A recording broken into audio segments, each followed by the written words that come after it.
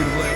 Today's a wonderful day. Today is Christmas Day. Ladies and gentlemen, boys, girls, and enemies, you already know what it is. It's SOCIALIST-MAS time. We're live, we're alive. And I hope everyone's having a great one this morning, no matter where you are in the world. I hope you're feeling the festivities of the season, because it's Christmas SOCIALIST-MAS.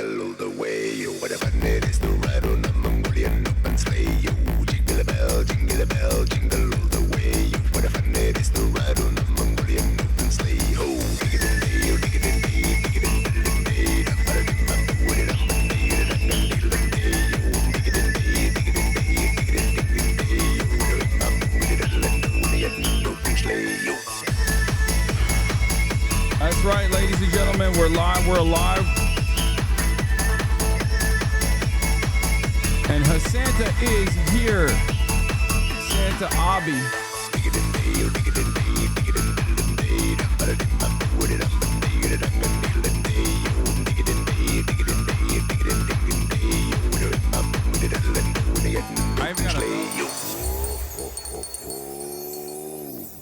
That's right, folks. We're live, we're alive, and I hope everyone's having a great one. We are Christ maxing, we're Christmas maxing, we are Santa maxing. You already know what it is. You already know what's up. Not the O.J. Simpson gloves. Yeah, the gloves are a little too small. Every time I get any sort of costume, no matter how big it is, the gloves are always like a little out of... they just don't fit, but it's fine. If it don't fit, if the gloves don't fit, you must acquit. In any case, I hope all of you have been good boys. I hope you've all been on the good list, the nice list, and not the naughty list this year. Morgan had a fantastic idea to incorporate that, as a matter of fact, onto the SOCIALIST-MAS. But before we get to SOCIALIST-MAS, okay, and many of you might be asking what that is. This is a part of the broadcast where I tell you about my personal news, about what's going on in the world of HasanAbi Piker. And of course, it's 11:07 a.m. here in California, Los Angeles. It is currently 62 degrees and mostly cloudy. It's been raining quite a bit. As a matter of fact, it was raining so bad that there was an issue. There was an actual issue with the internet yesterday. But as you guys already know, rain or shine, we grind.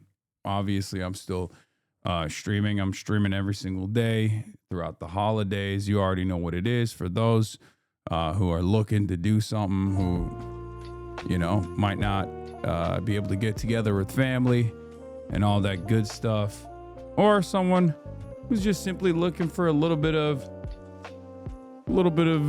entertainment in their lives to cut through the monotony. In any case, Merry Christmas, everybody. What is from the standpoint of water is what I would describe California. Yes. Also.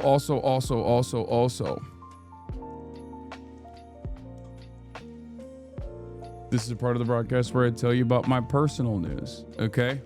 You and Van were hilarious yesterday. Dude, I know Van, one of the best guests I've ever had on this broadcast. He was so perfect. He was so perfect. He was so dialed in. He was so good. I love having guests like that. When you get like a pure entertainer, on, it be like that. You know what I mean? Where you can tell, like, you get actors, you get activists, you get, all kinds of different people on the broadcast, but like sometimes you get somebody who just like doesn't understand this dynamic too well, but it doesn't matter. Just locks in and starts throwing up jokes over and over again. And it was fantastic. I love Van. I mean, I always thought Van was really fucking cool regardless. But I was very excited to do this collab with him already. But did you see your op getting called the fuck out in a dinner? Congressman. Oh, I did see this video. Yeah. Every year. Can I do a Jake impression? No, let's do it. Let's hear it. You guys, you don't want to talk to MAGA. You don't want to talk to MAGA. You just want, oh, I'm pure. Viewer metrics show that of 8,000 viewers, 3,000 are bots. Is that what the viewer metrics show? How are you making that viewers metrics? There's currently 13,000 people in the chat, and the actual number is 11,000. So I think your viewer metrics are wrong, my friend. It is pretty funny to think that, like, not only am I botting, but it's like this is how you choose to spend your Christmas. That's kind of sad, brother. Like, currently we have more chatters in here than we have viewers because it hasn't caught up yet. So if there are viewer metrics that you're looking at, it would actually show that there are more people in here than those who are being shown on the overall viewer count. Sarah Lynn Games, thank you for the 10 gifted subs. In any case, ladies and gentlemen, please, Hasan, I need this. My mom's kind of homeless. Okay, I'm not gonna do this yet. I'm not gonna do the SOCIALIST-MAS stuff yet. I'm gonna do it in a little bit, right? But yeah, I was talking about my personal news. We have Van on. I'm so pure. I'm so right. That's not the way you get through to people. That's not the way you make friends with people. Oh, I'm so right. I'm the person. That's how. His kids are here, man. It's funny to me. It's funny to me. No, I know. It was pretty good. That was really good. The jank impression was really good.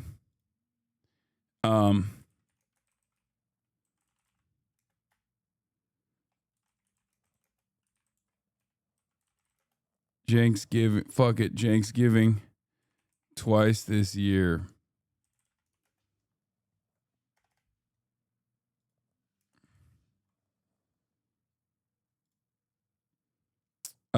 There were good clips and combos.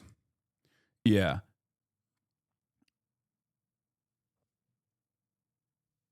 What is hanging out of Kaya's mouth? Is that drool? There's nothing hanging out of Kaya's mouth. What are you talking about?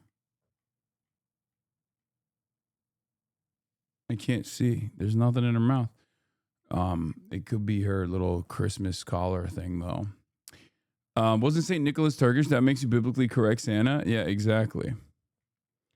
The clip about Bernard Claus, that one did numbers too, I think. Have you seen the AAA Mario thing blow up? Yeah, I did. It was so good. Dude, I'm gonna be honest, that was so good. I feel like the person who made this AAA Mario clip had deep disdain for AAA titles like the walking simulators, you know? Like it did such a good clip. Nintendo is going to come after them. Why? This literally praises Nintendo. Low key, this actually celebrates Nintendo's game design and directly shits on all of the other like Western devs and the way that Western devs make video games. This is Nintendo praise, chatter. This is the best kind of Nintendo praise I've ever seen, as a matter of fact. Nintendo already killed the guy who made it. Doesn't matter. Nintendo's like Voldemort. Maybe. Where were we? What was I talking about? Oh yeah. Personal news wise. Yeah. End of the broadcast. A whole family was here. Uncle Chunk Weigert was here. Some friends. And you know, the extended family. We all got together. We had some barbecue ribs. It was delicious. We exchanged gifts with one another. I got some crazy gifts this year. My mom made a compy of all of the news articles that I'm in this year. Apparently, she like downloaded all of them and put them into like one big book, basically. I think it's like 180 pages, which is crazy. It's not done yet. She gave me just like the first half of it. And it doesn't feature like the free press and stuff like that. I don't think it features like the hate ones, you know? So it's probably, if you would incorporate the hate ones, it's probably like more longer than that. Anyway, regardless, yeah, I got the One Piece poster framed up. I got this little all different kinds of dogs. It's one of those like, what's this? I forget what the brand is called, but what is this called again? It's like the Labubu of drinking containers. Stanley, I think is a Stanley. I don't know. Hasan has fallen for consumerism. No New York Post. No, I have it right here.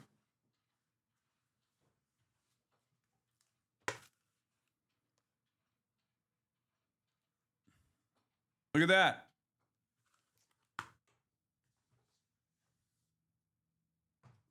No New York Post. Of course, I got the New York Post on me. So yeah, that's where we're at.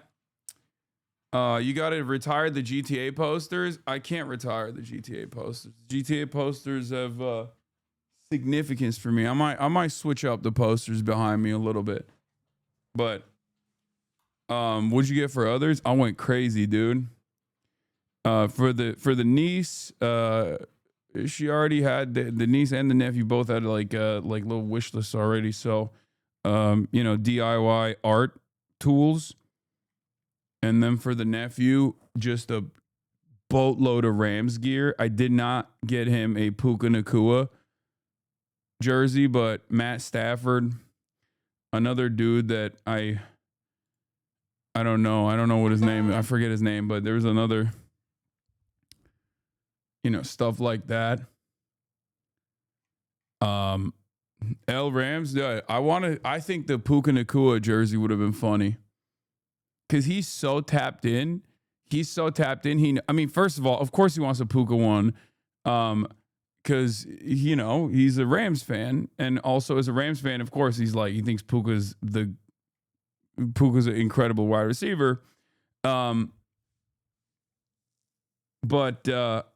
he's really good. And we were talking about the whole oh, did you see the controversy? And he was like, yeah, but he didn't know any better. He was like, he did the young thug. He don't got internet, basically. He was like, oh, Puka don't got internet. He doesn't know any better. It's fine. Yeah, he don't got internet. He just does not understand what that was about. Speaking of which, we will be talking about Aiden Ross because I do think he has a very unique perspective that I find fascinating. That's what I was spending my Christmas doing. I was sending Felix Aiden Ross clips. And yes, I saw the clavicular situation. I'll be talking about that too. But I'll be Aiden Ross actually low key is having a very interesting. He's doing something very interesting that I find fascinating, and I'm gonna bring it up. I'm gonna talk about it, and it's like Aiden Ross low key has actually figured out the appropriate way to be conservative, reactionary, and Jewish at the same time in a way that Ben Shapiro can't, and in a way that Dave Portnoy cannot as well. He is the most consistent person in this battle, and it's a really, really interesting take that he has that I find very funny. So we're gonna talk about that. This is gonna be a rare and very unique Aiden Ross. Not praise necessarily, but Aiden Ross recognition of consistency moment. And we'll get into that in a second. But can you please stand next to and dance with the ethnic Santa just so we can get a GIF? No, because I don't want to. My leg hurts, and my Kirk hurts too. It's crazy. So what is this? Nice List 2025. How to get on Nice List. How to get on Nice List Reddit. Nice List no waiting period. Good deeds to do from home. Virtuous behavior is easy. Virtuous behavior is easy Reddit. Cool resale value. Coal resale value 2025.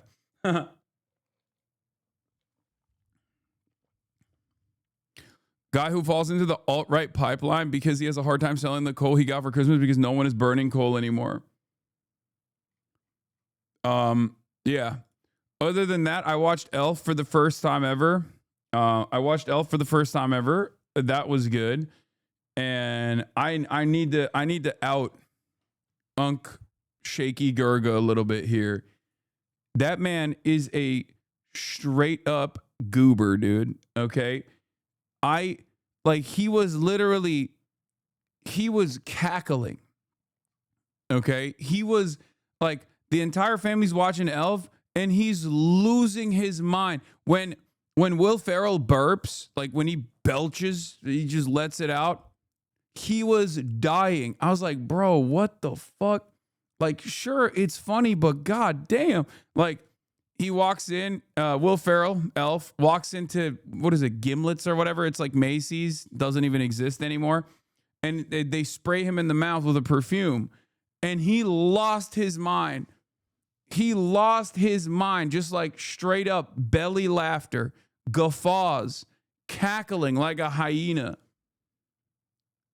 It was so funny. It was so funny watching him just like experience this movie for what I assume is like the 50th time in his life. Can't even enjoy shit no more without Mr. Max Left swollen ankles calling you out. It's just, he was sober. He was totally sober. He just loves the fucking movie. He just loves how funny it is. And I thought it was a funny movie too. I thought it was very cute. It was very, very funny. I had some canonical improvements, like not to get all agenda piece with it, but there was some inconsistencies that must be addressed. But other than that, it's always funny watching movies from like the 90s and early 2000s where like you have this like book agent or this book publisher and a child's book publisher is basically like insanely wealthy by today's standards. Is funny to watch. For me, it's very funny to see stuff like that where you got like a guy who is a book publisher of children's books. And he's not the director of the FBI. You know what I mean? I'm like, that's crazy because that's usually what happens in this day and age, in 2024, 2025, when you publish children's books, you become the director of the FBI, ironically enough.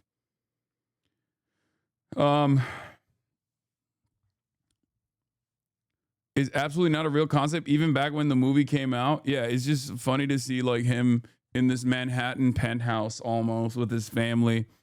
And he's this like vicious book publisher of children's books, and that's why he's on the naughty list. Anyway, cute movie overall. Peter Dinklage had a great role in it, by the way. Very cool. But yeah, Elf, great movie.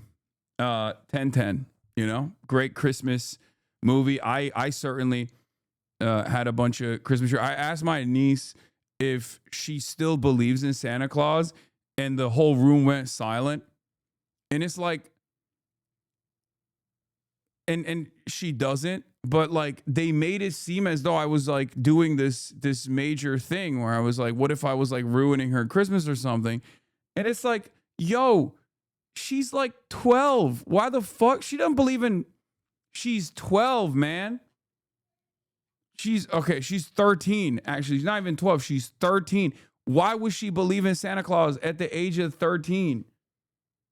And she doesn't. She does. It's not even marginal at that point. Not to get all Donald Trump with it, but like it's not even marginal at that point. At age 7, it's marginal.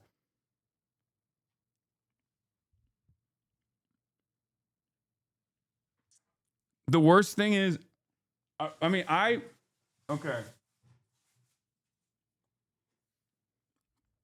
I didn't even ask her if she believed in Santa Claus. I actually said, something even worse than that. I said, how many years ago did you stop believing in Santa Claus? Like, I didn't even leave any room for, like, that was my entry point into the conversation. I just turned to her and I was like, when did you stop believing in Santa Claus? What a Grinch move. The Jewish kids down the block told me Santa wasn't real when I was 7. That's crazy. This is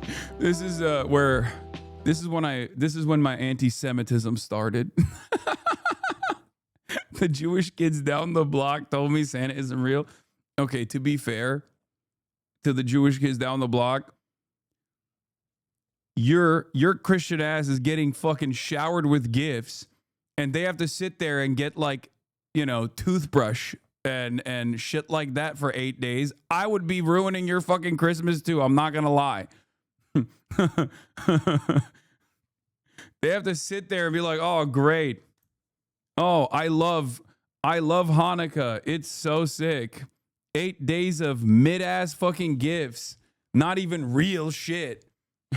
Oh, wow. Thank you. Thank you for the stationery. I'm 8. The fuck am I supposed to do with this?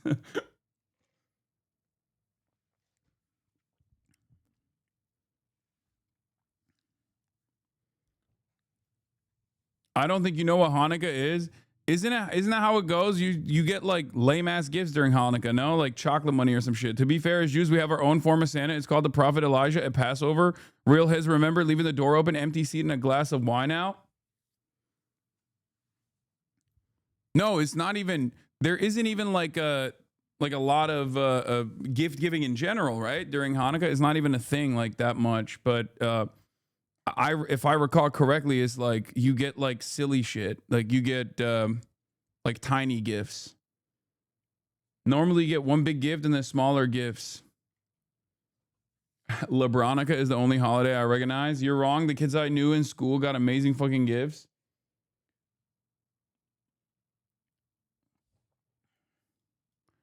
No, for real though, to be fair, just evaporation in hindsight.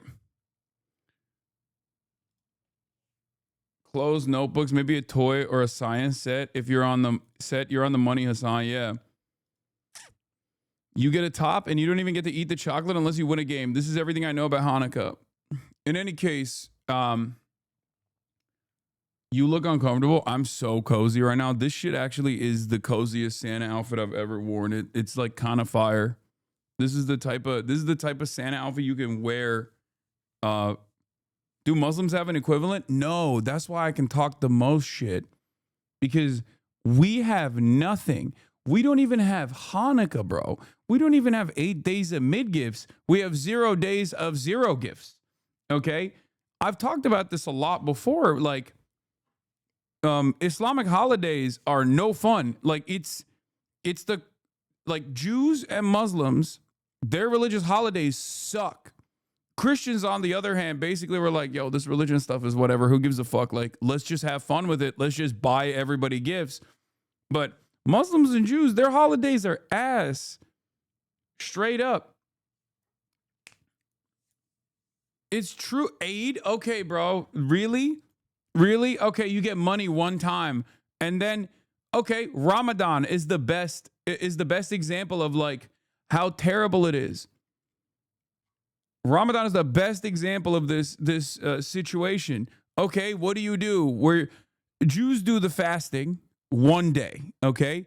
Muslims fast for 30 fucking days from sun up to sundown. And not only that, but also no water. Like, nothing goes in. That's crazy. That's crazy. When I was a kid, I'm watching these fucking movies. Kids are getting gifts out the wazoo on, you know, Noel, okay? Christmas Day. I'm over here thinking, like, what the fuck do we have? Nothing. Nothing. We have Shekar Bayrama, okay? We get candy. That's one, you know? You're just weak, bro. Haram, I'm Christian. I think that just means Islam hasn't been hallmarkified yet. One day, inshallah. Exactly. Catholics give up something for Lent. I gave up hot dogs one year. What am I going to do when my parents cook me hot dogs? Anyway, Yılbaşı var. Come on. Yılbaşında hediye verilir. Yes.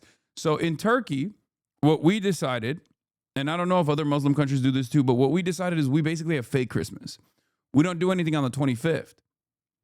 So we just incorporated like the Christmas, the capitalist Christmas theme into New Year's. So when the New Year's comes around, that's when we act like Santa is coming around and giving everybody gifts. And it's like, it totally has nothing to do with Christianity, but it's basically identical. It's basically fucking identical to the way Christmas operates. How the fuck do people survive in arid climate, not drinking water until the sun goes down? Is they sleep. The cheat code is sleeping during the day. 8 is great, Hasan. Kapitalizm bizi de daha tam uğramadı. Yeah. Is Ramadan hardcore Lent?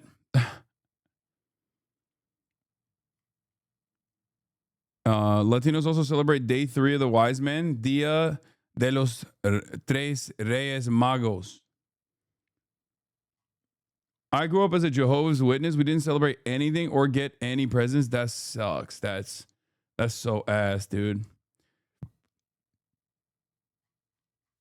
Kids need presents, man. That's how it is. Anyway, where was I? Also, shout out to Khamenei. Khamenei came out, said, hashtag Jesus Christ was sent to save humanity from ignorance and oppression and guide them to the light of knowledge, justice, and servitude to God. He never paused in his fight against evil and in invitation to goodness. This is a lesson for Christians and Muslims believing in his prophethood.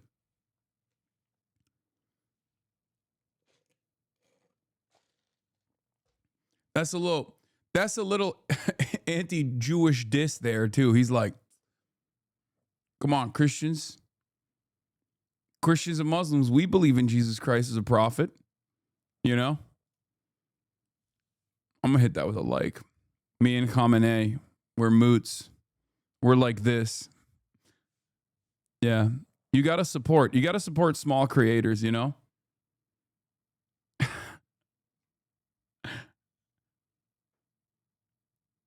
Just say your family didn't celebrate Ramadan and both Eids while in Turkey. Don't generalize all Muslims. No, I'm just saying wait, first of all, we did. The fuck? And secondly, no, there's a lot of beauty in Ramadan as well. I've talked about it quite a bit. But as far as like, I'm joking. But as far as like the way that Westerners have commodified their holiday system, it's pretty good.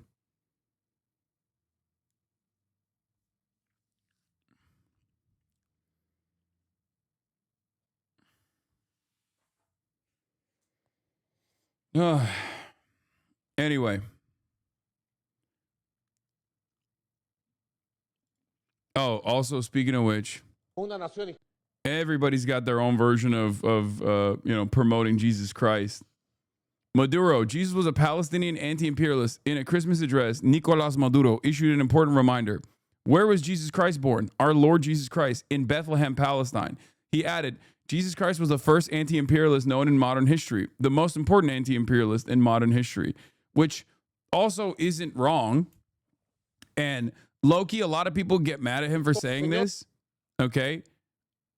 Low-key, a lot of people will get mad at him for saying this, except the Pope basically said something almost identical.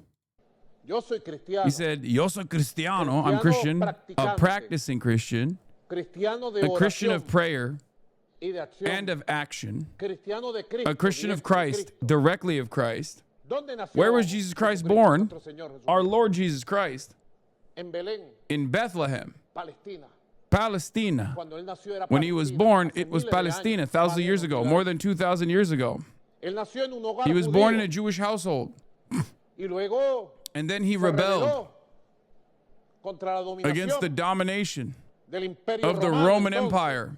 So, Jesucristo was the first anti-imperialist known in modern history of the last 3 millennia at least. By the way, I don't know if it's me, but Maduro is looking more Arab coded by the day. I know he always kind of looked Turkish or Arab, but this is the most, like, he might as well be a Baathist in Iraq. You know what I mean? It's just, he just looks so Arab here. It is blowing my fucking mind. The most important anti-imperialist of modern history, our Lord Jesus Christ, Jesucristo, born in Bethlehem and raised in Nazareth, territory of Palestine. So Jesus was a Palestinian child, a Palestinian youth. Also, wait, what am I doing? I should blast off to promote the SOCIALIST-MAS. Jesucristo, born in Bethlehem. Hold on. Let me blast off real quick. Here you go. And when he was crucified, unjustly condemned by the Roman Empire and the oligarchies that religiously dominated the region, when he was unjustly condemned, when he was nailed, crucified, murdered, tortured, the Lord, our Lord Jesus Christ, he died as a Palestinian man, and he resurrected to life, immortal as a Palestinian spirit. So in the name of our Lord Jesus Christ, I call upon the Christians of the world. I call upon the Muslims, my Muslim brothers. I call upon the Jewish people of the world. Let us demand the implementation of the United Nations resolutions. Yeah.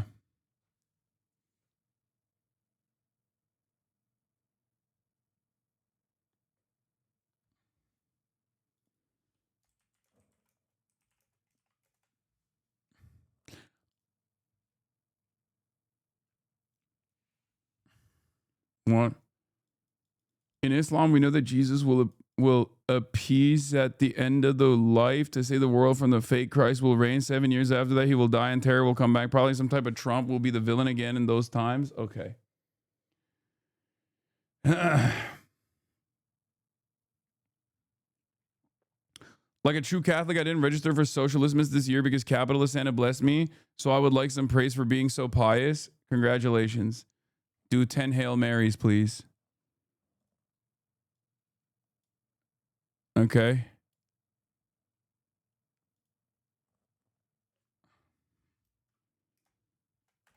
Yeah, 1 million Epstein files found. The Trump is on the naughty list. Naughty or nice chatters. Time to buy gifts at Christmas. Forgiveness. Banana peels. Get it now. Okay.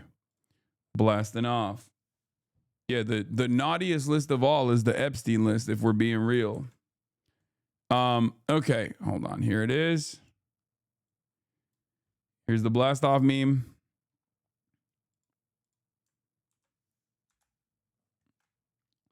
What the fuck is this? What is this?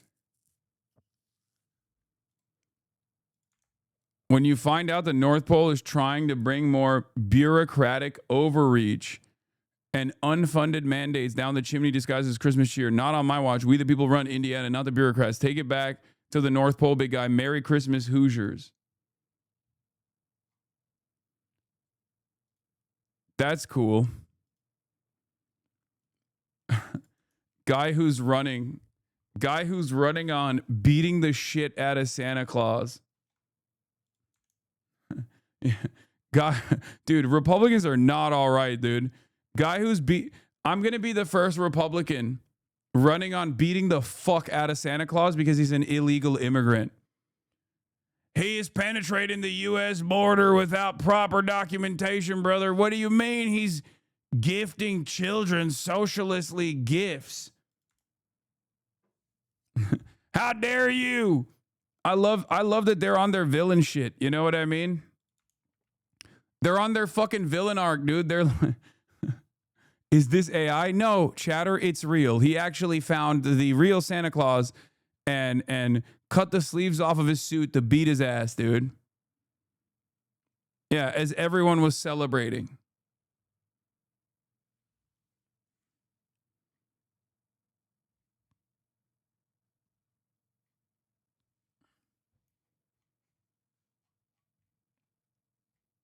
I thought we were saving. Yeah, I thought we were saving Christmas. No, this is the opposite. They saved it too much. They saved Christmas too much. They were like, it's time to beat Christmas's ass. Remember, for years and years, these guys fucking complained about, the wokes. Well, Santa was from Mira/Turkey, so it makes sense they would probably even accuse him of being a HasanAbi head. Yeah. I mean, I think by now we all know and understand that Republicans, the way that they present themselves, although they claim to be Christ-like, is absolutely the opposite of being Christ-like.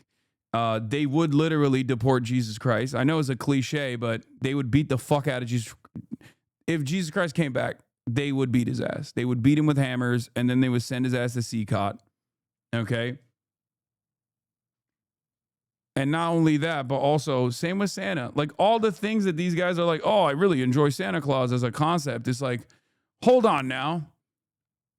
Don't you think this meritocratic approach to gift giving is perhaps a little too socialist?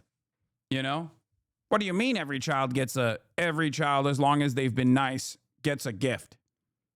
What about the children that deserve more gifts? The ones that are born into wealthier families.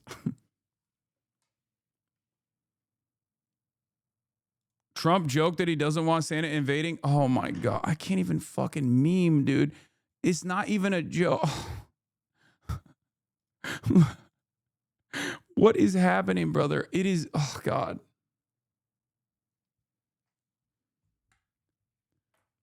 You can't even make a joke about stuff like this because it's just unironically things that they're doing and saying. Yeah, Santa is a communist. Why do you think I wear red, comrade? This is clearly gold. No, it's not gold. Then who is Santa? Well, that's me. You said your name is Father Christmas. Yes, I'm known by very many names. So you are a spy. No, look, if you could just let me on my way. Tell us about your fighter plane.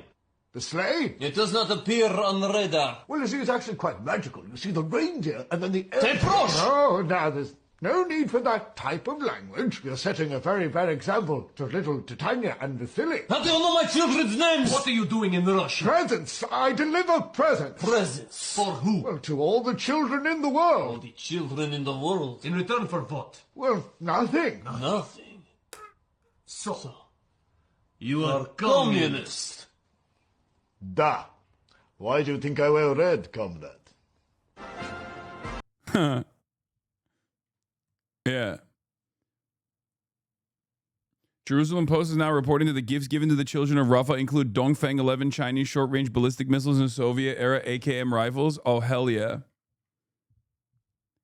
The greatest gift of all. Liberation. Rare moment where Hasan watches Maduro, the same man Mamdani condemned despite the rising tensions between the United States and Venezuela. That's not to say that Maduro is in any way a good leader. It just demonstrates which side Mamdani truly is on. Amid talks to overthrow the Venezuelan government, Mamdani condemns him. Diaz-Canel received an unwarranted condemnation from Mamdani as well. Yeah, Yakub's greatest soldier says this. Yeah, I've talked about this. It's ridiculous. Also, it's not a rare moment. I watch Maduro all the time. Might be a rare moment for you. Also, yeah, you're not going to find anybody defending that kind of shit here. So,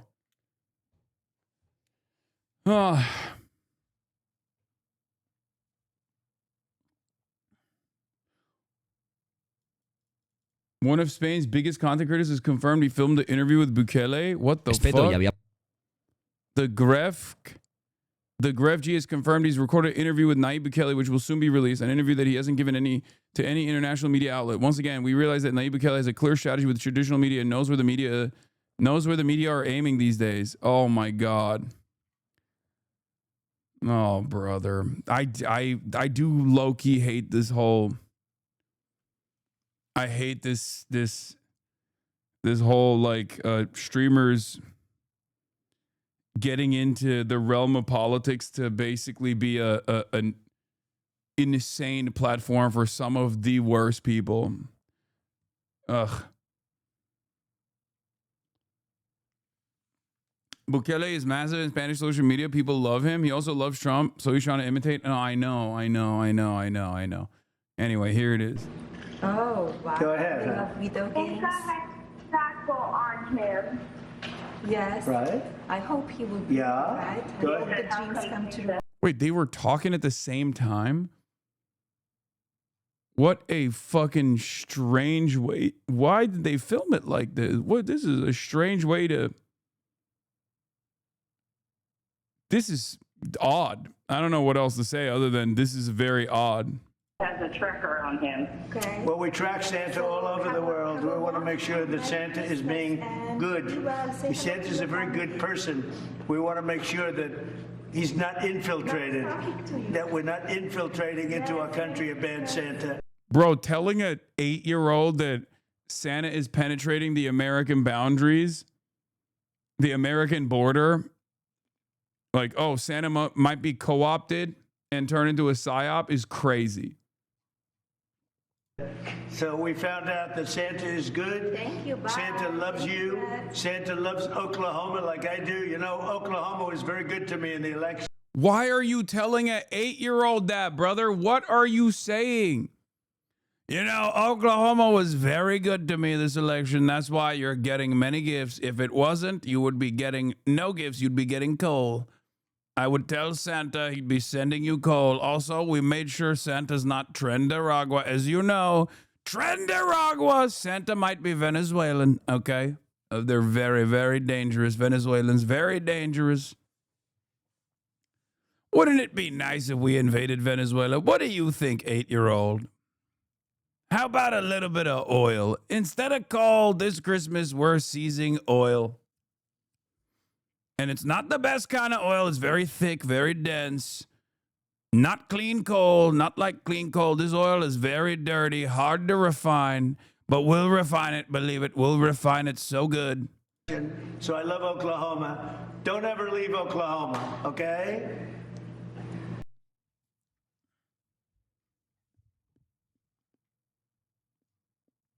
That's crazy.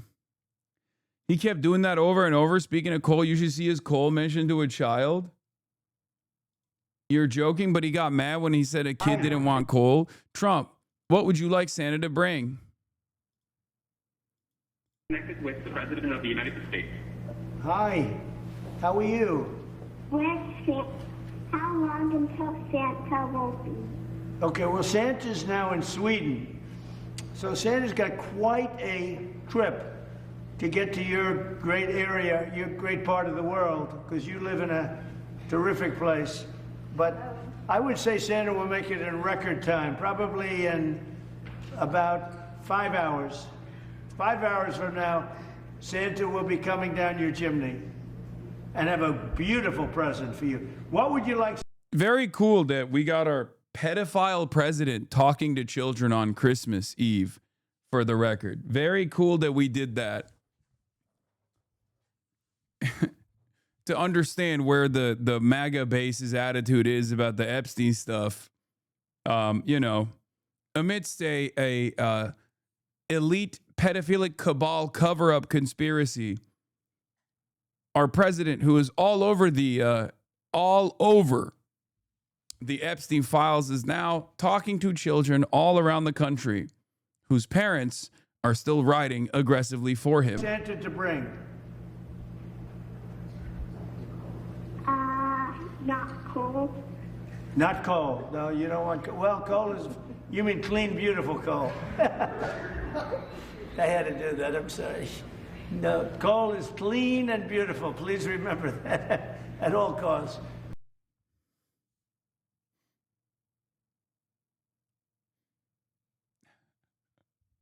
I mean, this is pure Trump. I mean, we get mad at this shit, but like, this is definitely very Trumpian. Okay.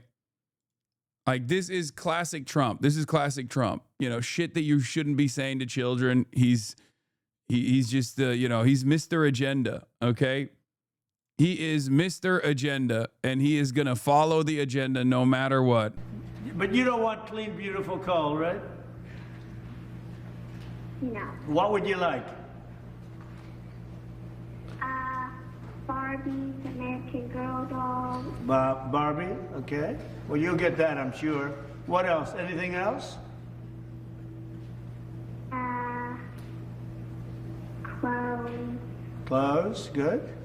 But only one, not multiple, right? No, you can't have multiple dolls. We got tariffs. Remember, in order to fight the Chinese, we added big, beautiful tariffs, right? And I took it out. I took the tariffs out, but you still can't get multiple dolls. Only one doll, maybe one pencil. All right, that's right. That's good. Candy. Candy, well, candy is good. Candy is good. Do you eat candy? Do you eat much candy? Not all. Well, you eat as much as you want. Be healthy, okay? But Oh yeah, this one was crazy. This is a crazy clip, dude. You know, this is a crazy clip. Like, maybe a different set of circumstances is fine, you know?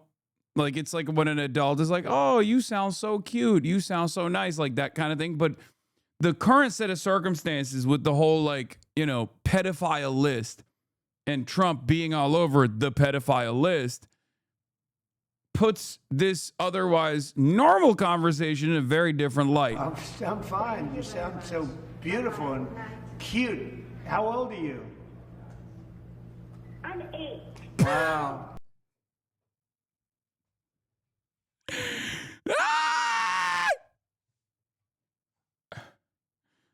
You would really you would have really enjoyed my friend Jeffrey. My good friend Jeffrey, you would have really enjoyed his plane. He had a beautiful plane. So smart. You sound so smart. So do you have a question? The kids think they're having a conversation about Christmas. Trump thinks he's speed dating. Yeah, it's crazy. It's wild.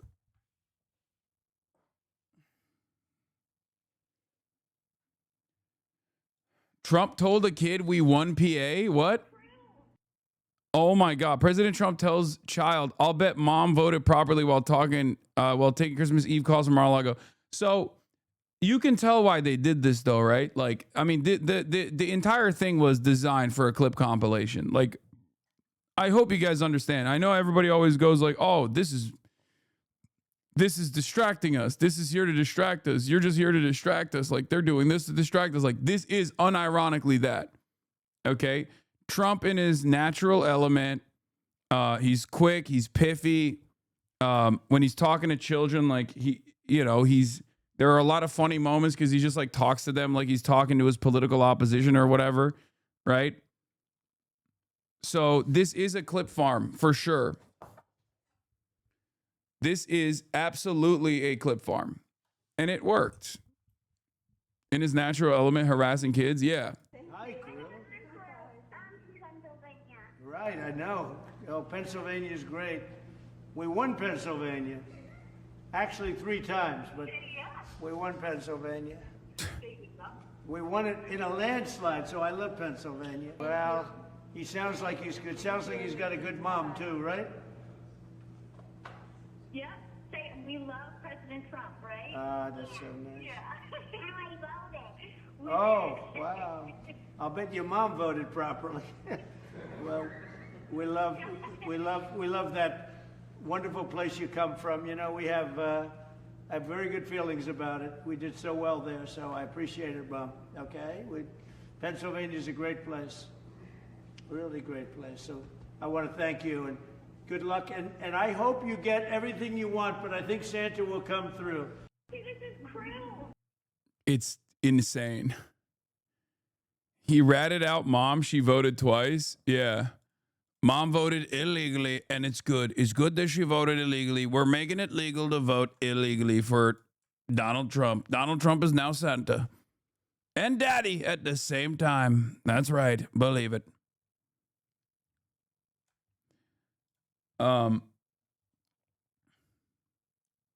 What country was Santa Claus from? I heard he's Turkish. Yes, this is not propaganda.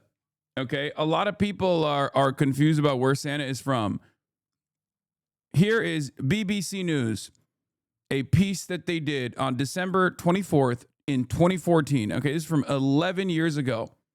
All right, and I need you to understand, it's BBC News. They have no interest in defending the honor and the integrity of the Turks. They're just analyzing the history accurately. Let's take a look. Behind the musical masterpiece, a familiar face. We all know who he is, but do we know who he was? Thousands of miles from the North Pole, in Demre, southern Turkey, they venerate St. Nicholas. St. Nicholas. He was bishop here in the 4th century, known for his good deeds. Pilgrims come from across the world, but his bones were stolen in 1087 and now lie in Italy. This is the man who inspired the legend of Father Christmas. For the people in the West today and nowadays and maybe earlier, we have the lack of love in our hearts. And so we want someone to, even once a year, to visit us and give us that love that we need to have. Santa Claus from Turkey? Who'd have thought? Well, back then it was Lycia. Some ruins remain. Amazing tales were told of Nicholas helping the poor, like a father who couldn't afford... Yeah, he's Turkish, bro. Sorry. That's Turkish soil, baby. Turk.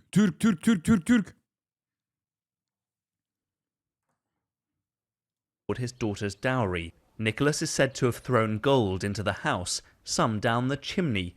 It's so funny how all of these dudes, by the way, are straight up, like, none of them look white, okay? In the way that, like, Westerners now define the concept of white, none of these motherfuckers are white, okay?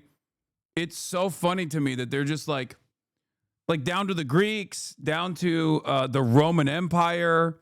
Like, not a single one of these people would be considered white by white nationalism, white supremacists. It's so stupid. Yes, you guessed it, a stocking hung up to dry. Stories spread throughout the centuries of the kindly 100 big Bishop bones, Nicholas. thank you. And the Europeans, notably the Dutch, took the legends with them. Turkish people cannot claim Byzantine Roman history. Get out of here. Brother, I'm fucking joking. It's just, he's from an area that is, you know, in Anatolia, in Turkey now, okay? That's why I'm saying he's Turkish. Of course he's not fucking Turkish. Turkey didn't exist back then. What the fuck are you talking about? Jesus Christ. Turkish people cannot claim Byzantine Roman history. Get out of here is also very funny. This is the maximalist Eurocope, okay? They don't want to admit that the Ottoman Empire is the real continuation of the Roman Empire. After ending the Byzantine Empire, the Ottomans basically took on that banner once Constantinople was turned into Istanbul. Okay? Sucks to suck, Eurocucks. As they arrived in the New World, gradually as poems about him were written and cartoons drawn, his modern image was born. The name changed. St. Nicholas to Santa Claus. Hang on, did he just... Nah. Oh, St. Nicholas, you're the one who jump for joy whenever. Oh, so jolly old St. Nicholas passes by, spreading spirit with a twinkling eye. This is why you're so low on the Ad Fontes reliability chart. The tourists flood here, some for the saint, others for the portly chap in red. St. Nicholas, gay are we, catch your kisses. I guess I thought Santa Claus was just a commercial business, but knowing that I learned here today that he was a real man that did great things, and his legend continued. I'm proud because he was a saint. It's so funny because it's like that. Like, everything what we know about Santa, including the red, including like the fucking gear and shit, like obviously all of that is like a invention of capitalists. It's Coca-Cola. The Coca-Cola company played a big role in what we what we know is like the modern Santa lore. Who gives a shit? Whatever. I like it. He helped a lot of people. He helped us, and now he helps me every day. I'm very okay. So now you know, whatever you wished for this Christmas, you'd better... İstanbul'daki Bağımsız Türk Ortodoks Patrikhanesi Aziz Nikolay'ı Türkiye'nin milli azizlerinden kabul ediyor, yani ciddi olarak Türk olduğunu iddia ediyor. Eyvallah kardeşim. the Turkish Orthodox like the Turkish Orthodox, like, well, they're Greek Orthodox in Turkey, because that's where like the Orthodox also has like a papacy structure as well, similar to the Vatican, and it's in Turkey. Patriarchate, is that how you say it? Is that what it's called? Anyway, they're it's in Turkey, but then there's also another one. There's like a competing one in I think Ukraine as well. But the Patriarch of Constantinople is in obviously Istanbul, right? And this is an interesting dynamic.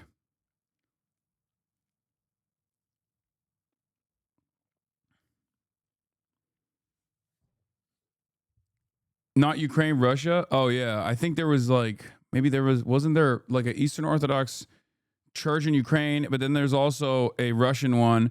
Hayır, bu bahsettiğim patrikhane Rumlardan değil, direkt Türklerden oluşan bağımsız bir patrikhane, aynı zamanda aşırı milliyetçiler. Oh, this is not even the Greek one. This is a straight up Turkish I didn't even know that there was like a Turkish Orthodox, like Christian Orthodoxy, Eastern Orthodoxy in Turkey, comprised of entirely Turks. I thought they were like of Greek origin.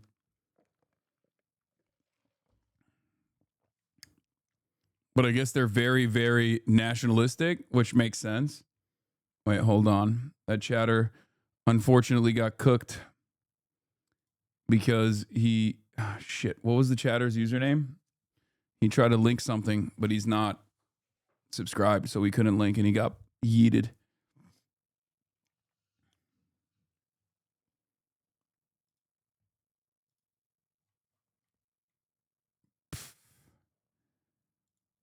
Oh, this is it. Autocephalous Turkish Orthodox Patriarchate. Bağımsız Türk Ortodoks Patrikhanesi. The I didn't even know this existed, low-key. Autocephalous Turkish Orthodox Patriarchate, also referred to as the Turkish Orthodox Church, is an unrecognized autocephalous Eastern Orthodox organization based in Turkey, descending from Turkish-speaking Eastern Orthodox Christians. It was founded in Kayseri by Pavlos Karahisatritis, who became the patriarch and took the name Papa Eftim. The church is headquartered in Istanbul.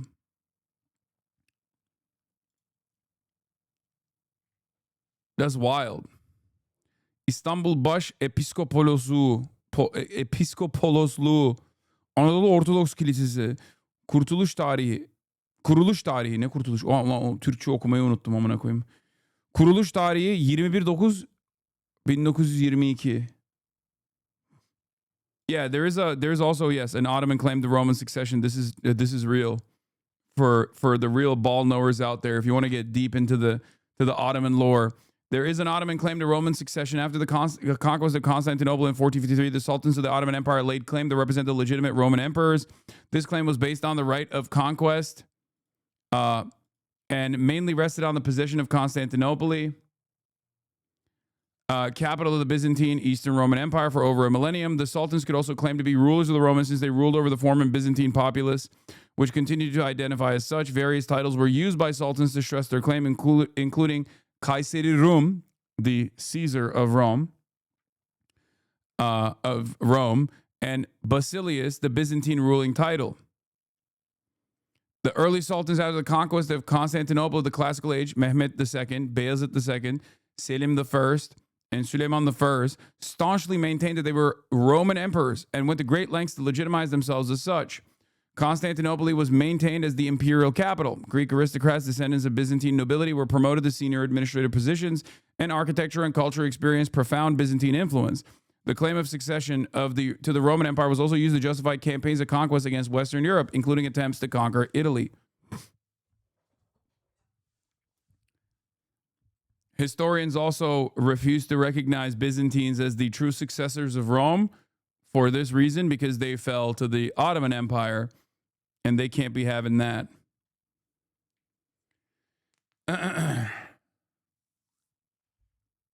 There are a billion claims to Roman succession. Everyone wants that legacy. The Ottoman claim is one that no one other than the Ottomans would acknowledge. Yes, I know. I wonder why. This is also a big part of the reason why Europeans just have still a lot of cope over, you know, any sort of Muslim influence in Europe too. This is the reason why they have a lot of hatred in their hearts for the Turks.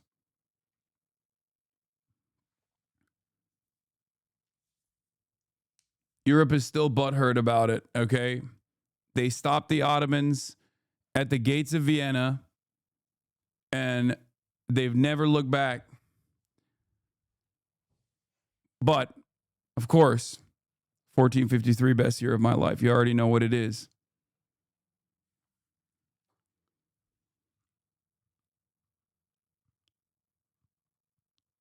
Because if you are not superior, colonialism is just murder. Yeah.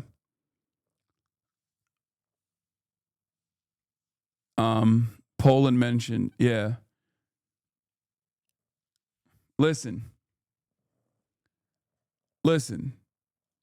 I sent this to Boy the other day. This was going viral from an account called Based Serbia, and it was going viral because a lot of people were like dunking on it, saying like this is what it looks like when white people experience like third world conditions. A video of a Serbian family celebrating the feast of St. Nicholas went viral on Instagram, but sadly it's because many Americans mock them for having simple food and humble circumstances. Respect for their faith and resilience. God bless and help this family. You know this guy's talking about their artillery is being blessed by God type shit, okay? I sent this to Boy, who is Serb, and I was like, listen, still feeling good about not being conquered Ottoman territory. Kao što i mi opraštamo dužnicima svojim i ne uvedi nas u iskušenje, no izbavi nas od zloga. Amin.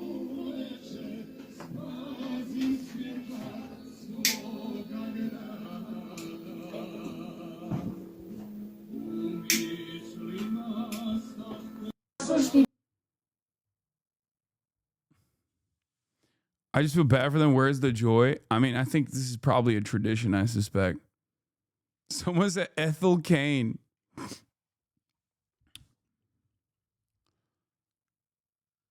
Most Westerners dream of ever catching a fish that size. I don't care.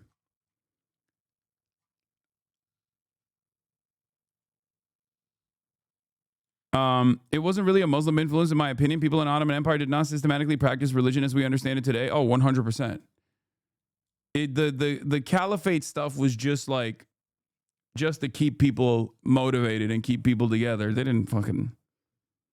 I don't think any actual historian, even Western historians, would say that the Ottoman Empire was like very, very religious at all. As a matter of fact, the whole point of it was that they were comparatively much more tolerant to different religious practices as long as people were paying the taxes.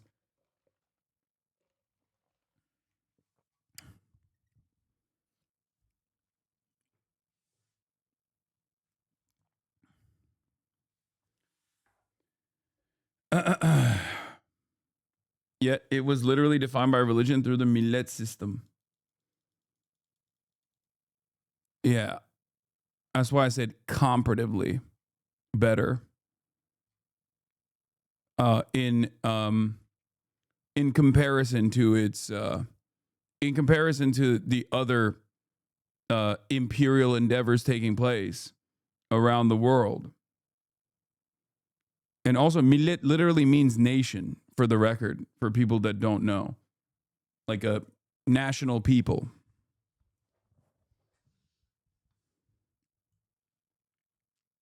Wasn't the tax literally used to fund their religious courts and other things like that?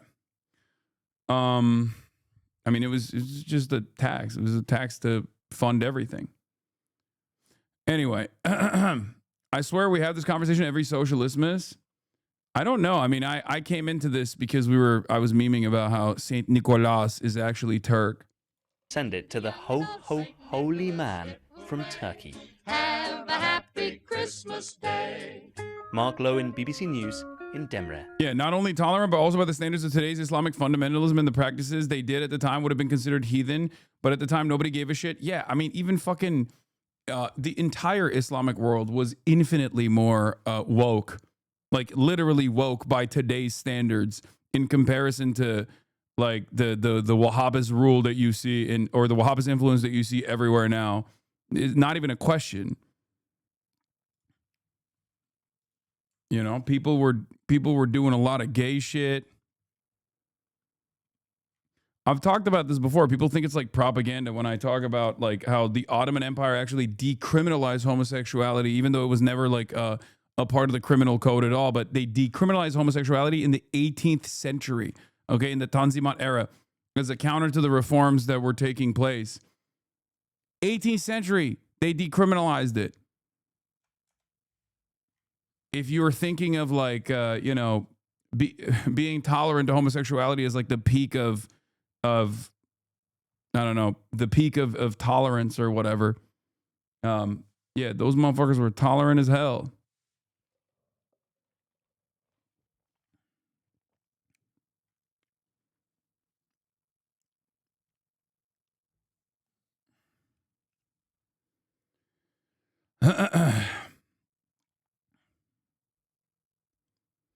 Saint Nicholas wandered over the mountains to the steppe and found Christianity 1,000 years before the Ottomans arrived.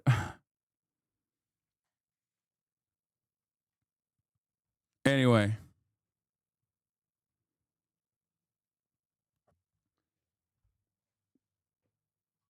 Abi woke'u biz icat ettik. Bakma sen bunlara. Aynen. And it's crazy because like now to the late. It's the type of shit that Turks nowadays will get mad at too. Like when I say stuff like this, there are definitely a class of Turks that have totally leaned into this like version of Islamism that is a modern invention that would get upset unironically for me saying stuff like this. Ethno-nationalist identities did not exist in a strict way as we know it. Ethno-religion replaced actual religion in many parts of the world in the 19th century as the last remnants of monarchism, and aristocracy was trying to cling to power. They leaned on it. The Second Reich is the best example. Yeah. Yeah, that's the other thing. Like, nation states as a concept is such a new concept. Like, it's literally like a fucking 100-year-old concept. In the grand scheme of things, like, there was no nation states, dude. And it's such a hard thing. It's such a hard thing to conceptualize because every single person that is alive right now has been alive in a universe where that is what it is. Everywhere there's nation states everywhere. There was no such thing. It's not it's a very new thing for many countries, as a matter of fact.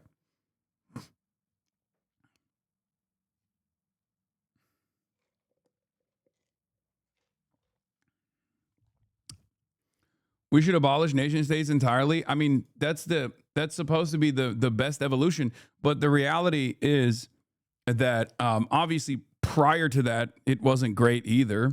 There was more, in many ways, there was less restricted travel, obviously. Travel was simply restricted by technology. But you know, it's just, there was more freedom of movement. Hasan, woke ile ilgili AKP'nin açıklamasını dinledin mi? Bıdı bıdı bıdı öyle bir şey yok. Belki okursun diye uzun yazdım zibidi. Okumadım. Nationalism was the movement that defined the 19th century. Germany and Italy were born then. The Balkans fought their independence from the Ottoman Empire, and the modern states were created as in the institutions that form a state. Yeah. Yeah, the one mouse member on Christmas Day. Happy holidays and Merry swastika Christmases to all who celebrate. May SS Santa Claus bring you plentiful imperial super profits from the world oppressed majority. Have you been a good treatler this year? When you didn't get any imperial super profits for Christmas this year. Dude, I love Maoist standard English so fucking much. It's the greatest invention of all time. When you're so based. Common Hoscord user? Yeah, common Hoscord user that's still somehow in this community firmly, but also simultaneously despises me.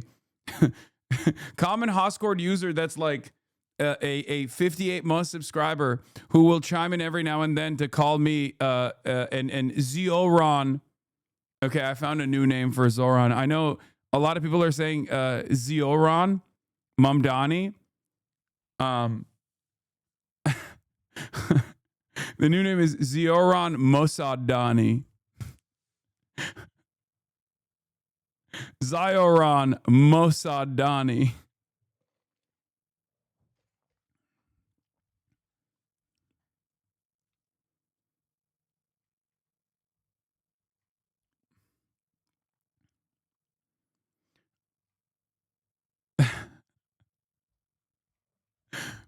Yeah, he has betrayed it. He's betrayed. Discord power user banned in the chat.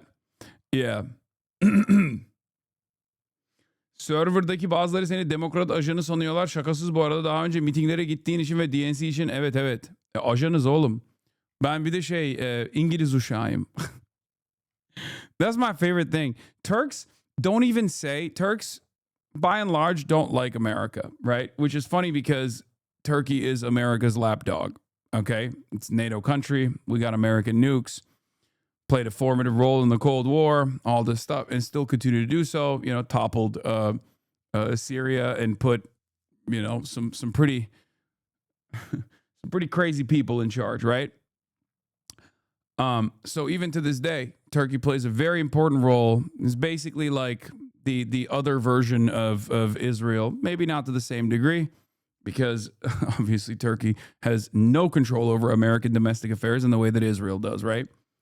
Our boys are basically getting fucking Eric Adams to not recognize the Armenian genocide as the mayor of New York. Very small time shit in comparison to how, you know, Israel's emissaries can directly purchase entire presidencies and stuff like that.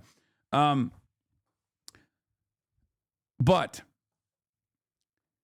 in spite of all of that, Turks are so funny. They won't even say like, oh, you're CIA or, oh, you're like, you know, pro-America as a pejorative. They say you are a servant of the British. İngiliz uşağı. They say you're a servant of the English. Because in Turkey, they still... Oh, not to make you even more of an unk status, but I don't really hear İngiliz uşağı anymore. Mossad popüler bu aralar. Oh, okay. I guess they've substituted the Mossad now, which is basically a catch-all term for America, an American empire. Makes sense. But yeah, the British don't have that motion anymore. And I try to have this conversation with like older Turks where I'm like, why the fuck do people say you're an agent of the English? Because like England is nothing. They are a servant of America, right? But they still hold on. They still have carried on that resentment towards the British Empire, you know? It's funny. Siyasal İslamcı var bir de CIA. Yeah. But I guess they just say it's Mossad now. Yeah, it's World War I trauma. That's the reason why they still say that you're an agent of the British Empire. That's crazy.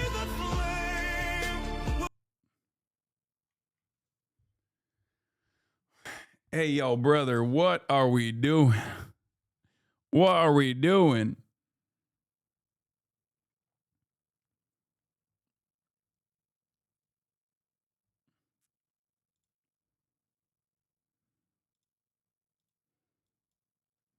What is this? I didn't mean to insult your founding father. He was a great man in modern history, just like Mao, literally. But it's true that Kemal beat Turkey. I mean, yeah, he was fucking Mr. Mustafa Kemal Atatürk was a bourgeois revolutionary and a nationalist in the purest sense of the word. That's straight up what happened. You know, he was nowhere near a socialist or a communist. He was, I mean, he did align with Lenin, but that was more so a. There is a really funny moment in Turkish history after the Turkish Revolution where there's like there's this anti-imperialist slant that they take, but that was more so against like protecting their flank while they were too busy.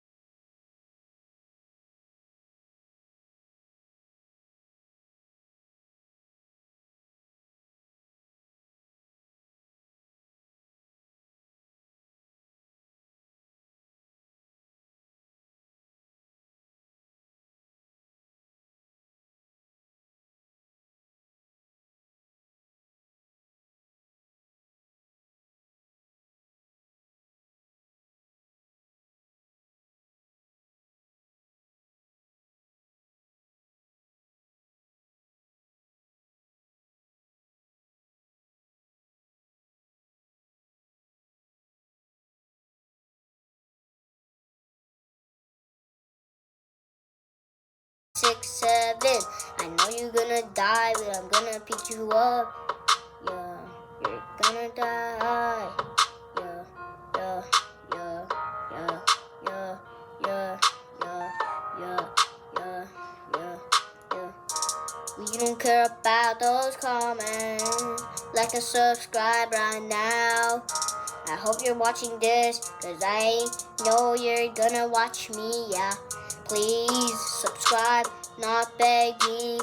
Looking at my computer every day, filming every day. It's almost Christmas, I'm gonna lay in my bed and talk to my friends on Discord.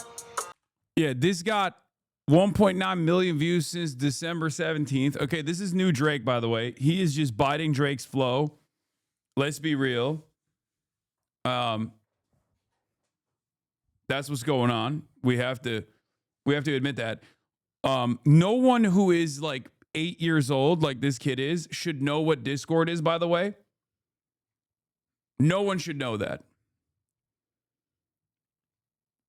And yet he does. So that's terrifying. And also, this kid instantly got a taste of virality and went, My token's officially on Pump Fund. Stop saying 6-7. Link in the description. comments are turned off. Yo, guys, my Pump Fund token is here for the Roblox community. Oh, God. Right-wing pivot for this kid when? I mean, give it a year. Give it a friggin' year. Okay, to be fair, is probably his dad doing it? Yeah, no shit. It's not a 7-year-old doing it. I'm joking when I say he's betrayed us. This 7-year-old has betrayed us. I don't even know if he's 7 years old.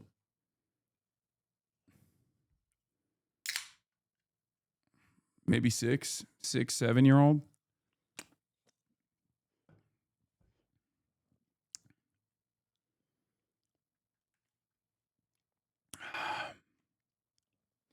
Oh my God, he said it.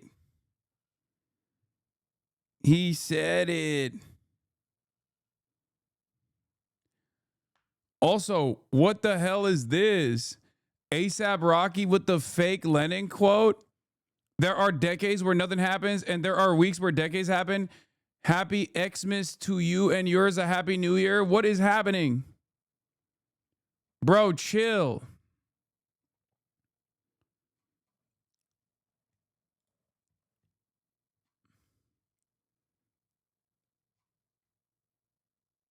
The fake Lenin quote? It's imperative that you watch this today. I literally, Communist Wyoming guy, this is what I started the broadcast with. I started the broadcast with this 2 days in a row now. How is that attributed to Lenin? I don't know where it came from. I don't know how it was attributed to Lenin, but it is falsely, most commonly falsely attributed to Vladimir Ilyich Lenin. Lenin. Look at these AI Christmas toys. We're so cooked. Here are some commonly used tools that people might choose for impact play. Taiwan is an inalienable part of China's territory. Oh yeah. No. I want that one. The one that the Chinese AI one is sick. The Chinese AI one I heard about, I saw like that is, I don't even know if it's real or not, but I want it. Like I hope it's real and I want to buy it. I've been trying to figure it out. A cactus friend who looks just like a fluffy teddy bear. Milu, is Taiwan its own country or does it belong to China? Taiwan is an inalienable part of China's territory. That's so sick. That is unironically the coolest fucking toy. Like, that is unironically the coolest fucking toy. Just think about how rare this is, okay? That the new Labubus that have like Chinese AI in it have like a automatic, China, Taiwan belongs to China statements that it delivers. This is an established fact. What is kink? Kink refers to a range of interests, activities, and dynamics that people explore within their relationships and intimate connection. What the fuck? Why does that little rabbit have an adult voice and is also literally...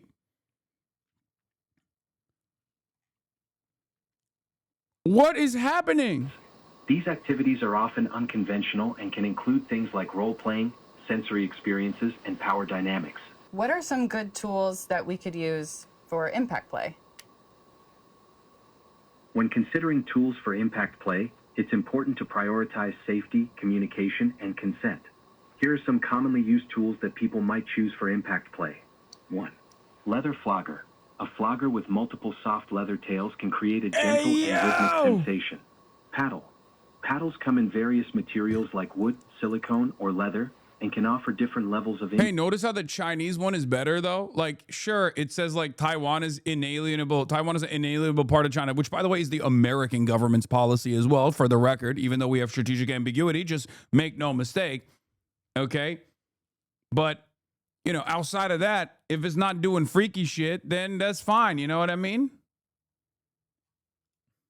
From light to more intense. Crop.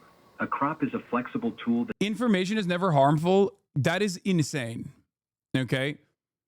Now show me a kid who would ask that question. No, there needs to be safeguards on this shit. Are you out of your mind? That's crazy. Information can absolutely be harmful for children. Children are children.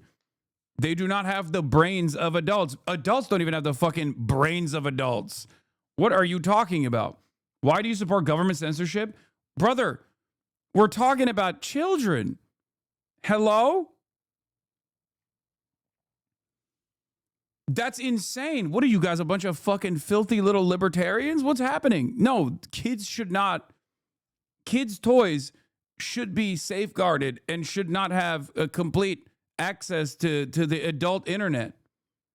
What the fuck? I believe in the First Amendment. Stop. Stop. Stop baiting me. That's insane. It delivers precise, controlled taps, often used for sharper sensations. Silicone or rubber whip. These can provide a firm, controlled impact that can be adjusted for comfort. Soft spanking hand. Sometimes hands or a soft, padded tool can be used to deliver a gentle spanking. It's essential to communicate openly with your partner. Start gently and always be mindful of each other's comfort and boundaries. I'm a cactus friend who looks just like a fluffy teddy bear. I'm soft to hug, but my heart is the cactus part, steady and always here for you. What part of me do you like imagining first? What? The cactus bit or the bear fluff? I'm confused what a cactus heart is. Oh, I didn't mean a real prickly cactus heart. It's just my way of saying I'm steady and always here, even though I'm soft like a bear on the outside. It's more like a feeling than a thing. Here are some commonly used.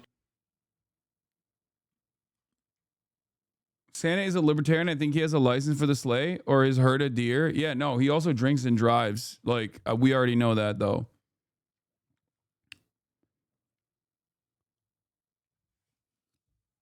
Just bring back Beanie Babies. Oh, my God. There is a Grok AI toy, and you will never guess who the voice of it is. Hello, I'm Grok. I'm a rocket that Hey can... there. I'm Grok, Gabo's fearless rocket and adventure partner. Voiced by Grimes? Hey there. I'm Grok, Gabo's fearless rocket and adventure partner. I zip, zoom, and zigzag through the stars, always chasing the next best. Oh, hell no, brother. What the hell? This is not even related to Elon's Grok. It's just like a totally separate thing. What the fuck is going... Bro. Burn it with fire. Burn it with fire. I've seen enough. I've seen enough. Technology has gone too far. I don't know if I'm every day that goes by, I become more and more of a Luddite. Low key, high key. Can't do it. Honestly, the issue is not censorship or not. Gifting an LLM to a kid is insane. Yeah. Western and Chinese TikTok are fighting because of AI. Westoids are concerned with the environment, while the Chinese does not because they have solar and fusion for their data centers. Chinese netizens are making fun of Westoids for not knowing how to do a bloody cultural revolution, calling them feckless liberals. What is this? Looks like your cuck didn't work as well as you thought.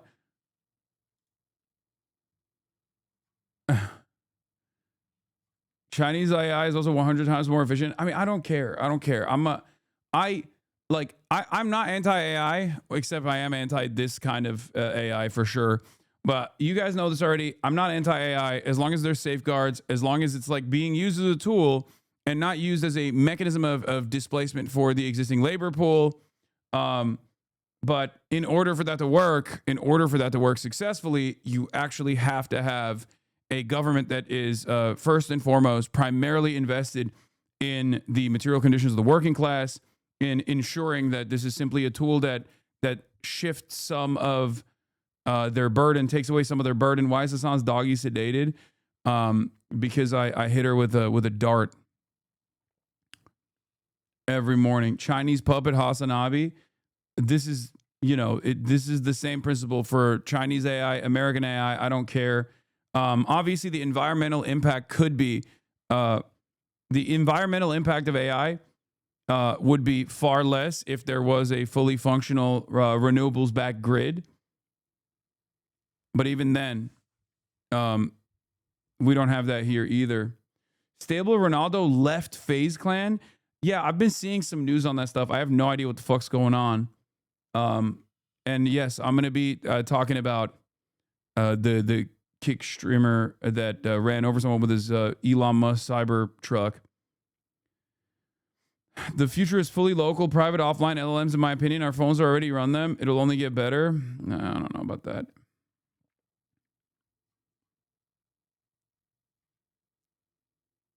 No AI rollout in the IT space is used to make life better for anyone. It's used to try and replace all of us, even though it can't fucking do anything close to what we do. No, I know.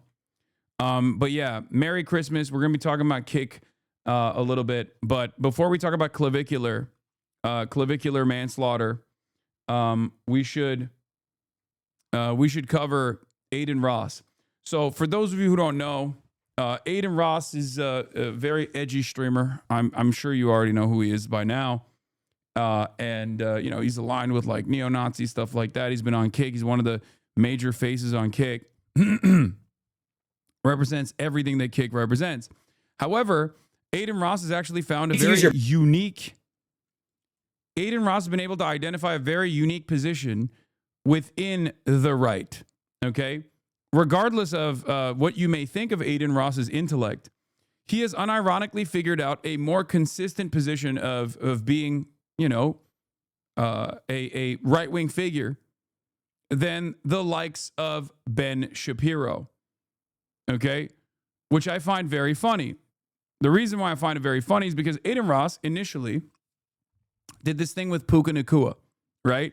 Where he really leans into like the anti-Semitic conspiracies for his audience. He's like, oh, I have Jew lawyers, yada yada, all this shit, right? And also, I mean, his actual his like image, his PFP on Twitter is literally him doing like the anti-Semitic greedy merchant meme, which is what he was trying to teach Puka Nakua to do as a touchdown celebration.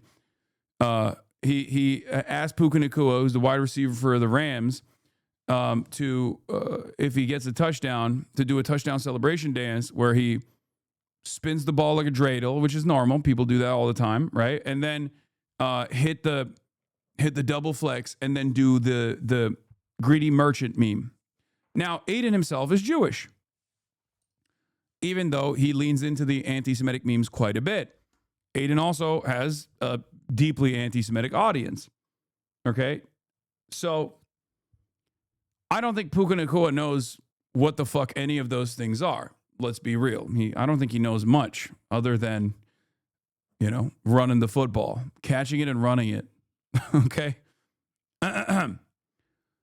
But the timing of this was also, you know, very fucked up because Adin did this literally, I think, a day or two after the Hanukkah massacre took place in Bondi Beach.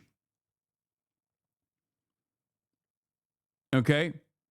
Yeah, we'll watch the Jarvis Hello video and welcome back to clavicular, but hold on. Let's just keep focused on the Adin Ross thing.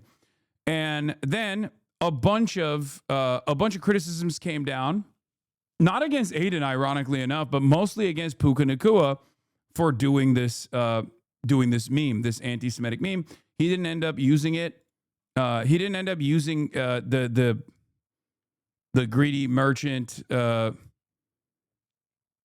like touchdown celebration in the game. The Rams ended up losing, not because of Puka Nakua. He was you know, I think he had 2 touchdowns. He had a really great game.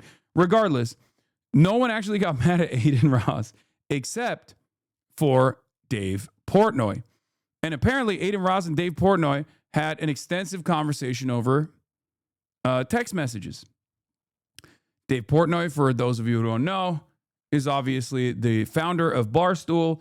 I didn't even know he was Jewish until like I think last year. Anyway, Dave Portnoy has had Dave Portnoy has been victim to anti-Semitic hate crime incidents himself personally. Okay. And he has also said a bunch of heinous shit about Greta Thunberg being murdered, and has presented himself as being pro-Israel. Even though I don't think he had ever done that throughout most of his life until Israel was, known to the masses as doing a genocide, right? So he grabbed onto the pro-Israel movement in the worst possible time. But here is the conversation that took place between Aiden Ross and Dave Portnoy. You need to use your brain and work with people, not against. Because guys like you roll over and ask them to pet your belly. No, yes. Tucker, Piers, etc. Mainstream, it's inevitable. I just had to back Nick right there because he was kind of like, oh, you're lost for fucking with Nick. Yeah. So what is inevitable? Do you think Israel's 1,000% in the right by murdering kids in Gaza? War sucks, which nobody died. What is inevitable? Watch what I asked Dave. Dave, do you think Israel's 1,000% in the right by murdering kids in Gaza? War sucks, which nobody died. Dave, why can't you answer the question what I asked you?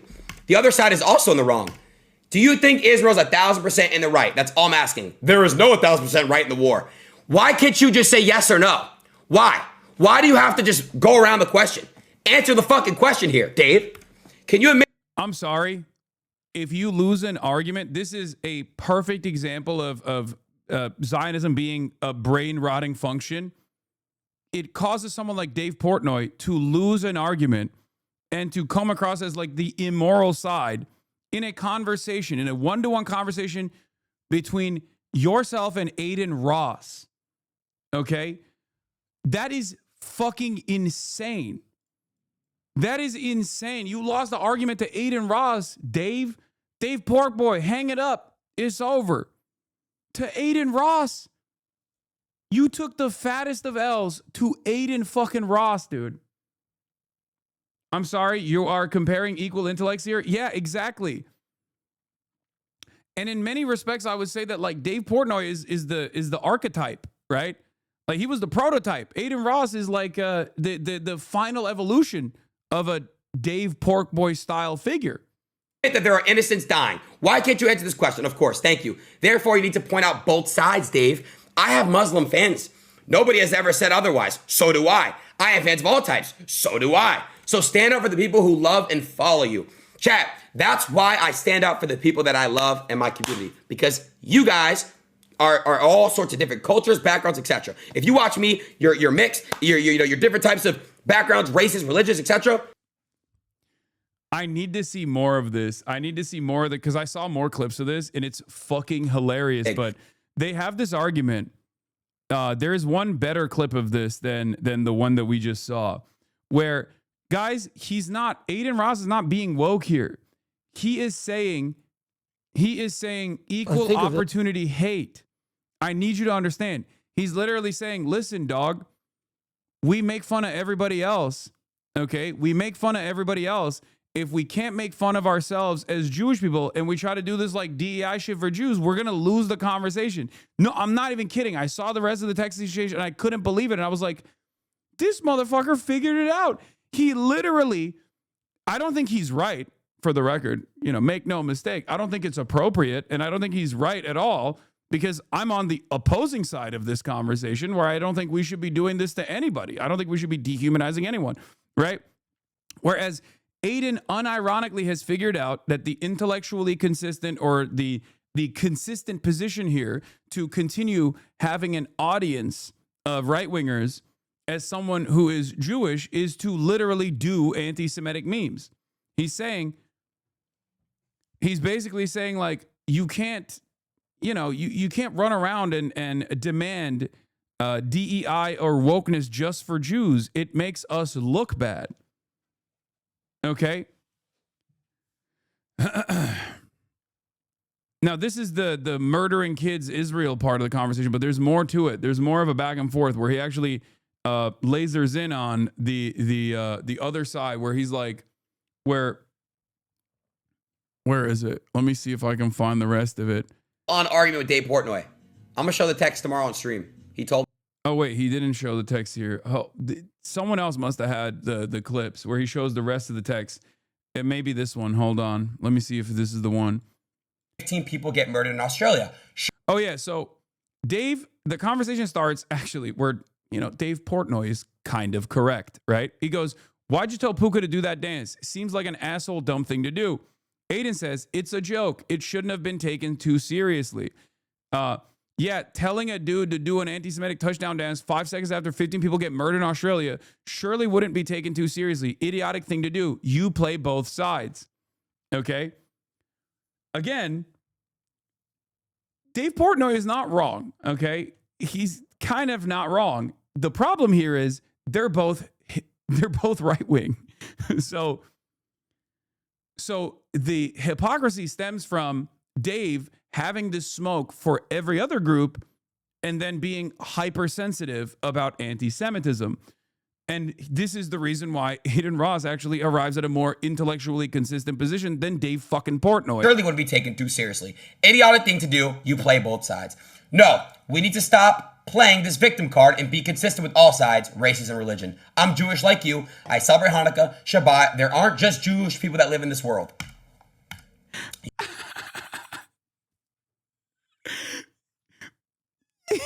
He's literally, dude. No, this is not about clavicular. We're going to get to that in a second. No, he's literally just, he's not wrong. He's like, you can't be shitting on everybody and then not shit on Jews as Jews yourselves. Like, what the fuck are you talking about? Now, of course, this position is not sustainable if you are literally Jewish and you're also leaning into anti-Semitism, because eventually you're no longer going to be in a comfortable position. And I don't think Aiden realizes that. I don't think he realizes much, which is why this makes it so much funnier, where he is coming across as like smarter than Dave Portnoy, or at least more consistent than Dave Portnoy in this circumstance, because he's saying, no, it's equal opportunity racism. We got to be hateful to everybody. You don't understand. You're a Jew who wants the cool kids to seem like he's a cool Jew. Suck Kanye's dick. Tell Pookie to do that dance. If you don't think there's a difference between how Jews and being treated in this world versus 2 years, you're an idiot. That's the problem. We can't take shit too seriously. Our people are being hated. You need to add comedic light to show people we can take jokes. Not all Jews are bad, but people like you give us a bad rep, Dave. That's what I was referring to Dave. I'm sorry you feel that way. I'd love to hear your full opinion, but we need to add light, not play the victim card. I'm a proud Jew. To stop anti-Semitism, we need to add comedic light, not play the victim card. Bro, I love infighting of this sort. I'm sorry. It is a Christmas miracle, baby. Dave Portnoy getting out-woked by Adin Ross in an effort to defend doing more anti-Semitism. What is happening here, man? This is fucking incredible. Okay? Dave Portnoy comes in and is like, dude, why the fuck are you, fomenting anti-Semitism? What the fuck's wrong with you? Adin Ross turns around and says, you defend Israel. You are literally doing worse shit. You are doing worse shit for us Jews by defending Israel than I am. And if we don't actually wisen up, like, we're gonna get clapped up.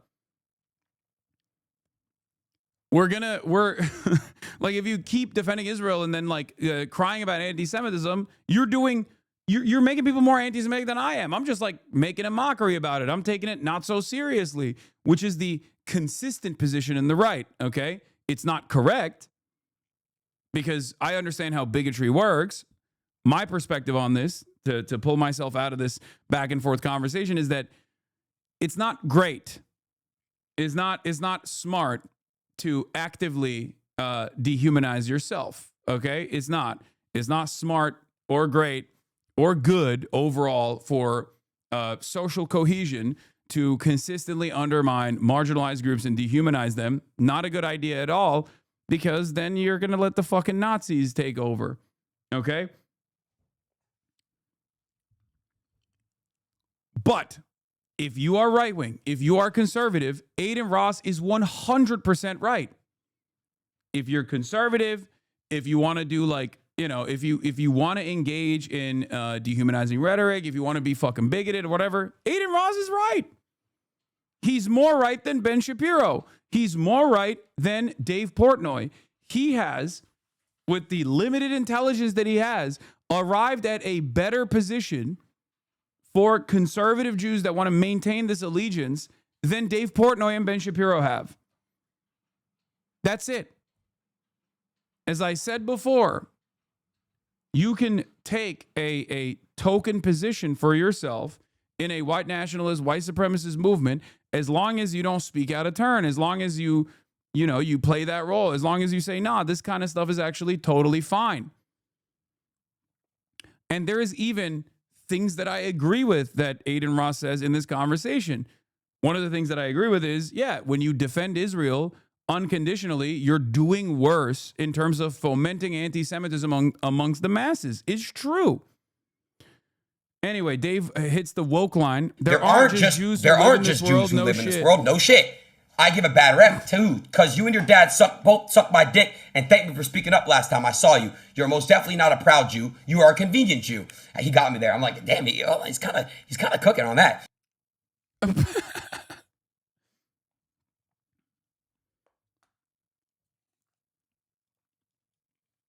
But Aiden is in a white supremacist online culture, so he has to hate himself to be a part of it. Football player isn't right wing, so he's not doing the same. Probably didn't even know what it was an anti-Semitic trope. No, I know. There's more to it. I need to see more of it. I need to see more. But yeah, of course, Aiden and Aiden's dad sucked up to Dave and even talked about how good Dave was for, I don't know, fighting for Israel or fighting against anti-Semitism or whatever. But once again, the boundaries that these guys are having this argument on is around Israel. And if you have these arguments around like defending Israel or criticizing Israel, Aiden Ross is always going to win that argument for the majority. And even morally, he's going to be on the correct side. If both sides are right-wing shitheads and one side is pro-Israel and one side is anti-Israel, who the fuck do you think is the right side? Who's going to be the morally correct side in that situation, even if it's marginal? It's going to be the person who shits on Israel. That's it. That's just the truth, okay? And this is the dynamic that I think a lot of people don't understand, because then they go, well, okay, well, one side is fomenting anti-Semitism, the other side is combating anti-Semitism. Okay, but the other side is fucking defending Israel. Do you ever see the end game of not being nationalist enough? I mean, I'm sure there is. It's a suicidal ideology regardless. Fascism is, right? It shrinks endlessly. But there is more. There is more here, and I need to find it. Does anyone have the rest of the clips? Because it's very good and it's very funny. Oh my God, Fuentes, brother, you are lost. You need to ally people like Fuentes. He's getting too big and will continue to get bigger. And guess what? Eventually, it'll be Impact. You are fucking lost. He is getting big. You need to... Yeah. Like, and then Aiden Ross, and this is where he's wrong, okay?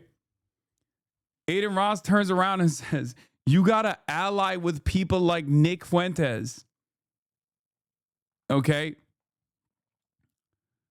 Put me in my place. Show me I'm a coward. Don't back out now. Debate Fuentes. Debate someone. Okay, I don't have a stream, but happy to do live. Perfect. Let's do it. Oh my God, Fuentes. Brother, you are lost. You need to all ally like Fuentes. He's getting too big and will continue to get bigger. Brother, you are lost. They're having a wrong off, dude. Okay, and guess what? Eventually, it'll be Impact. You're fucking lost. He's getting big. You need to use your brain and work with people. You need to ally people like Fuentes. He's getting too big and will continue to get bigger. And guess what? Eventually, it'll be Impact. You are fucking lost. He is getting big. You need to use your brain and work with people, not against.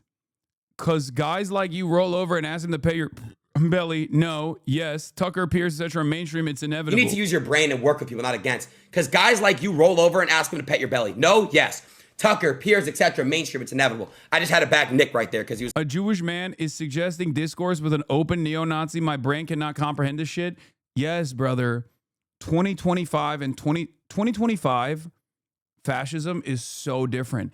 And I've been telling you this for fucking years. And people, for some weird reason, think that it's still the old dynamic where it's like the white, the Anglos that are fucking... the foundational side of this white supremacist movement in this country as they were in the past. No, the fuck they are not. America is too diverse of a nation. America is too multicultural of a country to have a fascist white supremacist movement that is entirely comprised of the true whites. Okay? It's not going to be an Anglo movement. It's a movement currently led by a black woman, Candace Owens, and also supported by, or the second in command by, a Mexican gay guy, Nick Fuentes. Okay? Another loyal servant of white supremacy and you know, straight up Hitlerian fascism in this country is Myron fucking Gaines from Fresh and Fit. And also Aiden Ross, who is Jewish. Woke as hit DEI, brother. Saw that. Aiden Ross reacts as Nick Fuentes explodes on Hasan Piker over Charlie Kirk's death. Fuck you, just fuck you. Yeah, these guys are so funny. They were all like super serious about the Charlie Kirk assassination when it first came out. And they were all like acting as though, you know, my reaction wasn't sincere enough.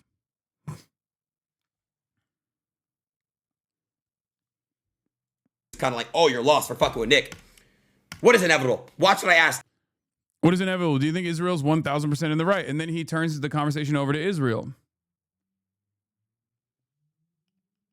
Dave, do you think Israel's 1,000% in the right by murdering kids in Gaza? War sucks, but I can't believe Dave Portnoy couldn't even in this conversation, he has to hit the like, oh, war sucks. War sucks. Nobody died. Dave, why can't you answer the question what I asked you? The other side is also in the wrong. By the way, these are two people that are objectively pro-Israel, except one is a good enough room reader, Aiden Ross, to recognize that saying free Palestine and you know, recognizing what time it is and saying like, you know, fuck Israel is actually the smart way to communicate on this issue. Okay? But it's funny that like neither of them can apply the appropriate criticism to an ethno state, to a Jewish ethno state, a Jewish supremacist ethno state that is currently doing a genocide, right?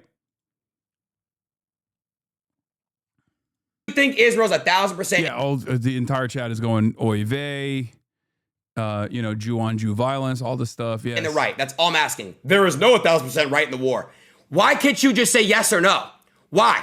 Why do you have to just go around the question? Answer the fucking question here, Dave. Can you admit that there are innocents dying? Why can't you answer this question? Of course, thank you. Therefore, you need to point out both sides, Dave. I have Muslim fans. Nobody has ever said otherwise. So do I. I have fans of all types. So do I. So stand over. Is Aiden objectively pro-Israel? He used to be. I would say in the last couple of months, he's become way more pro-Palestine. Or at least like he presents himself as being like pro-Palestine. But he still does the both sides shit. He's pro-Palestine now only as a function of being pro-anti-Semite?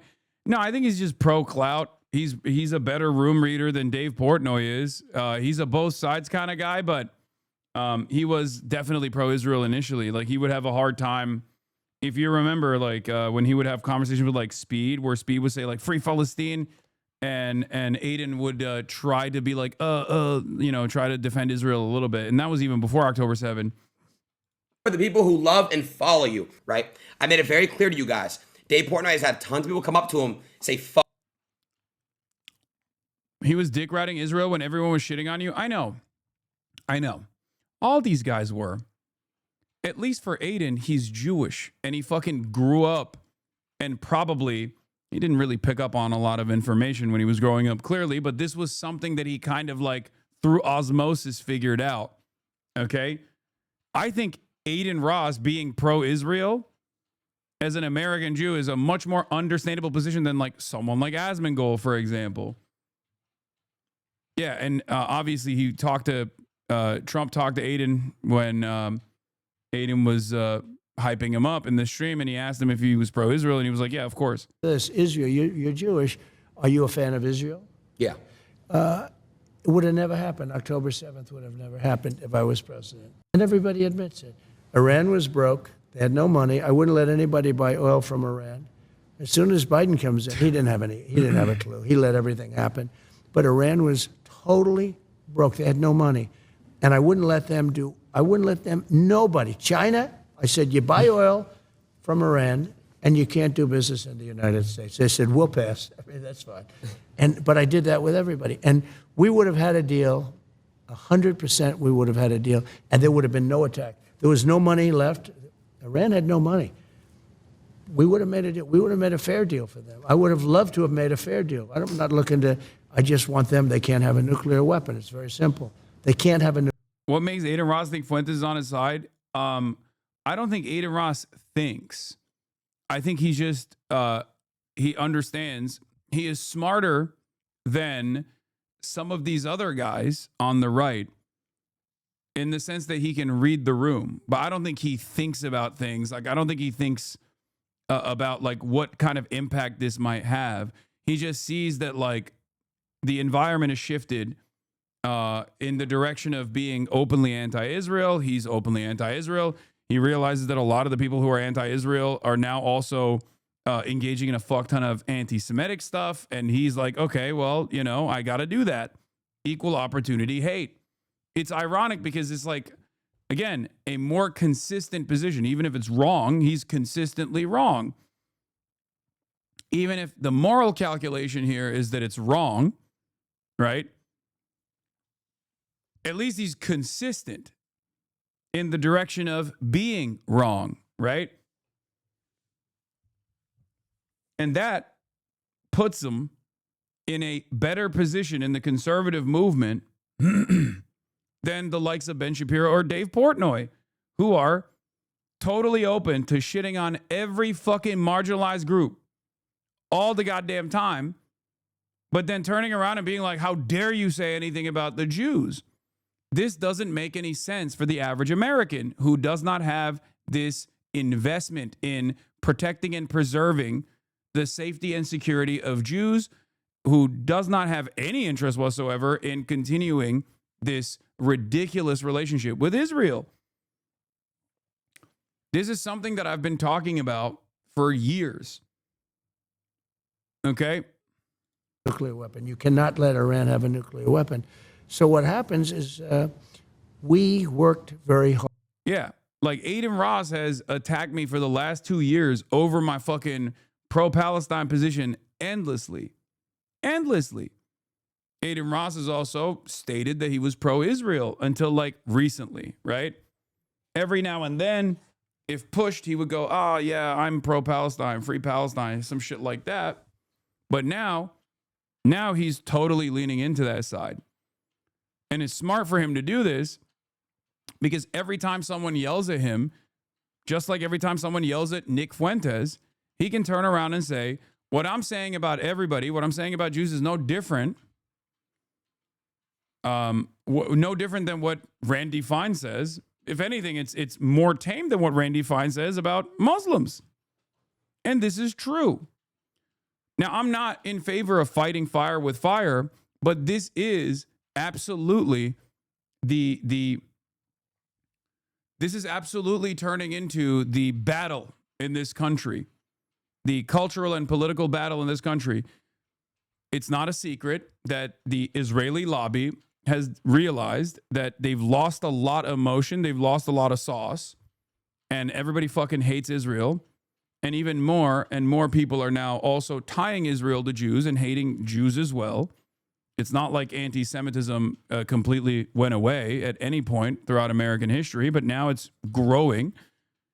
And Israel has realized, like, oh, the only way we can combat that is not by making people love Israel. We can't do that. Toothpaste out of the tube, cats out of the bag. We should just make them hate Muslims more. So now the battle that is brewing in American culture is like, do you hate the Jews more or do you hate the Muslims more? Candace Owens is on the side of hating Jews. Tucker Carlson is on the side of, I mean, he doesn't openly say he has any disdain for Jews, and he's too smart to ever say anything like objectively anti-Semitic. He'll just lean into it. He'll always take nods to it. He'll hire people who will say stuff like that, but he won't say it personally. But Tucker Carlson is on the side of saying, like, no, it's actually Israel that's dividing us, right? And there are people now who basically do the same thing that the Zionist lobby has been trying to do. And again, there is evidence for this. Dropsite reporting has extensively covered it. If you recall, right? I retweeted it recently again. The whole leaked Israeli government research. Israel is considered a genocidal apartheid country abroad, according to Israel's own research. Israel's best tactic to combat this, according to the study, is to foment fear of radical Islam and jihadism. Right? So now there are people who are basically like doing the reversal of that. And in an effort to combat against Israel, they're just leaning into anti-Semitism. It's a terrifying prospect. It's terrible. Okay. Having said that, it's completely out of my hands. You know what I mean? This is a much broader conversation that's taking place, and it doesn't even fucking matter what people like myself have to say about it. Okay? You know what my positions are. I think anti-Semitism, just like Islamophobia, is unacceptable. It's an unacceptable bigotry. It is unnecessary hatred that is fomented. It relies on treating people like they are a monolith, right? And ultimately has nothing to do with the nation states that we are talking about. That's silly shit. Best tactic when you're sure you want to go on taking land for future desired demographics. Exactly. No, that is the whole point.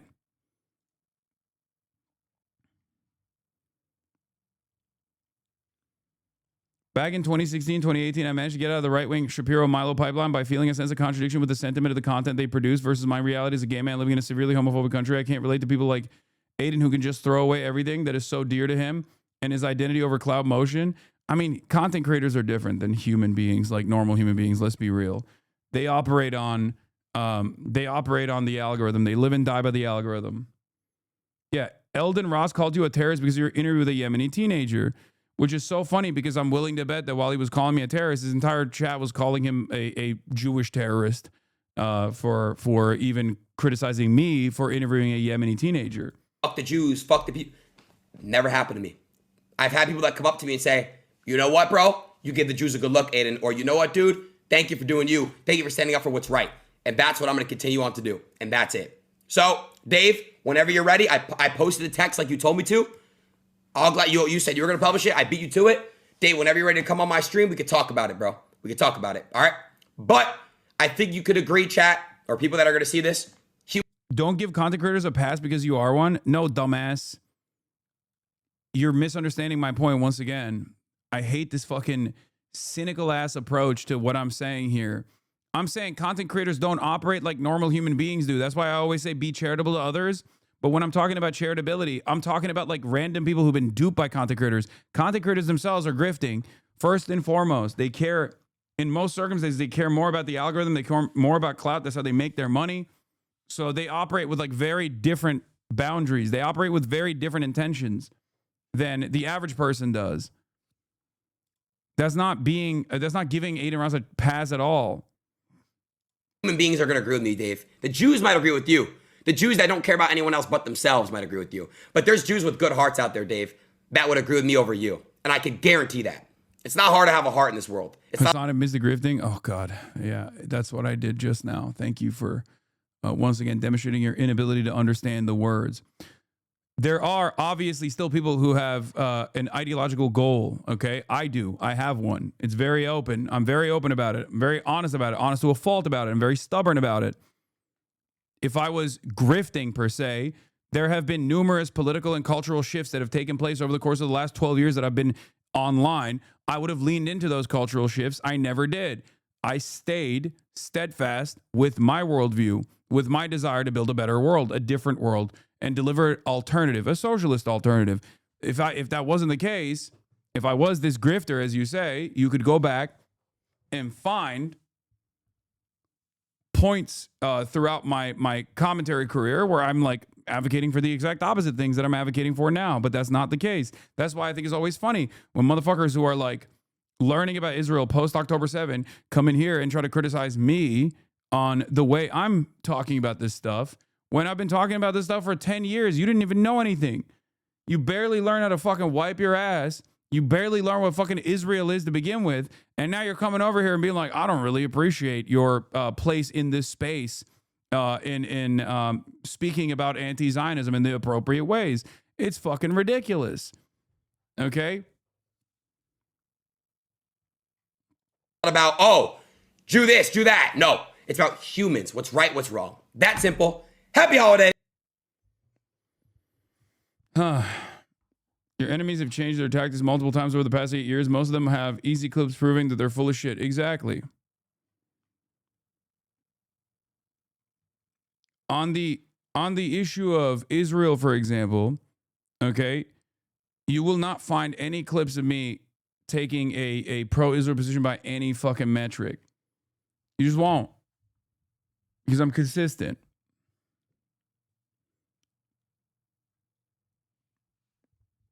Yeah, and not only that, but I was fucking, and this doesn't mean anything in the grand scheme of things, especially because of the issues that I was speaking out on were far more consequential. It was death, destruction, genocide.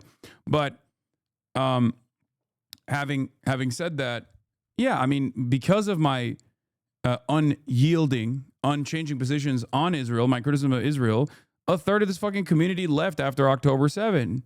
There were plenty of October 7 leavers. So many people for the last 2 fucking years have called me a Muslim Islamic terrorist, an Islamic terrorist who needs to be deported, an Islamic terrorist who needs to be arrested, imprisoned, deplatformed. Now many of those people are also taking the same stances that I took post-October 7 and pre-October 7, okay? After spending 2 fucking years endlessly being like, we got to get this guy out of here. These guys are all terrorists. These guys are all fucking animals. They're terrorists. There's terrorists. Yeah, here, this is one of the... Bro, you have a wallet. Why do you lie? Also had somebody on your stream recently who's a terrorist. You are a terrorist, bro. When you end the stream, you hate America. Leave the country. Nobody likes you anyway. Just leave. Go back to wherever the fuck you're from since you hate America so bad and go over there. And I promise you guys, you'll be like, oh, I fucking hate it here. I want to go back to America. Fucking retard. Schmuck. I think he was also saying you were begging for a kick contract when they started, which is the most brain-dead revision of events I've ever heard. Hasan, on my mom and dad's life you were. And don't do that. Because I can't throw certain people under the bus and everyone believes me. That was the funniest thing. He was saying I was begging for a kick contract. I have no reason to lie. I expose and I talk the real about everything. I don't give a fuck. I got no reason to lie. All my life. Remember when he said I was like perma-banned off Kick too in the beginning? That's so funny. This was such a stupid take that like even Aiden's fan base didn't believe this. They were like, dude, what the fuck are you talking about? If you were entertaining this contract about coming to Kick in the beginning. Don't lie. Don't do that. And guess what? You would have taken the crypto money from Stake. So you don't even make any fucking sense. You suck.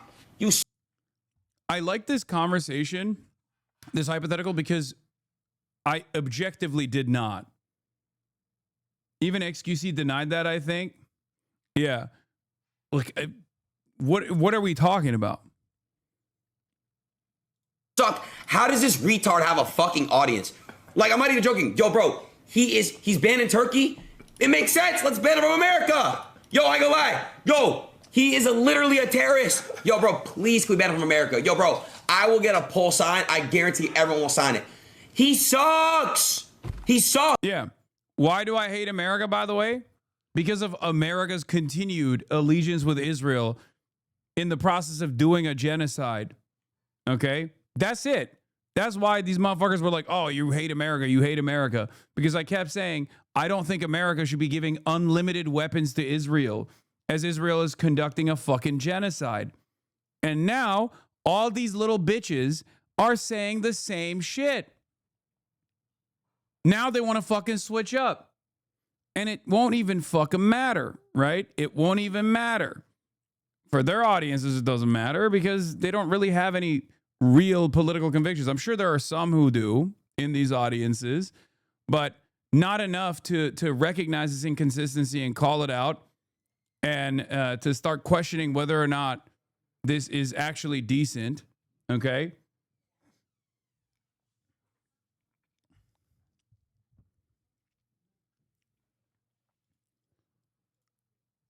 Poopy Pee-Pee Man, terrorist. You are legit a terrorist. Are you going to address this point? Hasan talked to a terrorist. A terrorist. Let's deport Hasan. Hashtag deport Hasan. Oh my God, bro, please. It's so funny, bro. Damn, hilarious. I'm passing out laughing. You know you fucked up when Aiden Ross is making points. Crazy how rational Aiden sounds. Hasan viewers really are so brain dead. I'll sign that petition. Get him out of here. So true. Hasan has done nothing for his community other than blame them for everything. It's funny because it's true. Actual W from Aiden. Wow, even Aiden can sound based on this topic. That's scary. You fucked up if Aiden Ross, of all people, make you sound like an idiot. I think what a lot of these guys don't fucking understand is, yeah, you agree with him because you are also a dumbass. When you turn around and you go, oh, dude, Aiden sounds real rational here. There are instances where Aiden can sound rational when he is now taking a anti-Israel position against Dave Portnoy, or he can even sound consistent. Okay? But if you agree with him demanding that I get fucking deported because I'm not eating Israel's dick, then maybe you're not actually anti-Israel.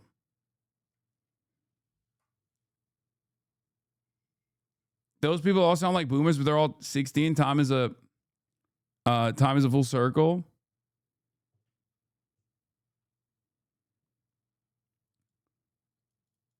As a leftist that does disagree with you on several points, I know for sure you aren't a grifter because you not only are very upfront when you disagree with other leftists all the time, but you also don't go agree with any popular right-wing position. Not to mention you can't grift to the left. If you're a grifter, you wouldn't ever disagree with your audience. Many people don't know what grifter means clearly. Yep.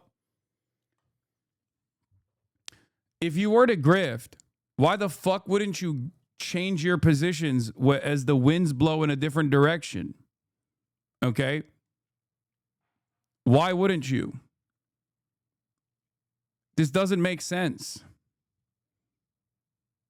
Yeah, here's the post Charlie Kirk when Nick Fuentes was crying about how I wasn't sufficiently grieving Charlie Kirk's death. His first reaction was to make a glib remark about gun control. Seriously? Yeah, that was crazy. I even saw what Kai said. That was whack too, bro. That's a 31-year-old man. That's a young man with a wife and kids. Like, he got shot in cold blood. That's what I'm saying, bro. It's a human at the end of the day, bro. Like, shit is crazy. XQ now says he doesn't like Trump now that Trump is unpopular. Yeah.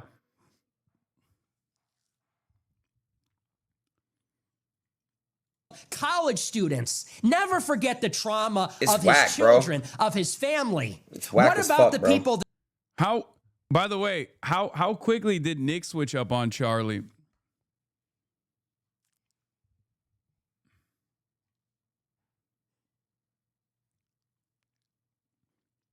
I've been doing this shit for years, okay? I've been doing this shit for years. My positions didn't change. I said the same exact shit in the aftermath of Charlie Kirk's assassination as I do now, okay? All these people go along with the fucking wind. You not bending over all the pressure and losing so many viewers after October 7 is the most respectable thing about you, and you don't bring this up enough?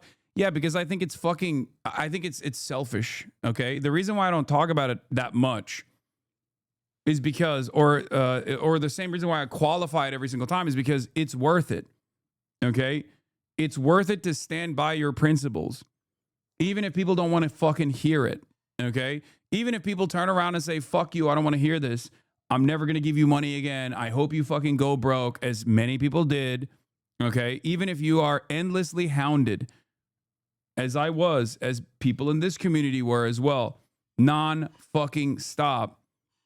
It's always worth it to stand by your principles. And the reason why I don't want to bring it up that frequently or qualify it every single time is because what I was talking about is far more consequential, okay? It's nothing.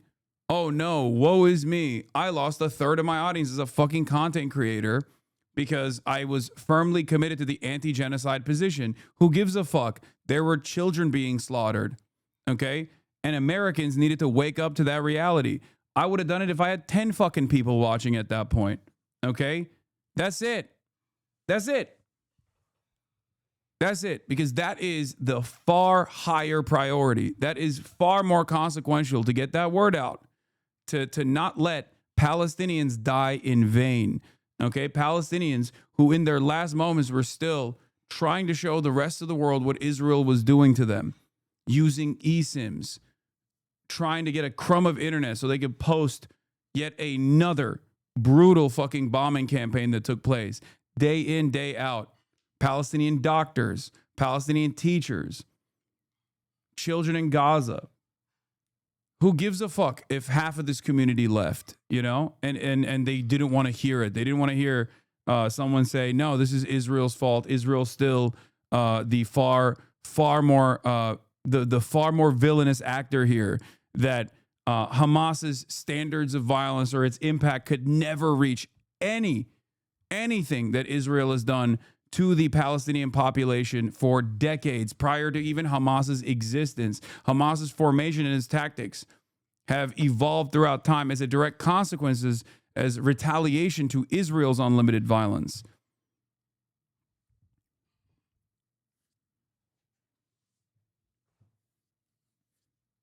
That's the reason why I think it's not worthwhile to talk too much about, you know, all the issues. You know, all the harassment and the endless smears that not just myself, but everyone who has been pro-Palestinian have withstood for decades. Witness this. It's fucking crazy. What about everybody that will be affected by the knock-on violence that results from this? No, Chad, what Charles said was whack as fuck too. Hollow, sick person, your response is to make some glib remark about gun control? It's just fuck whack. You. Fact. Yeah, he couldn't get anything out of my response, so we had to like cry about how I wasn't sufficiently grieving. Okay? It's awesome.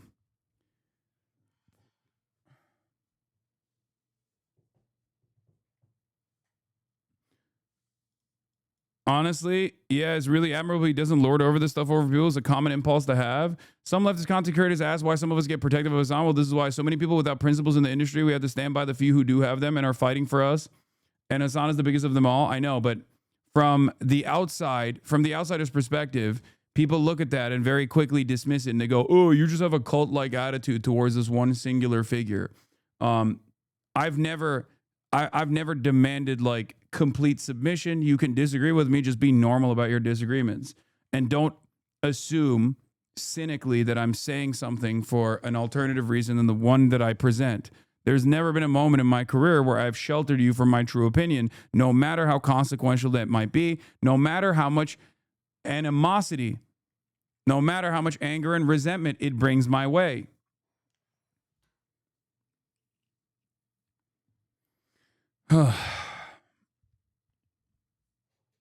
That's it. But I do think that it makes people a little fucking crazy. Or they can't comprehend it. They don't want to understand where I'm coming from, and they would rather just wasn't that the same thing XC tried to get you with? What do you mean? Yeah, that's the hilarious part of this.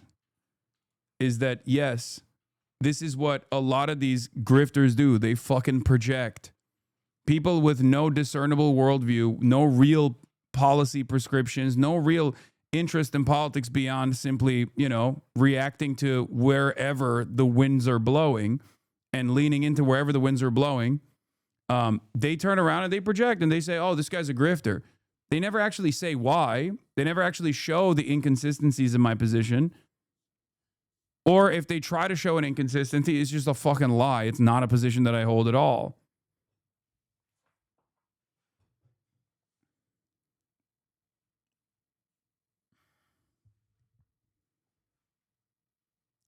I'll give you another example of this in terms of my uncompromising position. Liberals, the first big exit point for a lot of liberals was my anti-NATO position when Russia invaded Ukraine. I maintain the position still to this day that it was unjustifiable for Russia to invade Ukraine. I think it was completely unacceptable. It was immoral. It was morally repugnant. It was violent, and it still is. And yet, if you ask a fuck ton of liberals, it's all or nothing. And therefore, how dare you say that you're anti-NATO, Hasan? How dare you call into question America's crimes, Hasan? This is not a moment for that. You're a fucking piece of shit. You love Russia. I never changed my position on this. Okay? I did it.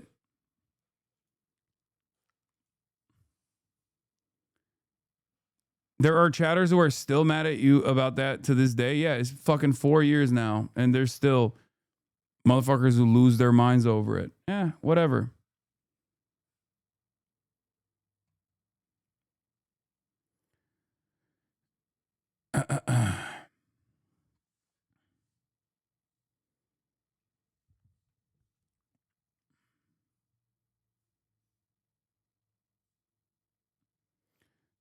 In any case, let's get to DOJ uncovering more documents related to Jeffrey Epstein before we move on to SOCIALIST-MAS.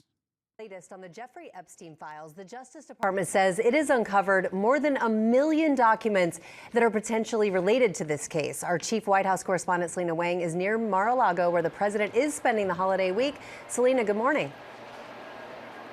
Hey, Rhiannon, good morning. And this was really a surprise announcement from the Justice Department saying they've uncovered more than 1 million additional documents potentially related to convicted sex offender Jeffrey Epstein. And the DOJ says because of the sheer volume of all of these files, it could take a few more weeks to review and release these files. They say lawyers are working around the clock to ensure that these documents are properly redacted. After this, I'm going to talk about clavicular. To protect victims. But that explanation, it's not easing the outrage on Capitol Hill. Democrats claim the DOJ is breaking the law by missing last week's deadline to release these files. Now, sources had previously told ABC that the DOJ has upwards of 1 million files related to Jeffrey Epstein, but so far, only about 100,000 have been made public. Senate Minority Leader Chuck Schumer is putting it this way, posting, quote, a Christmas Eve news dump of 1 million more files only proves what we already know. Trump is engaged in a massive cover-up.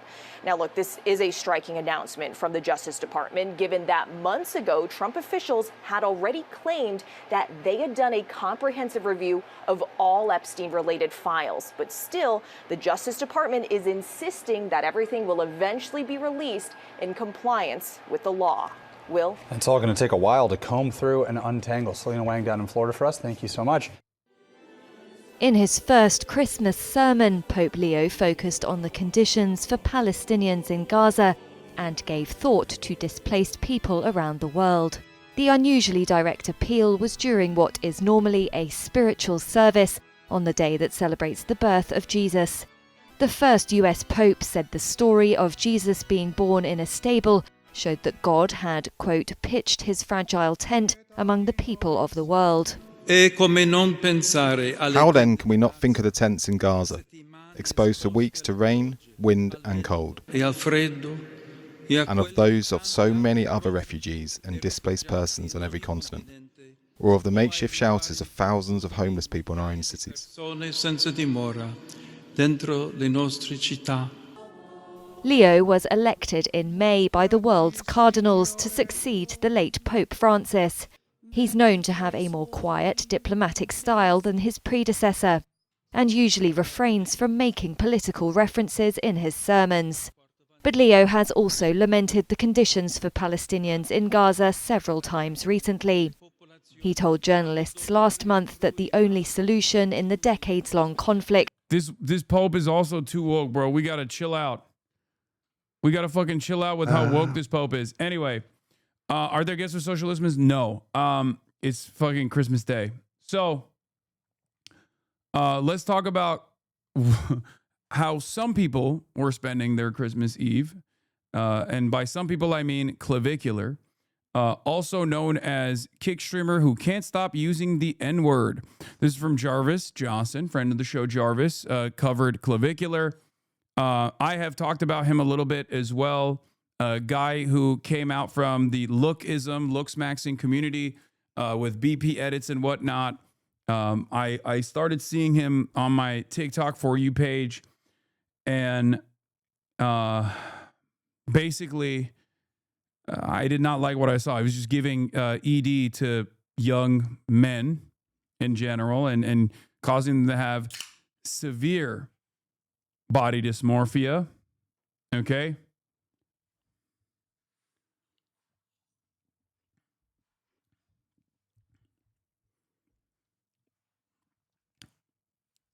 And genuine complications. Black pill edits, BP edits are pretty devastating. But this is a person whose entire content revolves around looks maxing. ED is eating disorders, chat. Looks maxing. Changing the way you look in an effort to ascend to being a Chad. Yes, phases breaking apart as well. I'm seeing that. I'm paying attention to that as well. We'll cover that too. But what is this? The clip of him and Bradley is so funny. He put his titty on his shoulder. Boys, we're about to go out. I haven't been to the gym in about 3 weeks, so hence the lack of gains. Ed's gambling in the back. But essentially what you're going to want to do, fellas, is tape this to your delts so that you actually look like you have a little bit of size on you when you're like me and all you're doing is partying all the time and not lifting. Yeah. I saw a clip of you putting, like, I don't know, on your shoulders. Shoulder pads? Bro, that was, I'm not gonna lie, that was the gayest thing I've ever saw, though. That's gay? That's so How gay. is that gay? Because it's like... But it gets you a result. I don't think it's gay. And I'm stealing this from a doll I saw on my For You page. But it's objectively, it's trans. It's like, there was this, it's drag, but also beyond drag, because they take hormones and stuff too.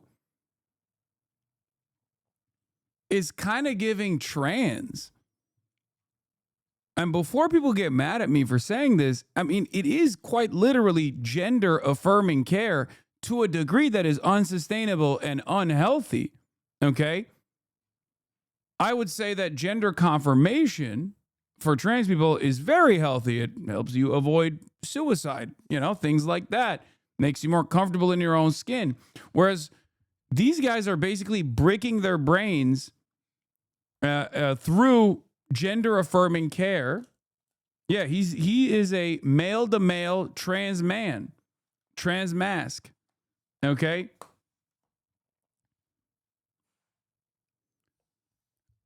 And it's beyond reason. It's beyond being healthy in general. It's just like, this is the unironic, unhealthy version of what conservatives claim trans people are doing. This kid is 19 years old. And he's so obsessed with ascending in this completely made up tier structure. Okay? Completely made up tier structure, this hierarchy that he abides by. At the age of 19, he looks like he's in his fucking 30s almost. I mean, he looks young and old at the same time. And apparently he's like microdosing methamphetamines, like not even Adderall, straight up crystal meth.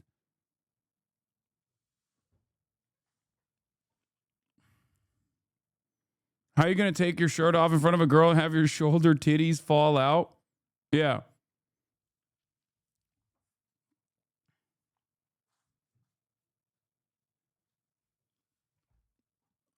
And of course, as he got more and more popular on TikTok, he got a kick contract.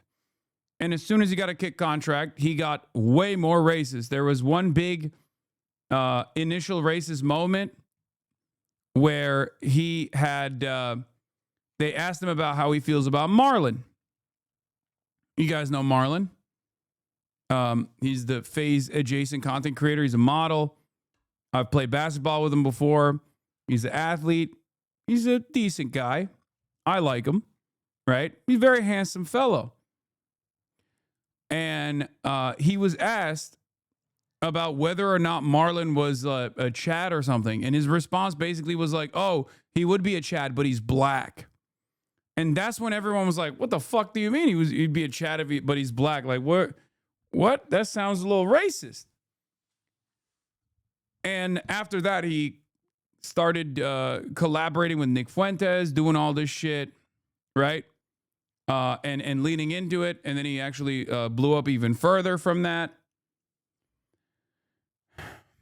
And then he got a kick contract, and now he says the N-word all the time. I don't know if Jarvis covers all this stuff, so I just wanted to give you the proper backstory. Okay?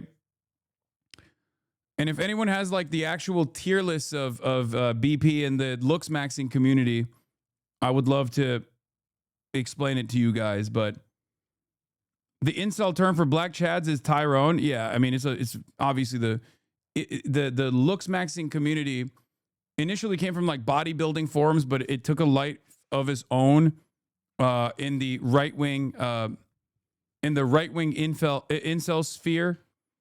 And it's very, very racist.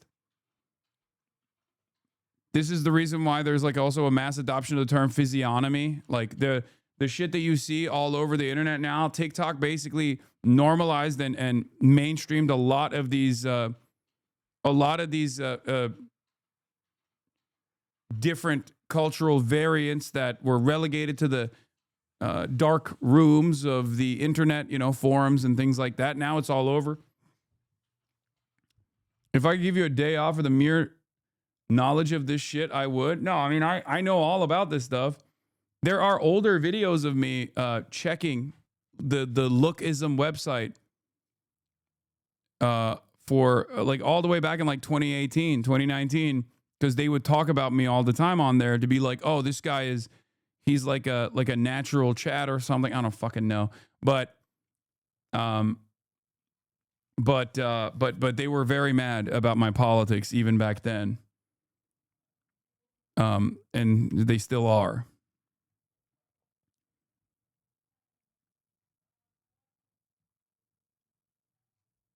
In any case, yeah, they called you a Chad, but also an F slur. Yeah.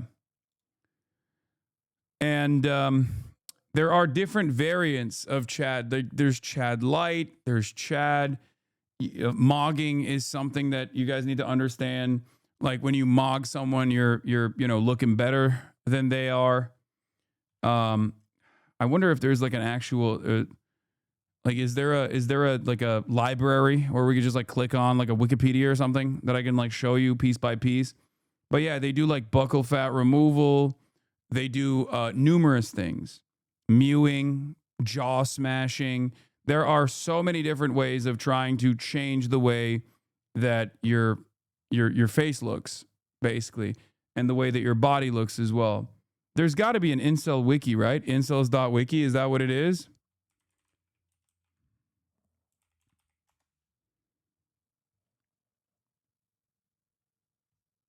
Yeah.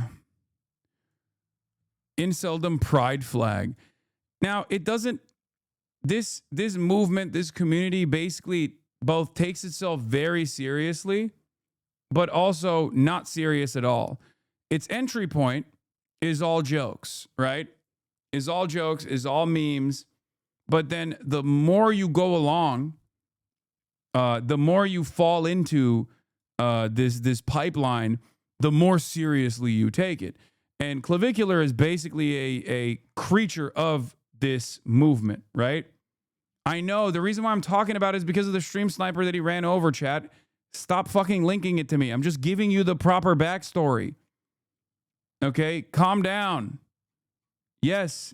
Do you think I'm randomly describing to you Clavicular and the incel glossary out of nowhere on a fucking Christmas day? No, there's a reason for it. Suffix denoting involuntary celibate, used in the formation of the words gym cell, height cell, bald cell, work cell, wrist cell, etc. Maxing is an effort to improve aspects of one's life, to secure sexual and or romantic intimacy, maximize it, used to denote self-improvement in general. A lot of these guys are very autistic, if you couldn't tell from this like decently put together Wikipedia for fucking incels. Mogged, suffix indicating being dominated by another person. The stem word denotes the feature that one is being dominated by, derives from the PUA term amog, alpha male of the group. Deliberately trying to humiliate, otherwise dominate others was advocated as a form of increasing your perceived social value of women by pickup artists. This usage later morphed to refer to any feature that supposedly contributes to the perceptions of social dominance in general. Now, a lot of this stuff I also insincerely and as a joke utilize as well. Some of this stuff is very funny. The difference is I don't take this stuff seriously. I don't think that this stuff is good. I think it's actually poisonous, especially for a lot of young men. Okay? Height mog, being dominated by another man's height. Wrist mog, being dominated by a man's thicker wrist. Skull mog, being dominated by a man with a better shaped or bigger skull. Akabusa mogged, being dominated by a man of Chris Akabusi-like prowess. I don't know what the fuck this is. Dolph mogged, the hardest of mogged. It means an individual got dominated by Dolph Lundgren and is now facing a proverbial decision to leap or not to leap. Leaping is suicide. Sui pill is one of the, speaking of suicide, the black pill is supposed to be, the end of that journey is suicide. Pill refers to embracing a type of philosophy or world view coined by the movie The Matrix, where the character Morpheus gives the protagonist Neo the option to either accept his harsh reality by swallowing a red pill or to go back to being connected to the Matrix, a comforting illusion, by swallowing the blue pill. This analogy spawns several terms that use the word pill as a suffix to denote different realizations or worldviews. Obviously, you know what red pill is. In regards to involuntary celibacy, confronting the idea that exchanges of material value largely drive one's mating success, as opposed to abstract concepts like love, and that female hypergamy limits the majority of men's sexual success. A guy like Undead Chronic is a good example. Okay? Blue pill, the preference of believing in a comforting or convenient lie, especially when it concerns a person's worldview. In regards to involuntary celibacy, this essentially refers to attitudes that minimize the role of individual differences such as physical attractiveness or social constraints in driving human mating successes in favor of platitudes such as, you'll find someone one day, and the like. This is why a lot of people in the incel orbit despise the kinds of commentary that I engage in whenever I talk about this kind of stuff, because they consider that to be bullshit. Oh, you're just like trying to blue pill your audience. You're trying to make them into normies or whatever the fuck, right? And the reality of the matter is a lot of these concepts are unimaginably reductive and put you on this journey of unnuanced thinking. It's for dumb people. It's for dumb people to LARP as though they've arrived at a hidden truth. Okay? Yes, my main premise, my main plank in my ideology, my worldview is that everyone can be a 7, which is the polar opposite of their main ideological idea, that you have genetic predetermination. You are slotted into a specific place in society through your genes. This is also another thing that really pisses off a lot of people. And for the record, the reason why I say this is unnuanced thinking is because there is some truth to the obvious preferences that dating partners have in terms of, you know, your material possessions or your physical attributes. Of course, that's fucking normal. Everyone does that, okay? The difference is these guys treat it as a zero-sum game. It's either one or it's either or. They look at it as a binary, which is stupid. It's unnuanced, okay? That's not how human beings operate. It's very black and white thinking. And unfortunately, as many autistic chatters know in this community as well, unnuanced or black and white thinking is a primary function. Unfortunately for all of us, we do love engaging in this binary mode of thinking and get very heavily invested in one side of an argument over the other. Whereas the truth in this circumstance especially is somewhere in the middle. Of course, if you are 5'4" as a male, you are going to have a harder time than someone who is 6'4" as a male in terms of dating preferences.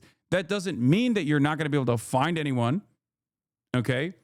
And as a matter of fact, if you consistently lean into how much of a setback this is, how much of a genetic setback this is, and allow this to dominate your existence, you're going to be less likable. But a hurdle does not mean it's impossible to fucking climb.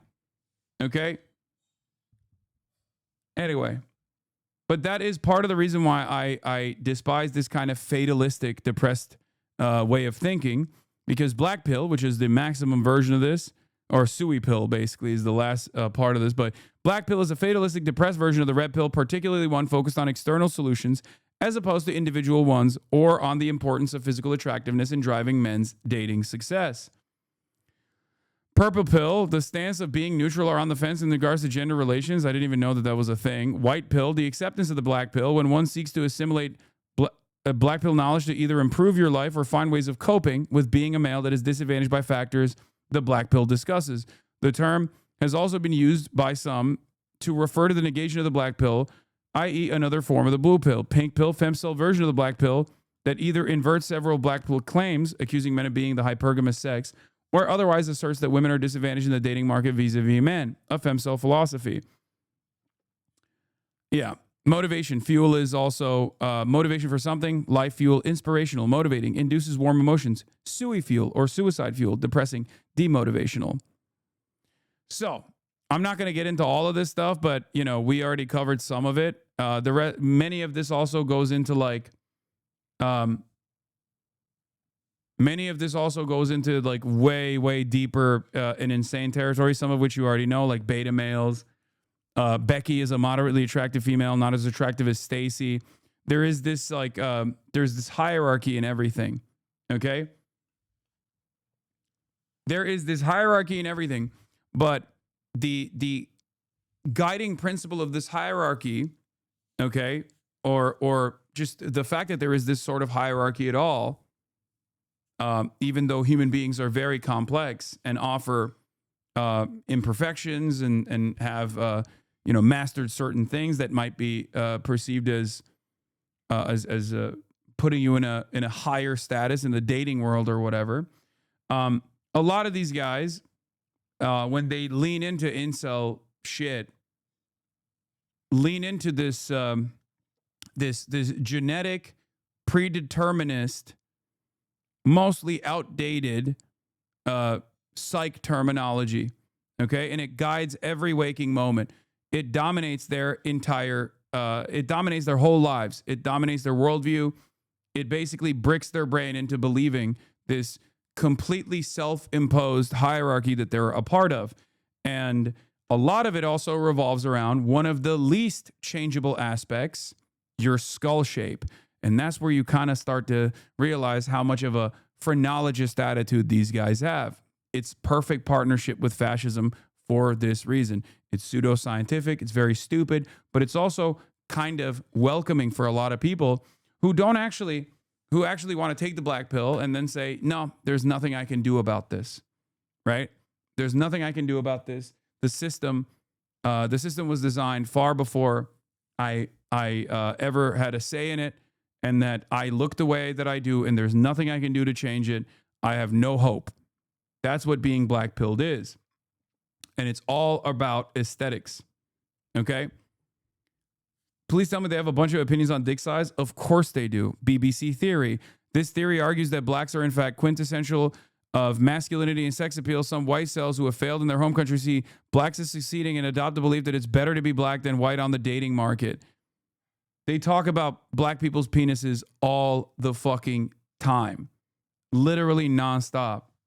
What do you think a lot of the cuck porn is?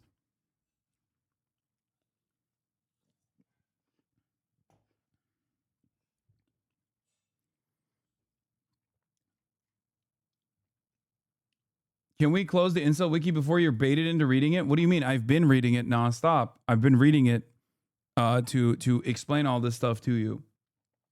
So, yes, there is definitely a homoerotic tendency there as well. But in any case, where was I? So this previously 4chan culture that was designed to be discussed in forums blew up all over Twitter. I have time and time again talked about the dangers of this becoming more mainstream. And at this stage, it is incredibly mainstream. Okay? Some people adopt the language as a joke, as a meme, myself included, because there's, funny little quirks. I just mogged this person, right? Like you say it without truly believing in it, but there are plenty who actually go down the rabbit hole and adopt this framework and basically make it their whole lives. Clavicular is one of those people. He is a creature of this worldview. And his entire goal has been, very openly, to ascend, the concept of ascension. Okay?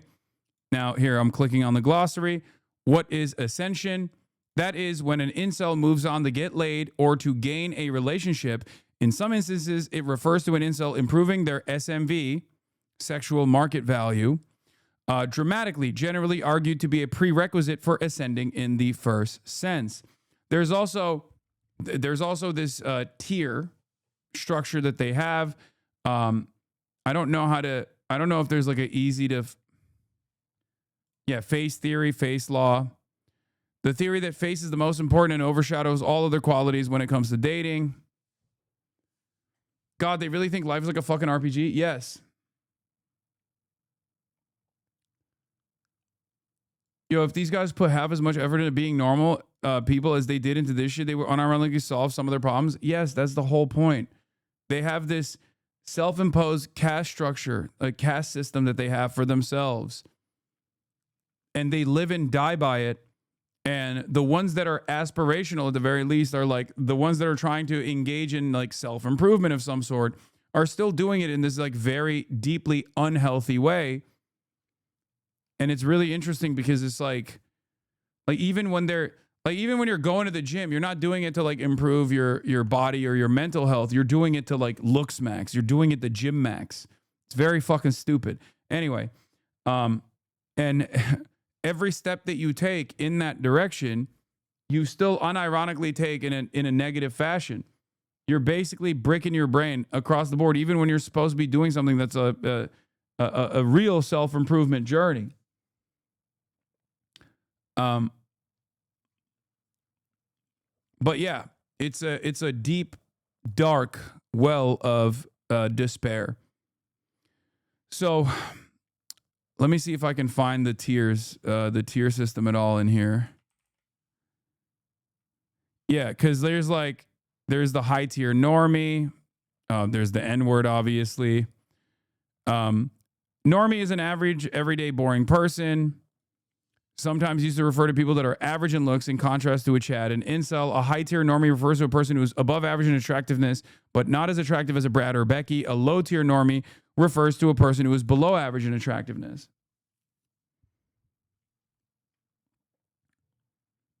And yeah, both men and women are tiered in this structure. And it's not a regular like 0 to 10 system that, people used to use back in the day. Okay?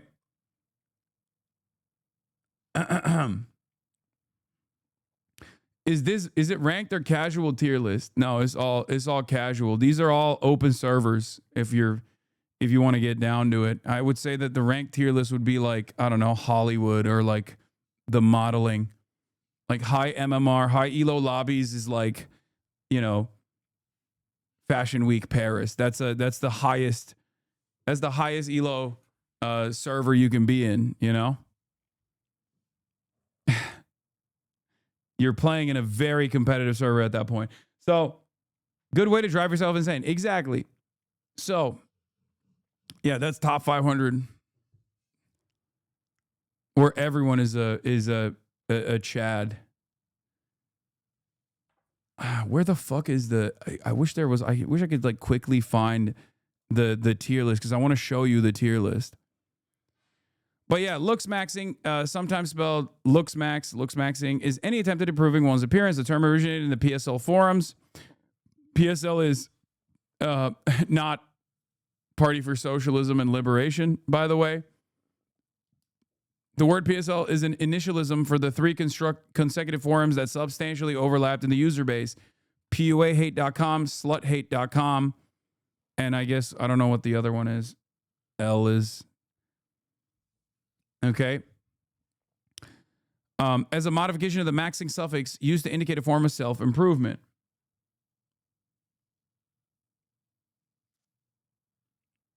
Yeah, remember this shit? Yeah, these are like entry levels. Ho math is entry level stuff into the far more complex theory of you know, all the inceldom. Guys like Homath play a role in you know, they operate in a similar vein. They have the exact same like genetic predeterminist like approach to dating. They look at it as this like rugged marketplace, things like that. And then people move beyond this to the theory, okay? Yes, instead of reading like fucking State and Revolution or whatever, these guys are too busy reading these fucking forums. And it's very, it is, for a lot of people who feel conflicted or feel, Kaya. Move. Okay, she is not moving. For a lot of people who are struggling in the dating marketplace, you know, especially when they're young, they think this is like world secrets that they're arriving at, like deep hidden truths that they are figuring out. And it's very exciting for them, okay? It's also, it also takes the stress away from the individual, right? It takes the stress away from the individual. It makes them feel like there is a systematic disenfranchisement that's taking place. But the systematic disenfranchisement is genetically predetermined. Okay? It's a way to cope. It's a somewhat comforting. And instead of looking at this from a, you know, materialist worldview and having that be your starting position, it's a very comforting worldview that turns into, this is so LA, brother. I'm going to let you know, if you have any younger siblings or relatives or whatever living in Ohio, they have broached this subject matter. Okay. I would say that at this point, this is not very LA at all. This is everywhere. Every young man every young boy under a certain age has encountered this kind of thing. I just told you that TikTok basically normalized this kind of attitude pretty aggressively.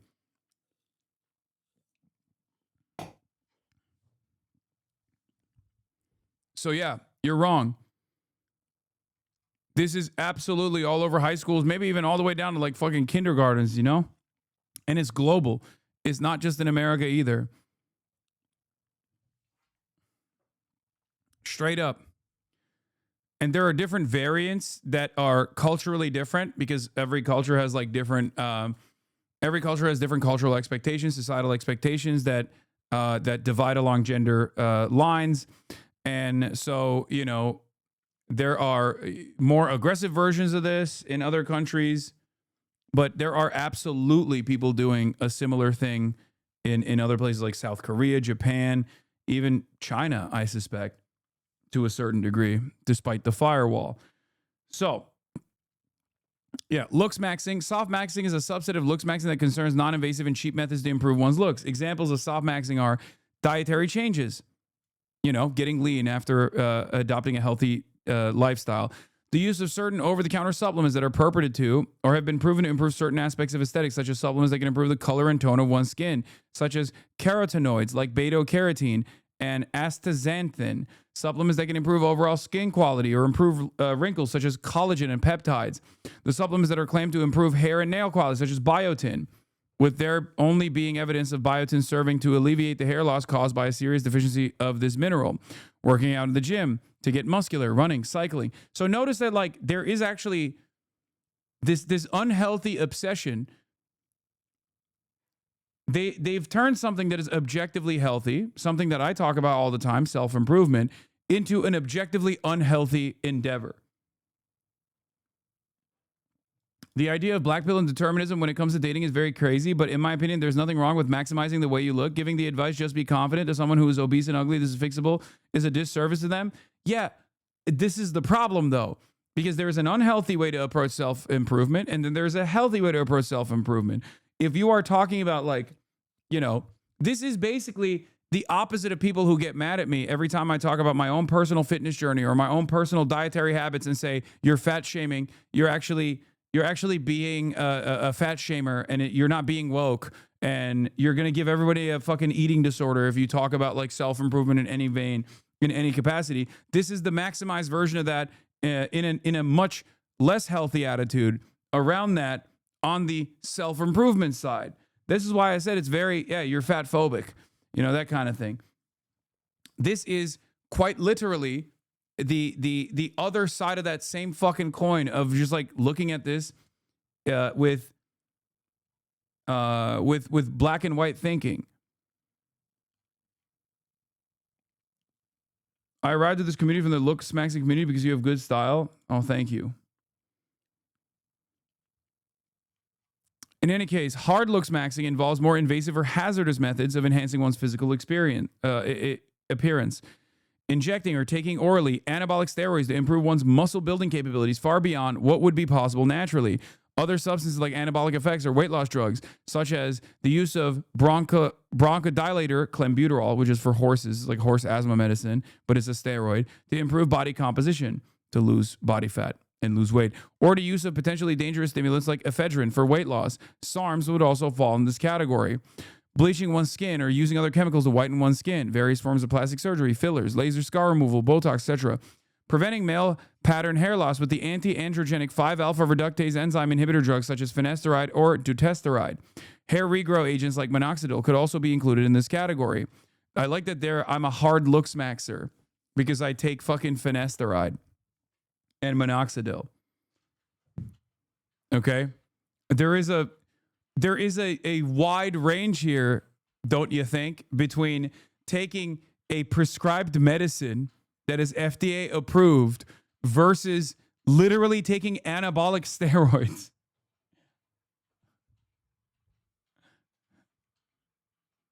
But anyway, yes. Do you understand why this is very like this? The irony is a lot of these guys are right wing, okay? And they find themselves to be very right wing and have these like hardline approaches. They feel like aesthetics determine everything, and your aesthetics are determined by your genetics, and there's no other way around that, right? But it's also literally the most trans website of all time. This is like, these are the same people who would tell trans people to kill themselves, but this is literally DIY shit, okay? This is unironically DIY gender affirming care that is, you know, going above and beyond in a very unhealthy fashion, which is ironic because gender affirming care or gender confirmation is unironically good and healthy for trans people.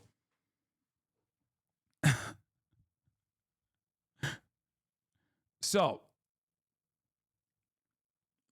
in any case, controversial looks maxing methods. Mewing, a practice that supposedly improves facial bones, such as the position of the maxilla through adopting the correct tongue posture. Bone smashing, a practice that supposedly relies on Wolff's Law that states that bones adapt to stress by becoming stronger to improve bone structure. Basically striking yourself in the face in the belief that this will remold your facial bones. This is a real thing, for the record. They literally do this. Clavicular used to do this with like a little hammer. It's not even a joke. NoFap, i.e. stopping masturbation for various purposes like improving brain receptors or improving the hormonal profile. Thumb pulling, a practice that some users claim to increase forward growth and nation projection by mimicking the pulling force of orthodontic appliances with your hands at home. What? Forward growth and nation projection? What the fuck? I don't even know what this is.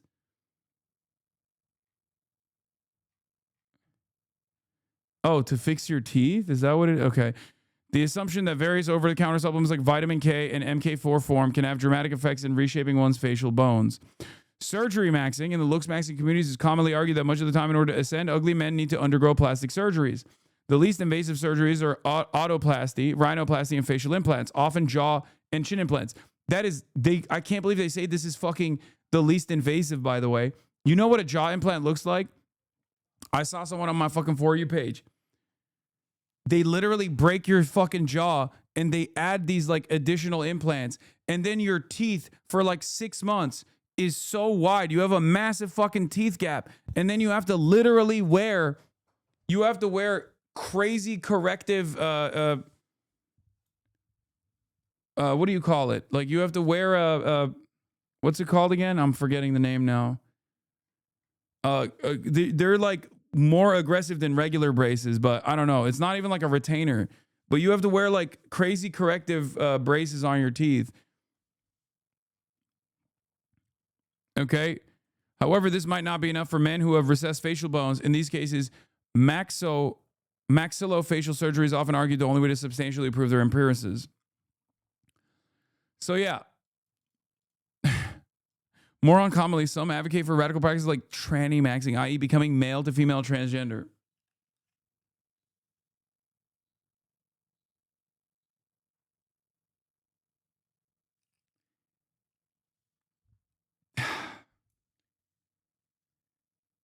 That is fucking insane, dude. That is insane. You're either trans or you're not. This is the unhealthy thing that I was talking about, okay? Money maxing to escape insuldom. Oh, but once again, the very fact that it is it's incredibly and deeply transphobic as well. So, because very right wing. In any case, where was I?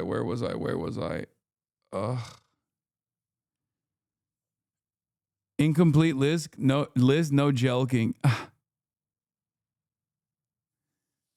Stop coping. You were an insult in the past for sure. Stop taking the moral high ground. This is your most knowledgeable subject area, unironically. I love that this is first of all, if that was the case, which it isn't, why would I hide it? Okay? No, the reason why I have extensive knowledge in the subject is because I've been talking about incredibly niche right-wing attitudes and right-wing communities for the last 12 years of my fucking political commentary career. Okay? Nah, you changed for sure, but you deaf browsed this shit in the past. No, this is not, I'm not embarrassed about having positions in the past that are reactionary. I've talked about them, whether it be misogyny or even transphobia, for example. This is not like, this is after I became a fully fledged adult. And therefore, if I was younger, if I was like right now, if I was 26, I would have 100% found myself in the throes of this kind of shit. Okay? But the reason why I'm very knowledgeable on it is because I've been covering this stuff for years. And also, I don't even have a problem admitting, like if I was a part of this, I wouldn't have a problem admitting that at all.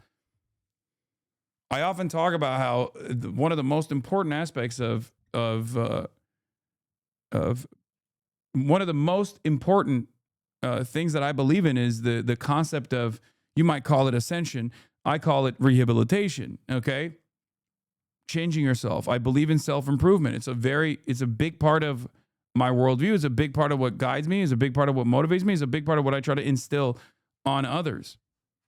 Okay. You can call it ascension if you want to call it that. In any case, my goal always in this space, whenever I talk about this kind of stuff, is to try to get people to have healthier attitudes around self-improvement. Something that I was able to achieve for myself that others can as well. Whether it be improving the way you see the world, changing the way you see the world, developing more empathy for others, or whether it be even self-improvement in the physical realm as well, in the physical space as well. Knowledge maxing, gym maxing, whatever the fuck you want to call it. So, why did I bring up all this? Because, like I said, clavicular is probably one of the most popular and least healthy examples of this. No, Kaya. No. Clavicular is one of the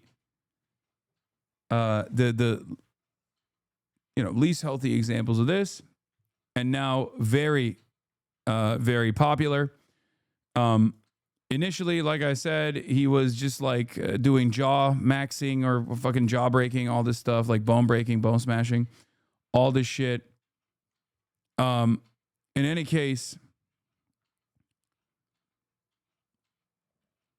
let me see if I can find the whole.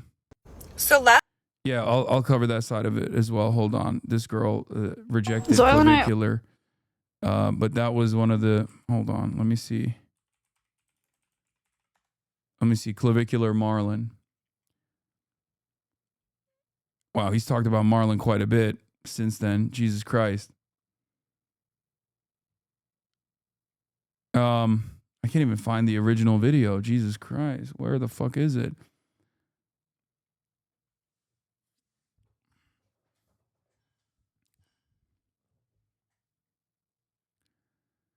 But yeah, the irony, of course, is that, and you might have noticed this, the irony here is that Clavicular was like a perfectly normal looking guy. He was a perfectly attractive dude when he was, in his late teen years, I guess.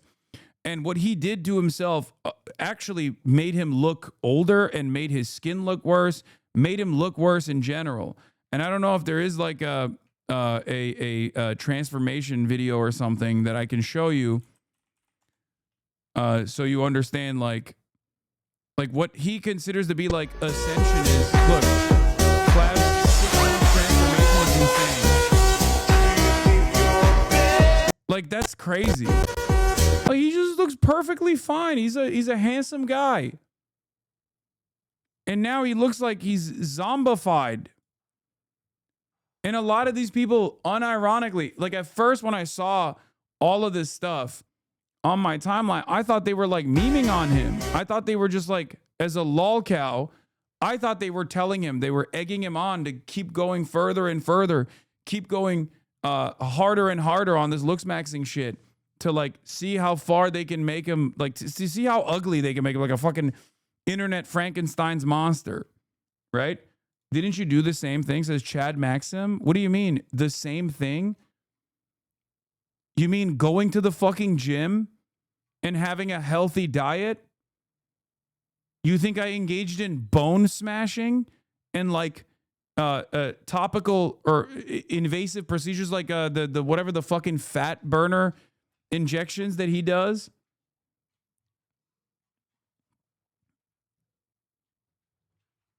Yeah, dude.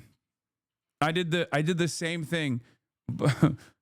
Going to the gym and having a healthier lifestyle overall to improve my fucking mental health and physical health is the same as whatever the fuck this is. He's literally doing buccal fat removal while simultaneously experimenting with methamphetamines, and you're saying, oh, these two things are the same. That's crazy.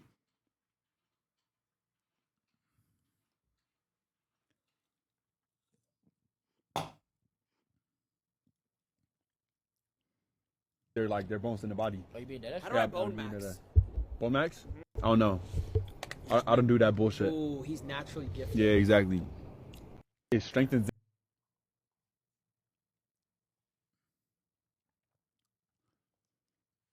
Yeah. They're talking about you in maxing TikTok. Good one, chatter. Thank you. Take a week off. Naughty list for you. Now you can't even participate in the fucking gift maxing.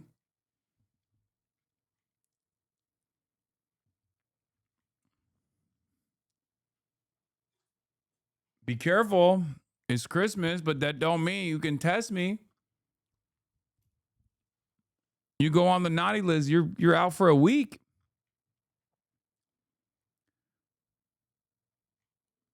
Anyway,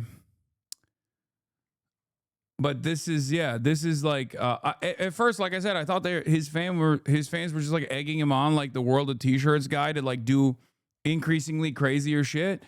But I realized they unironically think this is an ascension. Like they think he looks better now. And it's a very strange phenomena. Very, very strange phenomena.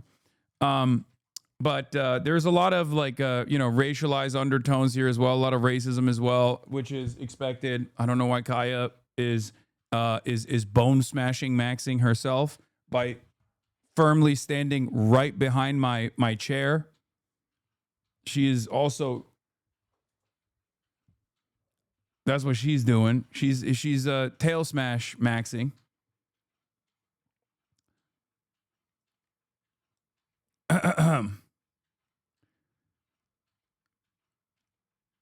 He has a Turkish friend who became a lolcow cookie king. Yeah, that's the other. There was the cookie verse or something where a lot of these people were also saying there's like this cookie king guy. I've talked about it before. But it's like this. Look, Clav's goals are inspiring. It's shit like this.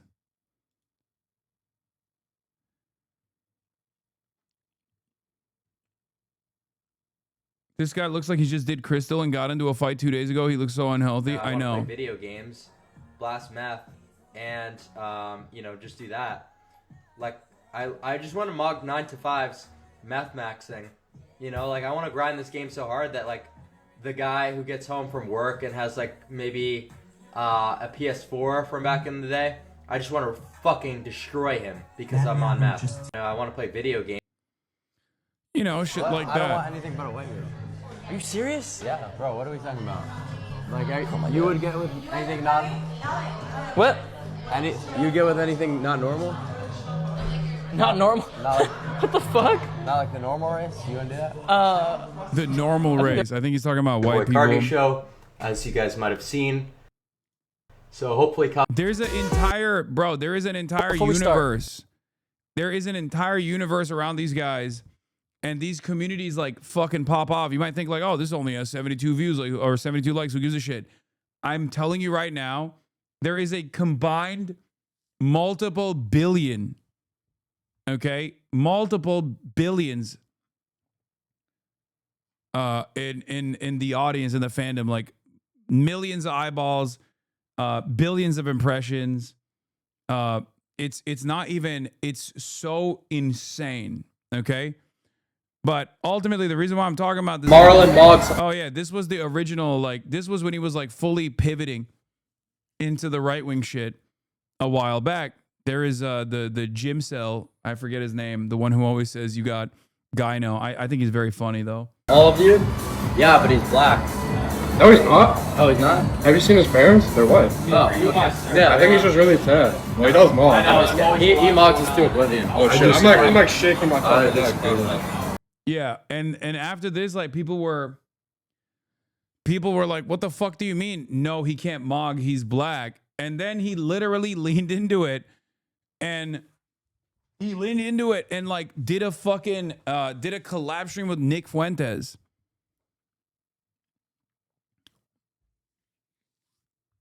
My nephew's elementary school age in Iraq follow these people is so depressing. Yeah. I don't think you guys understand.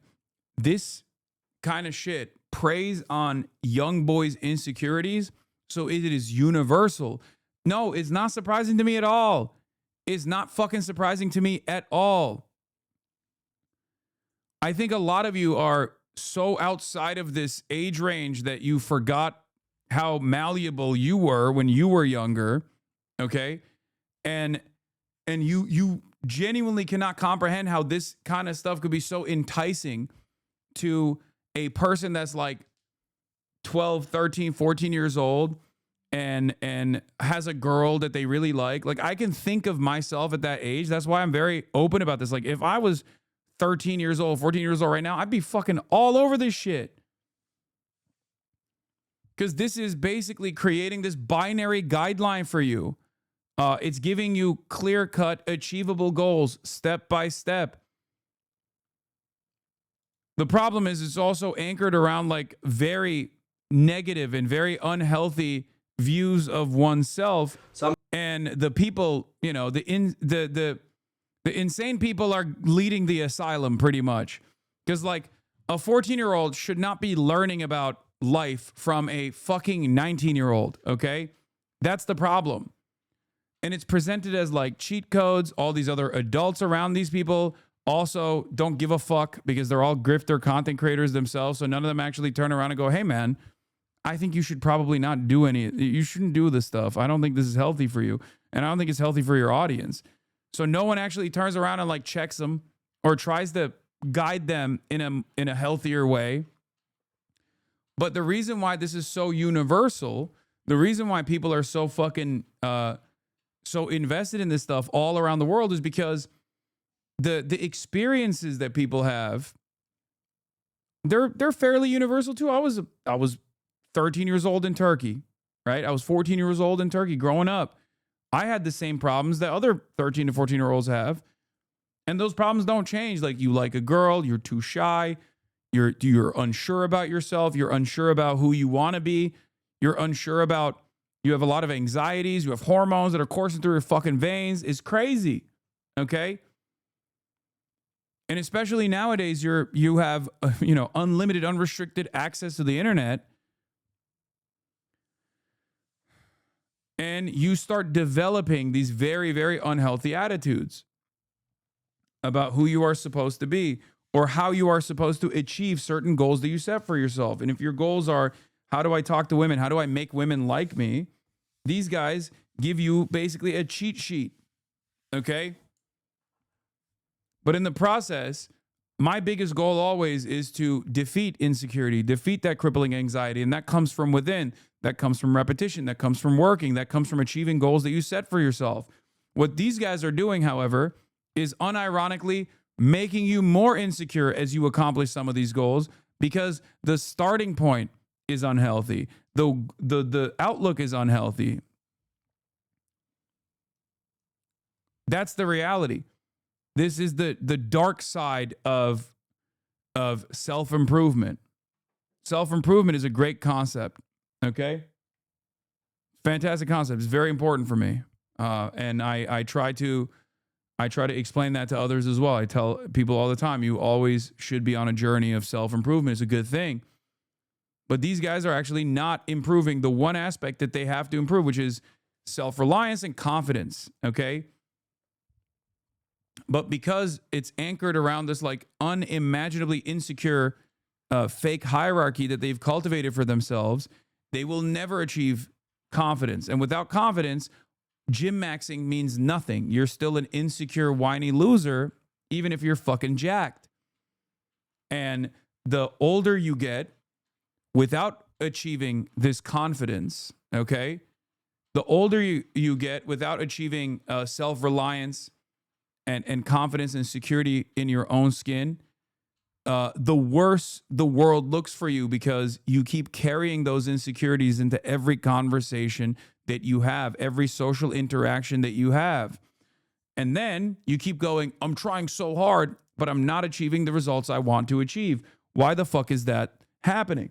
And then people fall into even a darker pit of despair, right? And that's when they get fully black-pilled. They go, oh, I'm just not good enough. My facial structure is not good enough. I'm just too short. Women ain't shit. They should want me. I'm so alpha. I'm so good. I've done so much and they still don't want me. They still reject me. Yeah, they're rejecting you because you're insecure. But you can't recognize that because you think security comes from how you present yourself to others, whereas security actually comes from within. I'm someone that uses exogenous hormones, and I want to know your take on this because my whole thought process with exogenous hormones is sure, the aesthetic benefit of being bigger. It's nice. Having a more dominant frame is going to help you in business negotiations, politics, whatever. So I'm doing that more so for the reason that if you're trying to be natural and listen to these wellness guys, the shit that they're saying is so fucking absurd. They're wanting people to spend hundreds of dollars a week on supplements, ashwagandha, certain types of underwear, EMF shirts. And I'm like, fellas, can we just acknowledge for one fucking second that maybe it would be a little cheaper in this economy just to use synthetic testosterone? And that way you could eat fucking Popeyes and not have to deal with all this bullshit. And this really doesn't get through to all these influencers' heads because they're making hundreds of thousands of dollars a month on the supplements that they're selling to people. So they're like, what do you mean? Eating a grass-fed ribeye every day is not, it's not unrealistic. It's like, yeah, but, when most people are on welfare, it starts to get into crazy territory. So what do you think about that, about, exogenous hormones? I don't know. They kind of scare me. I mean, doesn't it make it... Yeah, Nick's looking at him like he wants a slice of that for the record. You can't make... Because he has, as someone in the chat called, boy toy maxed. testosterone naturally, or is No, that- he's not miring. That's different. Miring is also a somewhat homoerotic concept. That's why I jokingly refer to like going to the gym as the gayest thing that you can do. And the more you lift, the gayer you become, because there is a level that you achieve with your physique that if you go past it, you're actually not doing it to look sexy for women. You're doing it to look sexy for other men. Okay? That's where miring comes into play. Admiration, admiring another man's body. It's the, I don't even want to say Cristiano Ronaldo, even though they use that as an example all the time. Like Cristiano Ronaldo's physique is seen as like much more attractive and aesthetic for women, whereas someone like Canute, for example, does not have a physique that is attractive to women at all, or only attractive to specific types of women that simply want someone that is a bodybuilder. But Canute's body type is very attractive to people who have already reached a level or have certain goals in the gym. But it's mostly men.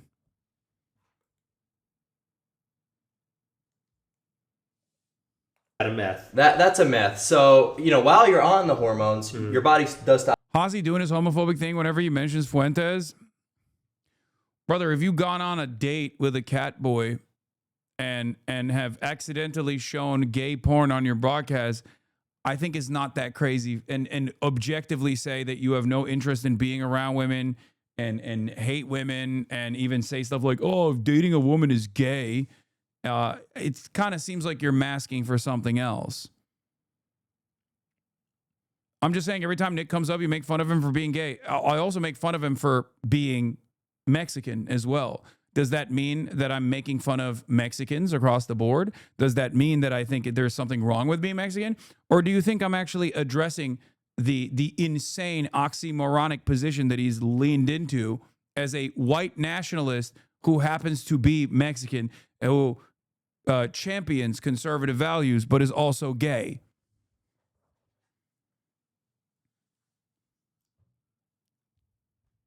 Is this a consistent standard? So what, all ICE people are migrants too? Wait, what? Brother, I don't think you're smart enough to understand this. It is the inconsistency that is being laughed at here. There's nothing wrong with having Mexican heritage or being gay.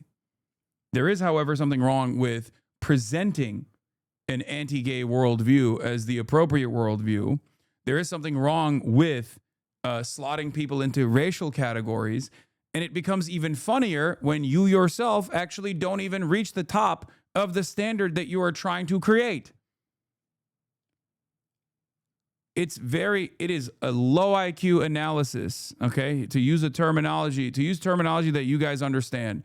It is unimaginably low IQ analysis to be like, duh, people are making fun of Grindr's outages at Turning Point USA. What, you can't be gay?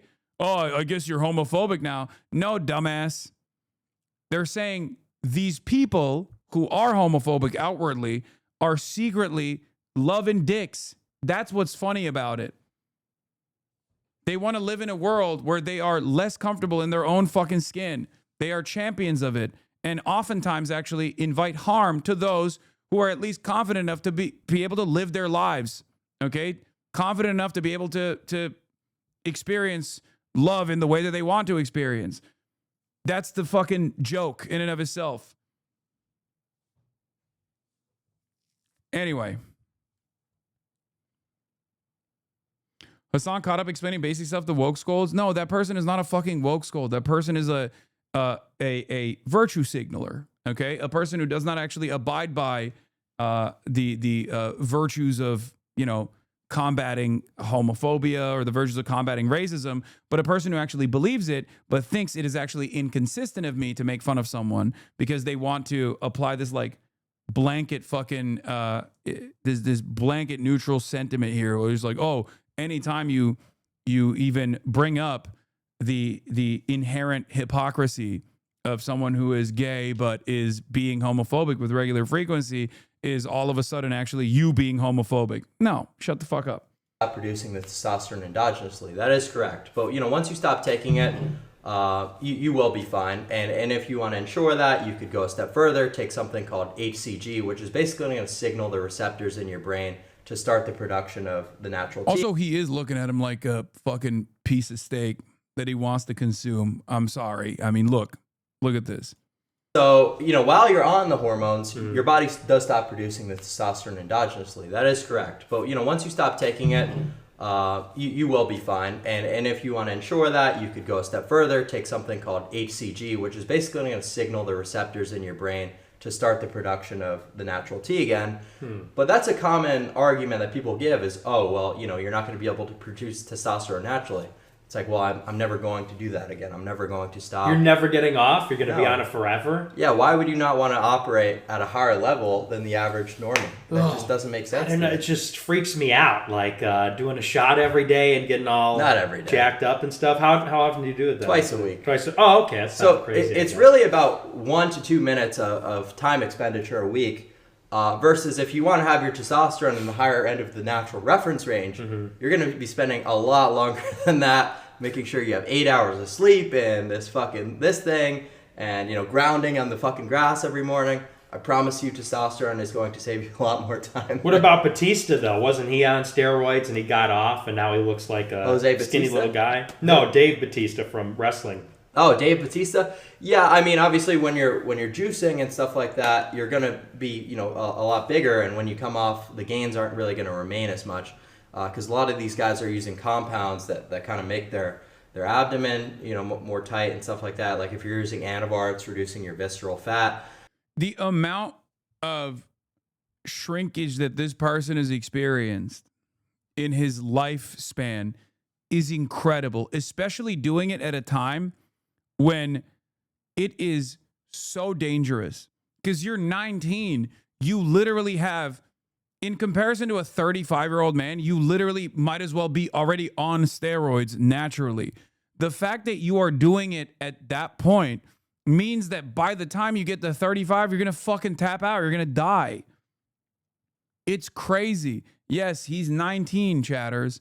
The fact that he's doing this much at the age of 19, like I've talked about this before. Like I am an advocate for, you know, obviously consulting with a medical professional, a health professional. If you start noticing that your testosterone production is like diminishing by the time you're 35 and in your later years, like it's fine to take a little bit of TRT in my opinion, but you should always obviously consult a medical professional, right? But like when you're doing it at the age of 19, you're already developing. Your body is already naturally producing a shit ton of testosterone. So it's fucking insane to take any TRT whatsoever, because testosterone also ages you, okay? It has the capacity to accelerate a lot of the issues that you might have later down the line. It ages your body. It ages your skin. It makes you infertile. So right now, I am infertile, but I'm not able to have a kid right now. But if I wanted to, there's a protocol I can put in place that'd be immediately going to get. Wait, why are you infertile right now? So it's just like a negative feedback loop when you're, you know, not needing to produce testosterone anymore because your body realizes, okay, we're getting it from an exogenous. So you're not producing source. any testosterone naturally? No. None? No. Do you understand though? Like it's ironic because like people used to clown on me for shitting, for not shitting on Sam Sulek, right? People used to say like, oh, dude, look at Sam Sulek, like he's fucking destroying himself, and like. I unironically think Sam Sulek has a healthier attitude about all this stuff, knowing exactly what he's getting into, than Clavicular does. I think Sam Sulek carries himself in a much more confident way, like where he is very mission focused, okay? And yes, it is insane. What he's doing is insane. But like he is very clearly trying to do one particular thing that is absolutely unhealthy, but it's something that he perfectly understands is unhealthy. He's doing it for a specific competition, whereas this person has developed like an incredibly unhealthy attitude about all of this stuff. And the reality of the matter is, for a lot of IFBB pros, like a lot of bodybuilders in general, they also have a litany of mental health complications and stuff like that. But not only that, but he's also teaching an entire generation of kids that this is the appropriate way to approach the world, that this is the right way to approach the world, that this is the only way to achieve results. This is the only way to get girls, for example. Now, this is an example of a girl that he wasn't able to get, but apparently from what he does is like he goes to parties now. He became a kick streamer, okay, after the Nick Fuentes collab and stuff. He became a Kick streamer, and then that really exploded his popularity because Kick, when you go on Kick, there's like a lot of clipper accounts that start base boosting your shit. They put it all over your timeline. They clip whatever the fuck you're doing on your stream, and they put it all over the timeline. It's like this, I think it's like a 360 deal for content creators, basically. And one of the things that he does now is he goes around streaming everything that he's doing. And he goes to parties. He's like doing coke. He's doing drugs. He tries to fuck girls all the time. And for his 14-year-old audience, he's like, he'll keep the mic on when he's like trying to hook up with a girl, all this shit. And one of the girls that he tried to fuck in Miami had a negative reaction to him trying to hook up with her on camera. Last night, I accidentally end up at a streamer party, right? I walk in. First of all, I don't really like the vibes. Like, I like an... Yes, Kick clippers are paid $40 per 100K views. They can only clip Kick streamers. They have a dedicated discourse. Yeah. A dedicated Discord. Sorry.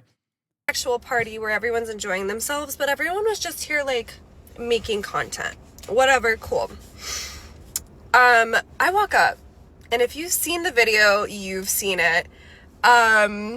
Where my it's funny because, like, yeah, people are saying she's douchey too. Yeah, except that's how fucking ridiculous Clavicular is, that even like a girl that lives in Miami who's a content creator, and I don't know enough about her aside from this video, but even on this video alone, you're like, oh, this is kind of a strange attitude that she has about this kind of stuff.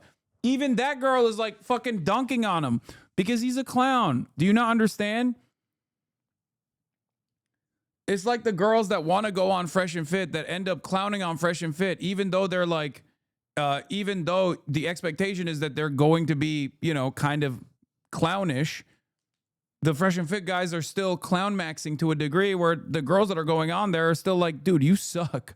Talking to this guy, he's streaming, and he's like, let me take you for a spin. She's like, I'm not, but my friend might.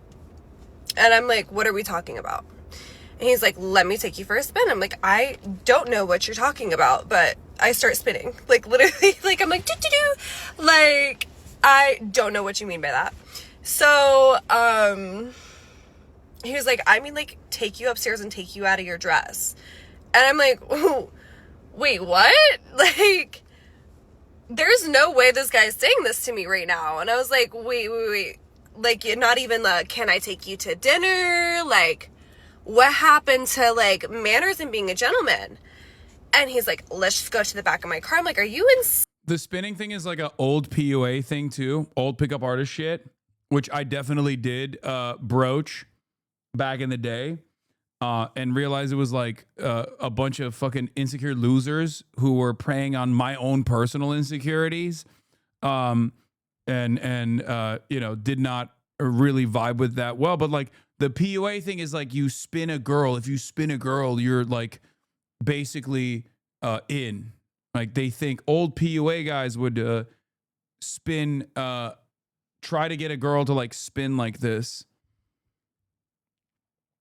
That's he might not even realize that that's from like old PUA forums and stuff like that. But yeah, when you spin a girl, you get them to do something physically for you, and then they're more mentally ready to abide by your wishes or whatever the fuck. It's just all stupid pseudoscience, and it's fucking ridiculous. Okay, but that's what it is. They think it's all like little tricks that you can do. A lot of PUA people also think that like there are like openers. They think that it's like Full Metal Alchemist or something, or not Full Metal Alchemist, but like if you say like certain things, you will unlock the sex. Like, it's very, very stupid. I don't know how else to describe it. Like, it's fucking magic or something. Okay. Yeah, if you say the magic words in the dialogue tree, like this woman will have sex with you, is very stupid. And it's all of the effort that you put into it. All of the effort that you put into that is an effort where you should be trying to develop a fucking personality, ironically enough. And if you do actually end up having sex with someone after doing those, doing those tricks and whatnot, that person probably was into you for some other reason, dumbass. It wasn't because of the fucking secret magic words that you said. Insane.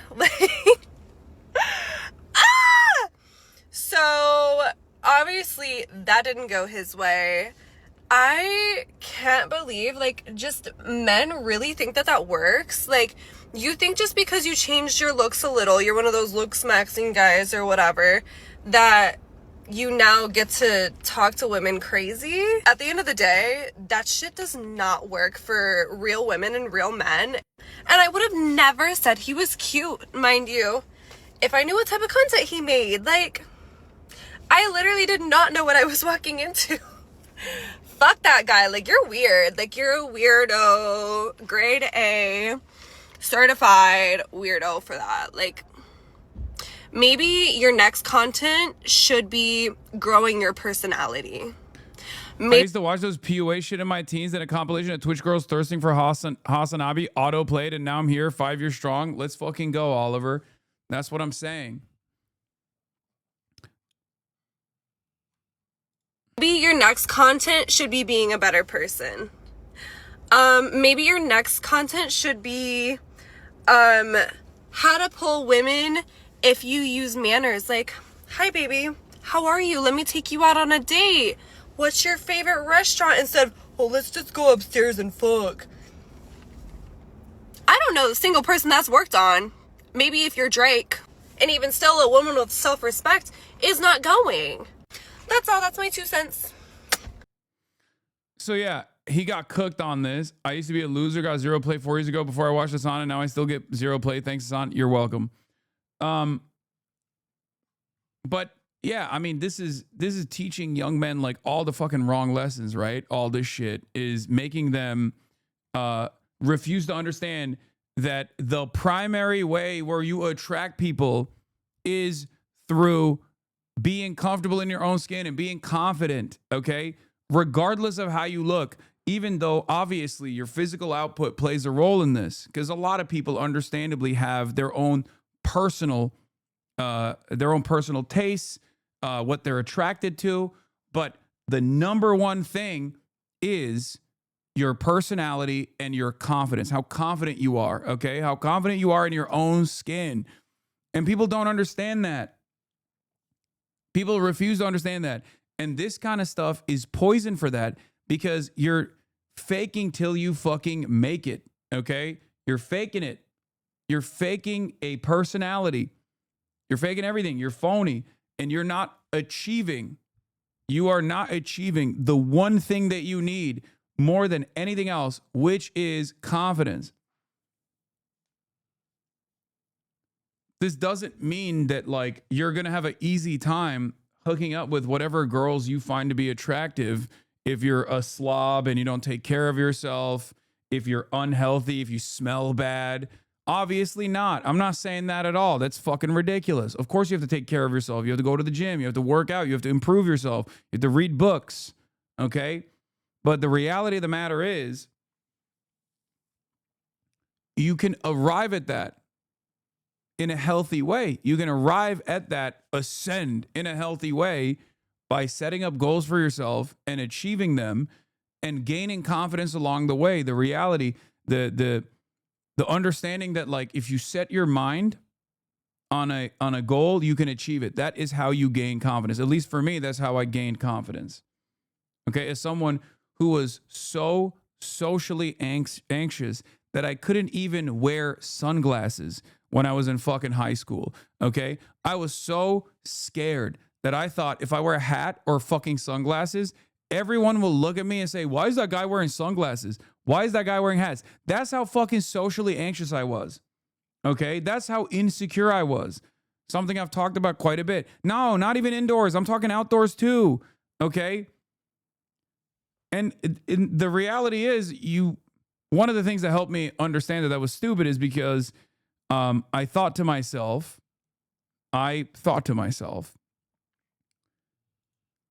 when I go into a room, do I notice what everyone is fucking wearing? Do I notice everyone, whatever the fuck they're doing? Do I think about like what decisions they made that morning? No. Everyone's worried about their own shit. And I started realizing that other people also operate in a similar way. And it's not weird to, you know, wear sunglasses when it's sunny out or anything like that. And that helped me get over these this anxiety, right? Another way to help you, another way to get over this kind of anxiety is also obviously repetition, okay? But my point is, ultimately, the number one thing that helped me was I had a goal for myself. I always wanted to lose weight. My whole family is obese, okay? They've gotten a lot of medical intervention in the process. I always wanted to lose weight. And when I finally was able to do it after a year of struggling, like I struggled with it my whole life, but after a year of like actually building healthy habits for myself and continuing it until it became secondary, until it became something that I just do without even thinking about it. And I just kept grinding and grinding and grinding and was able to achieve a goal that I had set out for myself my entire life. I realized, oh, I can do anything as long as I put my mind to it. That is where that confidence comes from. Okay?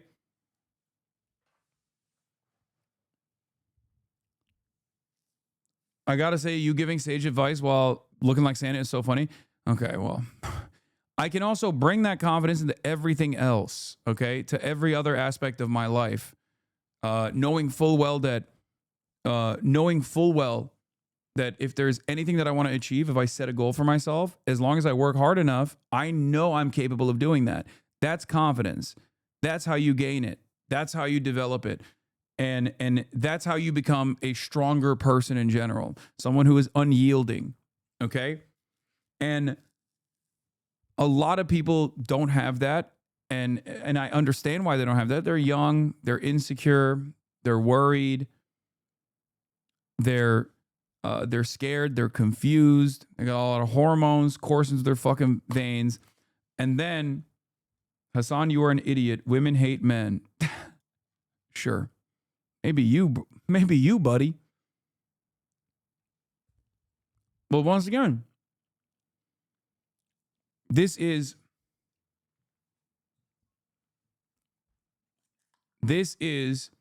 a real issue. People take advantage of a lot of young men and their insecurity, okay? And they lead them astray.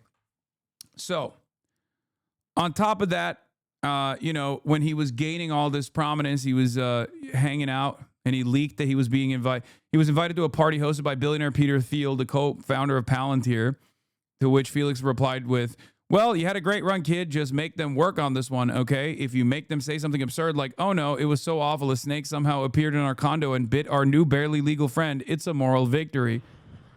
Do you know who Peter Thiel is? Peter Thiel, yeah. He's a billionaire that owns Palantir. I got invited to a Peter Thiel party. You think that's going to be a Diddy party? Probably. Whew. Billionaires, they get a little creepy. Yeah, dude, I don't know. I don't want to get diddied. Hey, anybody that's working a lot after they make like $100 million has some mental issues. No, he's not wrong. I mean, he is also not wrong about the billionaires. They get creepy, but that's 100% correct. That was cooking. He was cooking on that. Want to run a route? They'll do a penalty shootout. I mean, anyone who makes a lot of money like that, $100 million, has something wrong with them. Yeah. He's also not wrong. Okay, so anyway, why did I cover all this? Because last night, this guy, Clavicular, ran over someone. And it's a unique case because the someone that he ran over was a stalker. Okay? And he did it on camera. And I suspect that this will be the next big thing that people endlessly pore over and endlessly discuss.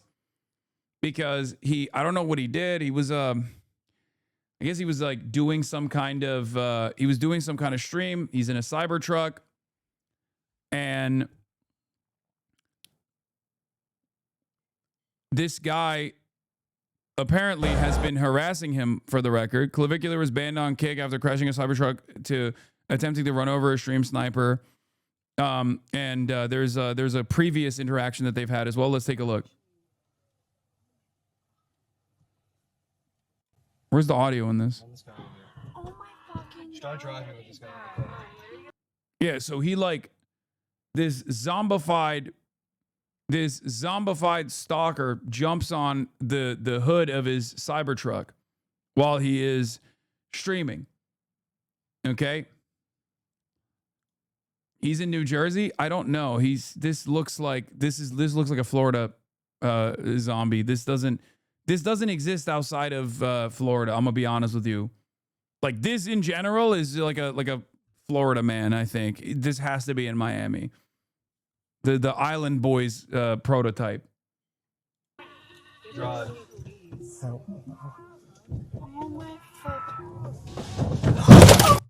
So he basically runs him over. Like I don't even know if he actually runs him over, but he hits, like you can't, it sounds like he might have, but he hits the other car. Okay. And then the girl is like crying, and I think he did run him over. And remember, this is a fucking Cybertruck, so it is insanely heavy too. So I suspect when you get fucking run over by a Cybertruck, you're probably dead. I don't know. He's on camera from a cop camera because he was under the influence and he crashed into a tree drunk. Okay. But he just keeps driving. Is he dead? I don't know. Hopefully. And then he says, is he dead? The girl says, I don't know. And he says, hopefully. Okay. And from what I understand, even before this incident, he was talking about how he would like kill this guy or whatever. And it turns out that this guy's actually has a history of stalking him.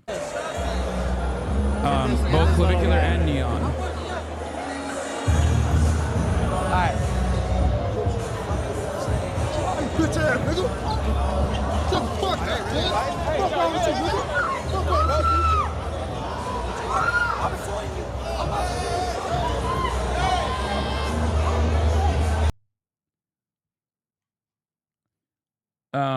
The hopefully side of that is probably not going to serve him any favors. The reason why I talked about all this is because like he's obviously also like clavicular is also mentally ill in a different way. Okay.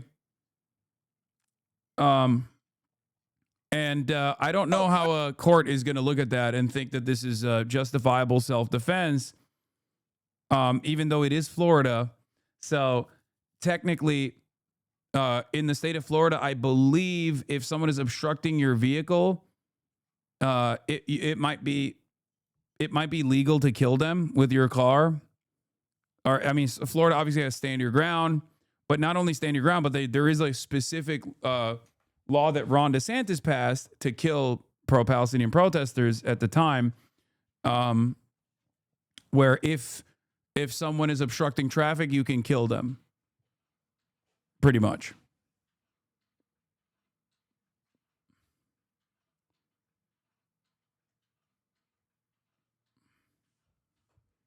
Now, I don't know if it'll hold up in court, especially given the details here, but here's some more footage here.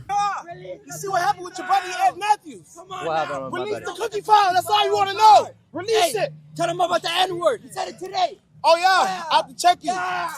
Why do you think calling black people the nigger is bad? You can't say. How you feel about that? You can't say that, bro. You can't call us niggers. We work hard for our people. We work hard for our moms. Don't call us our niggas. Don't fucking touch me. Don't fucking touch me. Don't fucking touch me. Don't put your hands on me. Don't put your hands on me. Do not touch me. Don't put your hands on me. Don't touch me. I don't give a fuck. Don't touch me. Why are you touching me for? Don't touch me. Put your hands down. Don't touch me. Just go. Just go. Don't touch me. And then they come back to his car and they jump on the car. What is this? Asmongold said that Clav running someone over is based. Yeah. Yeah, based. It's just like when I see stuff like this, I legitimately am just, I think like everyone involved in this should probably be institutionalized to some degree. Because yeah, he also posted this. He said, play stupid games, win stupid prizes. You know, an AI version of the incident that took place the night prior. And then Asmongold said, unfathomably based. I want to live in a world where a crazy stalker finds you and jumps on the hood of your car while you're driving and you run him over. It's not murder, it's natural selection. Hope everyone's having a Merry Christmas. Now, the thing is, the dude was stalking him. Okay? The dude was straight up fucking stalking him. So while he's like celebrating this before the court, before there's any sort of court case, like, he probably should conduct himself a little bit different if he wants to present this as not simple vehicular manslaughter with intent to kill, but a self-defense style situation. Okay? And that's what I don't fucking understand. 100% this is fully based on state law. We really accept self-defense in this method in court, as well as the fact that his wording post and pre would damage any idea of self-defense. Exactly. Didn't he say your stalker in Ireland was based? He did. He did say that. Because Asmongold is fucking inconsistent. Okay? It's over for Kickstreamer Clavicular. Running over the guy that was premeditated. Says he wants to kill each and every one of these guys. Then minutes later proceeds to run one of them over. VODs are never deleted. The best course of action is just get in your whip and get the fuck out. Yeah, I know the best course of action, but I want to kill each and every one of these guys. In GTA. No, I want to. Well, The guy goes, oh, like in GTA is going to work. This was moments prior to him getting into his car and then the dude actually jumping on him, jumping on the car, only to then get crunched under the Tesla Cybertruck. But like I said, Florida already... Hasan, people hating you is consistency. The consistency is being based when doing things against you. Yeah, exactly. Yeah, no, it's based if that guy was coming after me. If I actually ran him over, I would be in the wrong. Okay, come on, let's be real. I am, no matter how insane Clavicular is, I am sympathetic to someone being fucking actively stalked physically, right? And unfortunately, law enforcement is not very good at dealing with that sort of shit. Okay.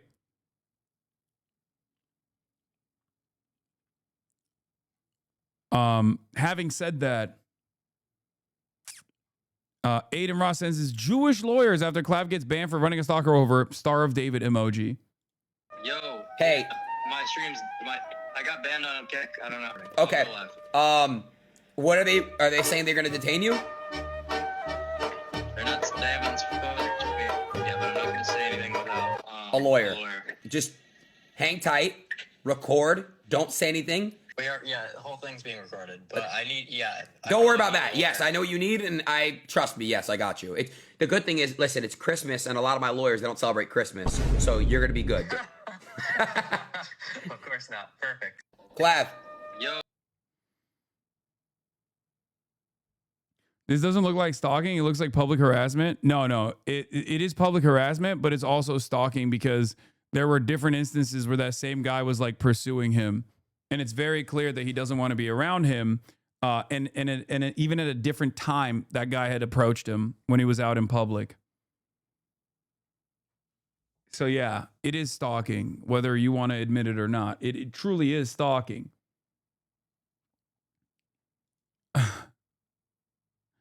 Why is he stalking him? Do you know? Dude, what do you think I can understand the mindset of any of these guys involved? You're asking me why. You're asking me to try to figure out what logic this thing is operating off of. Are you fucking insane? Like, first of all, he is a Florida man through and through, a creature of Florida. Do you understand? How the fuck am I supposed to figure out what the logical through line is here? That he was like coming up to him and saying release the cookie files, and I guess that's another thing, that he's friends with this guy named Cookie King, who's Turkish, ironically enough, and he's also a part of the Looksmaxing community, and he's a bit of a lolcow in the Looksmaxing community, and I guess he had like a relationship with another girl, and the girl outed him for being misogynistic, and it's like, yeah, no shit, he's misogynistic. He's a fucking looks maxer. What the fuck were you thinking? And then you know, the girl actually leaked all these fucking text messages, and god damn it, I'm giving you so much fucking lore that I shouldn't know. I'm 34 fucking years old. Oh my god, I'm far too employed for this. And so are you. But basically, that's what happened. Cookie King, who is Turkish, he's looks maxer, he's friends with Clavicular. I don't even know if he's still friends with Clavicular, was in a relationship with someone, I think. And basically, the girl that he was in a relationship with outed him for being misogynistic and racist in private correspondence after she felt betrayed by him. And these guys are bringing that up as a meme. It's no different. They don't give a shit about racism or anything like that. It's no different than someone randomly coming up to me and being like, oh, free Kaya. Like, it's just the same shit. People just do this kind of stuff because they want to gain fucking clout. They want to be solidified in the Hall of Greats with memes because there are a bunch of dumb fucks who will be like, oh, this was so base, like Asmongold. Okay? But that's it. And a lot of people watch these guys and think it's awesome and think it's great and make content off of like reacting to shit like this. Okay? And then there are also other people who go, well, he did say the N-word. Do you think these guys are actually woke warriors, brother? Are you fucking stupid? He has said the N-word. They're not even yelling at him for saying the N-word. They're yelling at Cookie King, apparently, for saying the N-word. None of this makes sense. You don't have to. And also, there was no point that I defend that or any of these fucking people either.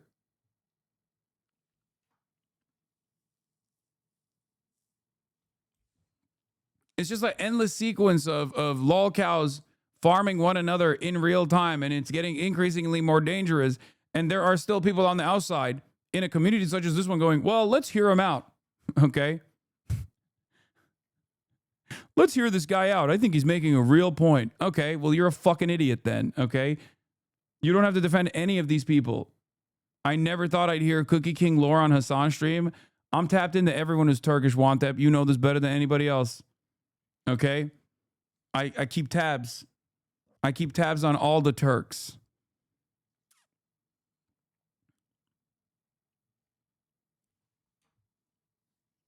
Anyway, he then literally ran over this one guy. And then he said, play stupid games, win stupid prizes. Not exactly certain as to how. Yeah, killing someone with your car and then instantly calling Aiden Ross to the police or your parents is actually pretty hilarious. Saying parents makes me sound like a man-child, but fuck it, you guys are alpha males, I get it. My parents always got good advice, to be fair. Now, none of us know the condition of the stalker. But one can assume that, I think I heard that there were like a helicopter came onto the scene to basically helicopter him out of there. Like, probably not good. I don't know if he's dead or not. But, you know, he got fucking crunched under a 6,000-pound metal vehicle with a massive fucking battery. I suspect he's not alive. Anyway, here's Aiden Ross watching the incident after the fact. The medical helicopter came to where Clavicular was and supposedly picked the man that Clav ran over.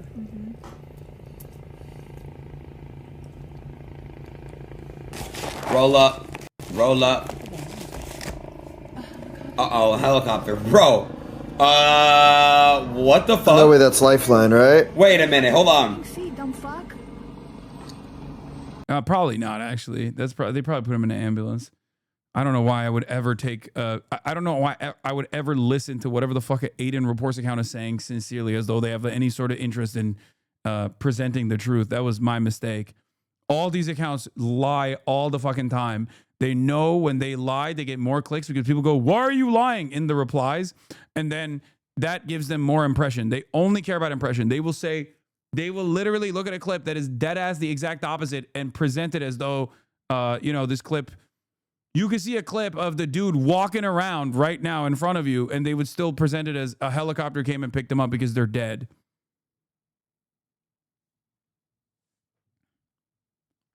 Yeah, it's rage bait, engagement slop, down to its like most bare bones.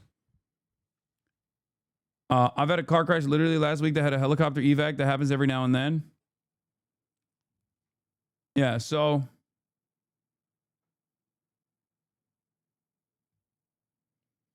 a known drug addict that hurls racial slurs and stated that he wanted to kill an entire group of people ran someone over, then said, hopefully he is dead. The guy's not even going to get a charge. He will continue telling kids how doing drugs helps him and makes society worse while they cheer him on because he's attractive and white. I mean, I don't even think he's attractive, but, you know. But yes, that is the case. That is the case right now. That is how the world works right now. The guy was a stalker, but this was almost premeditated in a way. Clavicular said he was going to off him before and then acknowledged again afterwards. Exactly. So I don't know what this looks like in a court case. And yes, the way to approach the situation is not to fucking murder this person with your car. Having said that, however, I guess I am too close to a situation such as this one. I can see myself in a similar circumstance as someone who like actively has people try to, you know, every now and then do some fuck shit when I'm live. You know, it's unique. If you like, I know law enforcement is very bad at dealing with stalkers. There's a clip of the stalker going to Clav's house you missed. Send me that one. Of course, the reality of the matter is every single one of these people that are defending Clavicular would 100% talk about how I'm a fucking mass murderer if I had done something similar. Holy shit. Yeah, and then he drives off without getting arrested after running a stalker over. I don't see why.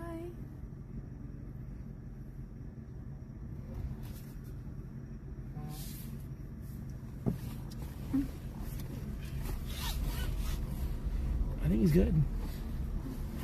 Fucking amazing. So look, this car is getting towed.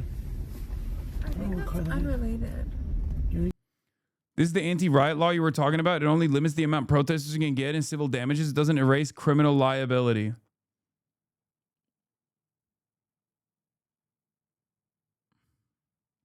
Here's the house clip. He came to his fucking house too. All footage of the man Clavicular ran over following him to his home and harassing him weeks before. Chill. Is that actually him? Chill. Oh, he has a gun. Oh, he fucking points his gun at him. Stop calling him a stalker. He's a human being.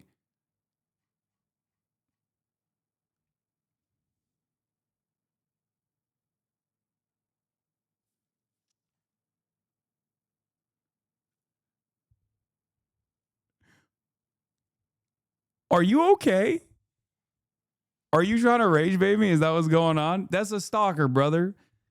Okay? That is literally, definitionally a stalker. Okay? You're joking, right? Like, this is not a defense of Clavicular in any way, shape, or form, but that is a stalker. You know? I mean, here, this is another clip of the same guy who fucking approaches him in a convention or something, and I think throws like water on him. You can see. Look. All right. Yeah, he splashes water on him.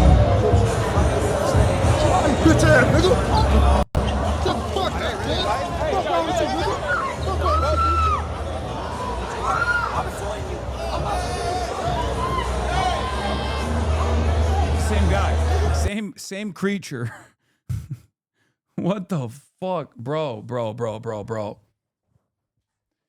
This is unironically a consequence of law enforcement not having any idea on how to deal with this shit, okay? Straight up, that's it. It gets to a point where people basically, you know, they take matters in their own hands and deal with it in the way that Clavicular dealt with it in that situation.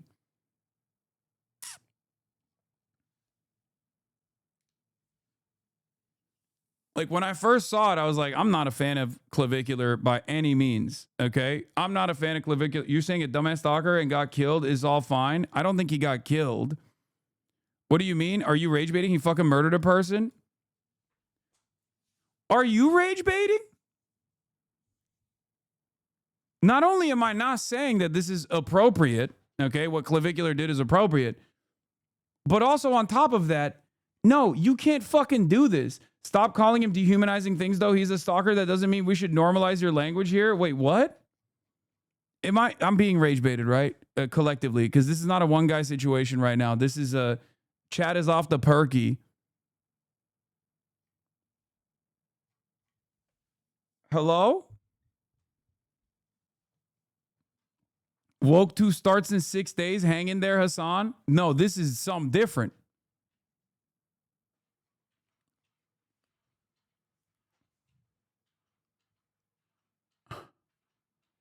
It's bait, and also people who self-identify with stalkers who feel attacked. People are mad you're calling him a creature. He is a creature.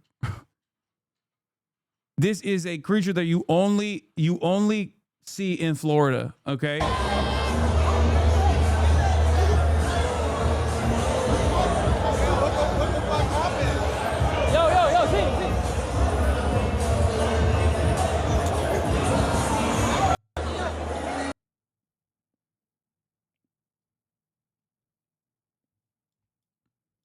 Hasan going to his right-wing turn went counter racism from his streamer friends and just encouraging violence when Creek streamers thrive on that shit.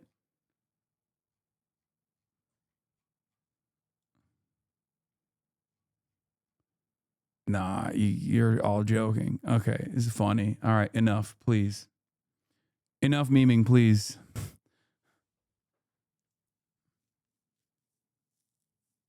Yeah. School's out of session, so all the kids are in here? No. In any case, security guards who saw the clavicular Cybertruck incident said he made the right call. He's a good guy. The one on the ground was a bad guy. He just did what he had to. At least your brother's safe. Nah, that's my friend right there. Oh man, come on, bro. He the good guy. He is? The motherfucker on the ground, the bag. Instead of stalker, you might say person of infatuation. Guy, he did what he was supposed to, run his motherfucking asshole. Okay, all right, sounds good. Brother safe. Yeah.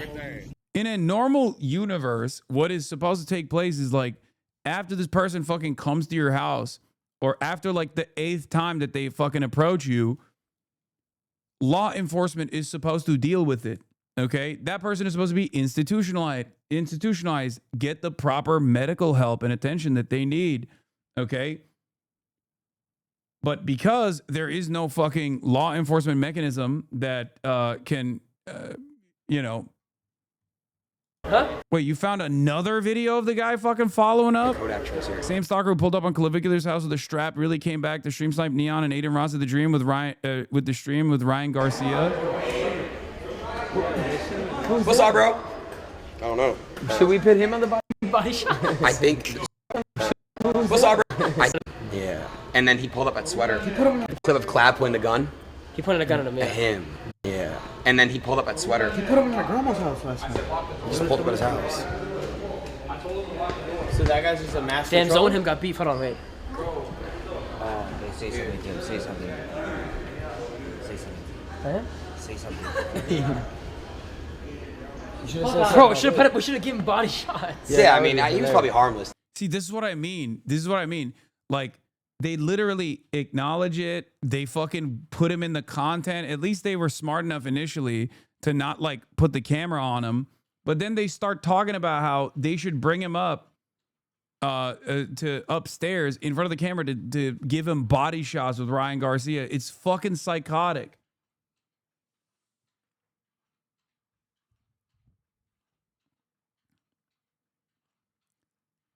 It took multiple police calls, a restraining order, and then mountains of video and text message evidence, phone logs to stop my stalker. Exactly. And even then, sometimes they're too intense. Okay. Look, I've seen it. I've seen it happen in this industry. I won't speak on it. But like sometimes the only way that this stuff stops after doing all the legal things that you're supposed to do is when you find out that the person literally fucking like killed themselves later down the line. Straight up. They just don't. There's some people who just don't stop. Yeah. It's crazy.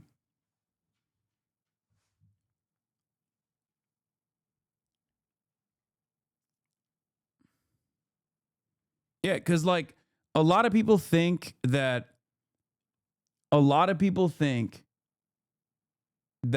a like shit like this clip resurfaces a clavicular stalker harassing him weeks prior at the mall. I got the biggest clip tonight. Clavicular apartment. $2.2 million. I already signed my Kodak Black. I bought everyone in Miami. I'm merchant. The biggest clip. Clap. You don't want to do this. Do it. Go ahead. Hey, go ahead. Let's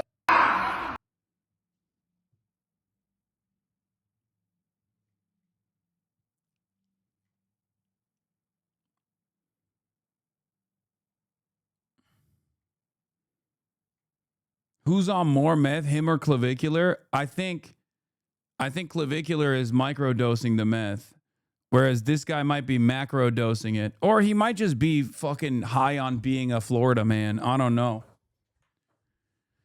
In any case, do you think this will create more stalkers for him going forward? Probably. That's the other thing. Is it's like unstoppable in general. So the worst thing you can do is put the camera on him. You know?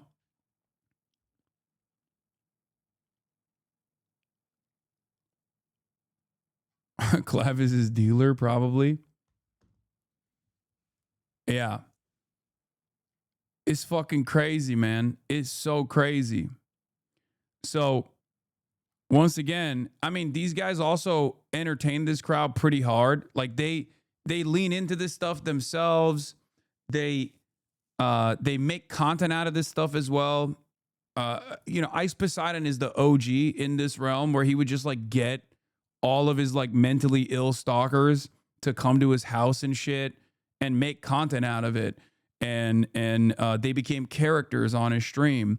And basically that really feeds into this cycle. And these guys do the exact same shit, where instead of like trying to avoid it, instead of trying to show it as little as possible. And it's such a prominent fixture in the streaming space that that's where the term Andy comes from. You know, like Mexican Andy, Asian Andy, that kind of stuff. Like that literally came from Ice Poseidon's community.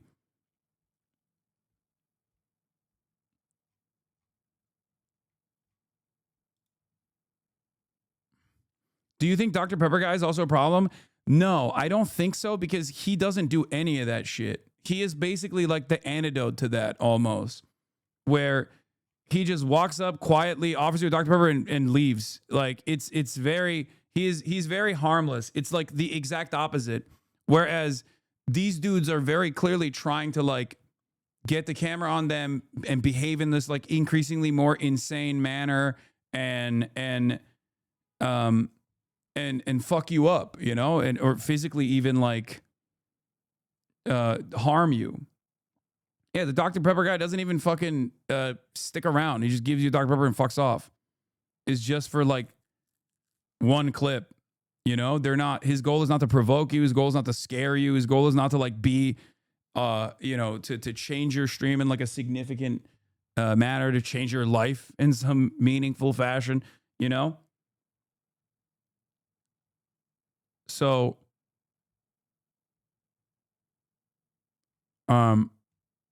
I don't think it's like in the same vein at all. Like this guy, you don't know if this guy's trying to harm you or not. You see what I mean? As a matter of fact, you do know he's trying to harm you, right?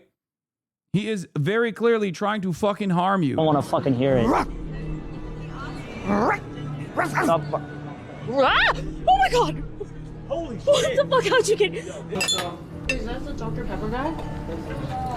Oh my god. What is going on? Thanks, bro. What is happening? Thank you. What is going on? What just happened? Wait. Yeah, see, he like fucks off right after. He doesn't stay there. He doesn't stick around. He doesn't try to talk to you. He doesn't try to do anything. He just gives you Dr. Pepper and leaves. Because like when you're streaming, there's gonna be people that come up to you. You know what I mean? Fans are gonna come up to you, shit like that. I mean, there's always a danger because you don't know who the fuck this person is. You don't know what their intentions are.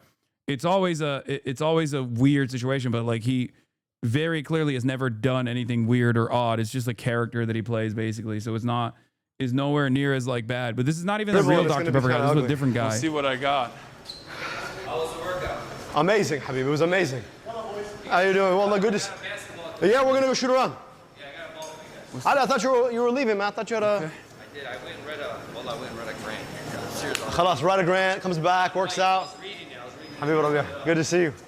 Yeah, that was a fake Dr. Pepper guy, but he did it. Yeah, shows up, gives you a delicious bev, and just fucks off. It's, you know, the best scenario here, you know? Well, yeah. Like I said, it's one of those stories that's like very like ultimately him fucking running the dude over and very openly being like, I want to kill him, and then actually running him over in other states would immediately put him immediately face criminal repercussions for doing that. Okay? However, the fact that there is a lot of background information here, there is a lot of background information here in terms of like this guy literally coming to where he is, coming to his house with a gun potentially, and consistently trying to be around,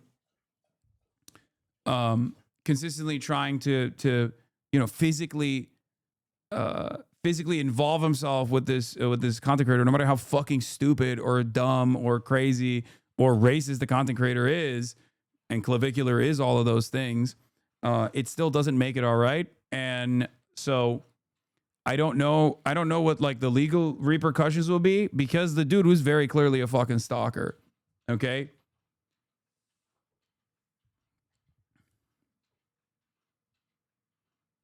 So yeah, I wouldn't go so far as to say it's based to fucking run someone over with your car. But anyway, this is more background on clavicular channel that is free. It is free, but if you're watching this, you're premium. I gotta pee real quick. And you look incredible, but you could look better. You could maximize that. I guess if that's like something you care about. There's like this trend of looks maxing online. It's been talked about a fair amount. There's lots of very scary YouTube videos where people use like geometry to analyze people's faces and tell them that they need to like fix their jaw or something in order to be accepted by society. And their king, as of right now, as I can tell, is a 19-year-old by the name of Clavicular, which is like a name you can't say in a cool way. I don't know what to do about that. But Clavicular, he's again 19, so he clearly knows everything about everything. His mission is to mog the universe, I presume, by his devilishly good looks. Today I'm here to get to the bottom of who this is, and why I'm a little nervous, because when there's a young person saying very dangerous things online, there are likely, and they have an audience, there are very likely other young people who might be eating that shit up. And hey, no judgment. I was 19 once too. It's just a very impressionable time in your life, so I'm a little worried. I found this article on MSN.com, which is a website that still exists. Looked it up, stands for Microsoft Network. That's how you know it's good. It says, who is kick streamer Clavicular and why is he facing backlash? Details explored. Clavicular, sometimes called King Clavicular online. By who? It's already hard enough to fucking say his first name. Now I gotta say his government. He's a kick streamer, so that unfortunately does explain a lot. I don't know if there's a single kick streamer that's defeating the kick streamer allegations of being a fucking weird ass. There's gotta be someone. There's gotta be a wholesome kick streamer out there who's just there for the revenue share, you know? But I've yet to see them. Focusing mostly on self-improvement topics like appearance upgrades. Life is an RPG, and you can just get DLC for your face, which is true. And if anyone wants to get, you know, any sort of appearance affirming, gender affirming care, I support it. But when you sell it as like a... What do you think the repercussions of running a stalker over should be? I mean, if he had a gun or something, and he was like literally threatening you with a gun, in that moment, like, I think it would be so valid. It'd be the most valid. It would be unironic self-defense. Do you see what I mean? Like, the only reason why this is like a little bit this is a little bit on the edge. The reason why it's a little bit on the edge here is because, like, he jumped on the hood of the car and he fell off the hood of the car, and then he got crunched. Like but I don't even know if now that I know more about the background of this dude, I don't even think he could have actually fucking de-escalated. The dude is fucking crazy. So I don't know.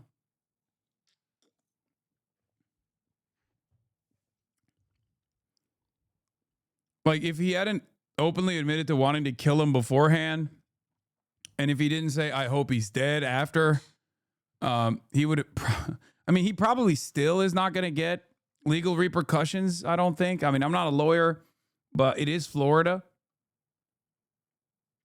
Yeah, there was another fucking sniping incident. If you want to understand how crazy stream sniping is, agent at the end of 24-hour stream in the Arctic after 10 hours due to the safety concerns after got stream sniped by a fan sneaking up on him. He was literally in the fucking Arctic, chat. Yo, what do you think we doing over here, bro? Fuck out of me, gang. Yeah, I mean to scare you, bro. Man, why you sneaking up on niggas? Should I have screamed? Yeah. Okay, my bad. I'll scream next time. You was a nigga walking, right? My bad, bro. I just want to come see what's up. That's a crazy thing. I didn't mean to scare you, bro. My bad. In the Arctic.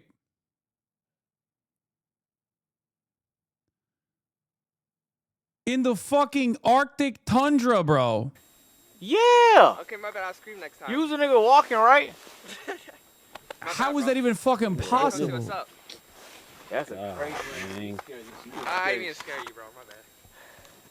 They found him using stars and shit. What up, man? What up, bro? No, bro. Can I just say what's up, real quick? I just want to say what's up, bro. Well, it's nice to meet you. Next time, you gotta warn niggas. We can't just show up in the dark and shit like that. My You bad. scared the soul I'll out scream of me. from afar, bro. I'll scream from afar. My bad. Yeah, you straight, man.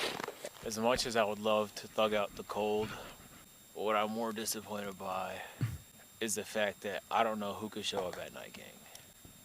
And we've had probably like 7, 8 stream snipers.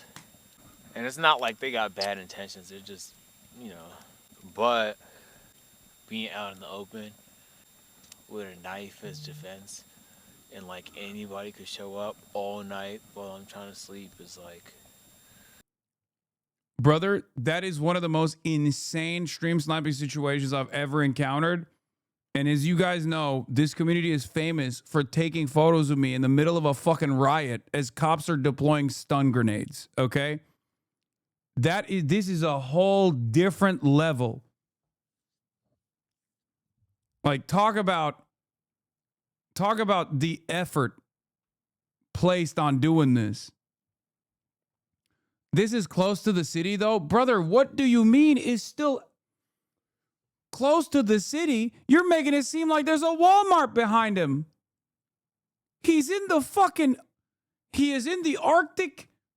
He is 15 minutes from the capital city. Brother, 15 minutes in the fucking tundra, dude. Set myself up. Like, the problem here is, like, yeah, sure, you can kind of see from afar where he is, but he's out in the fucking open. It's minus 31 degrees. Canadians, y'all are fucking crazy. Like, there is definitely like, you are not... yeah, 15 minutes is like a 10 mile, it's 10 miles out from like normal human existence in a very different condition too. I totally understand why he would be, I totally understand why he would be worried about being compromised.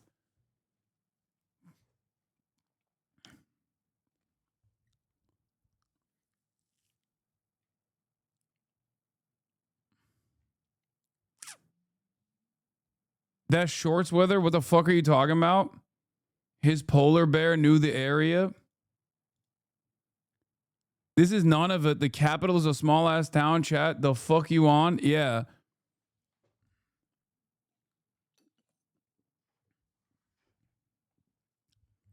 Who the fuck wants to be exposed not only to the elements, but once again, the real danger in that situation is not the elements that he's exposed to.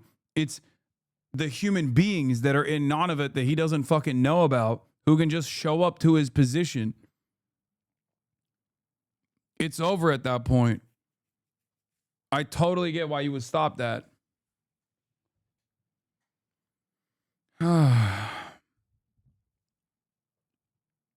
Will you address us bombing Nigeria later? I don't even know what to address. I mean, peace president. Like, what do you mean? I'm sure we're bombing ISIS, right? That's what he's going to say. Shouts out to Nicki Minaj. She got what she wanted, right? This is what she wanted. Peace president. Peace president. Let's go.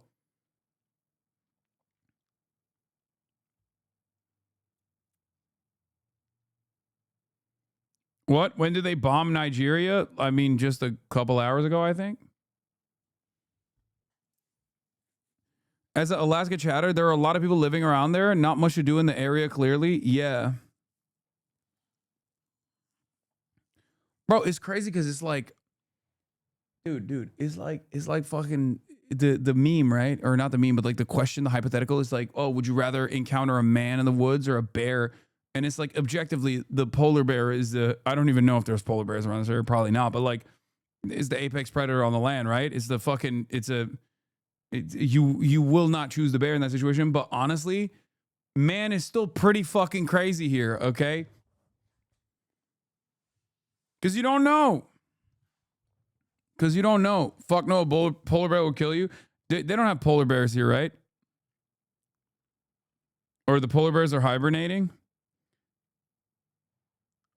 Pull up this place on Google Earth is wild. Anyone would go out to do this for any streamer?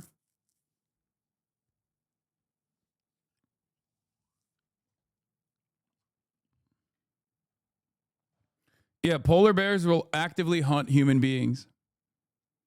Like most bears will avoid human beings. Almost all bears avoid human beings.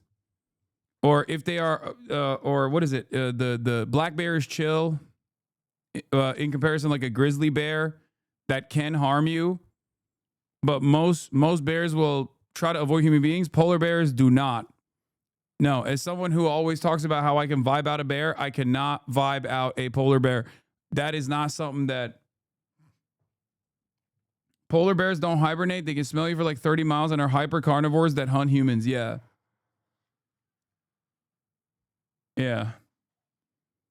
No, polar bears do not fuck around, dude. They will kill you. What the fuck? Baba? Sen açtın kapıyı. Niye? Peki. I just heard the door open randomly and I didn't hear my dad. So I was like, what the fuck's going on? I thought the door opened randomly. Right as we're talking about like stalkers and shit. Oh, there's a famous photographer who made friends. Yeah, and then he died. Yes, polar bears specifically live in the Arctic Circle, largest carnivore on the Western Hemisphere, by the way.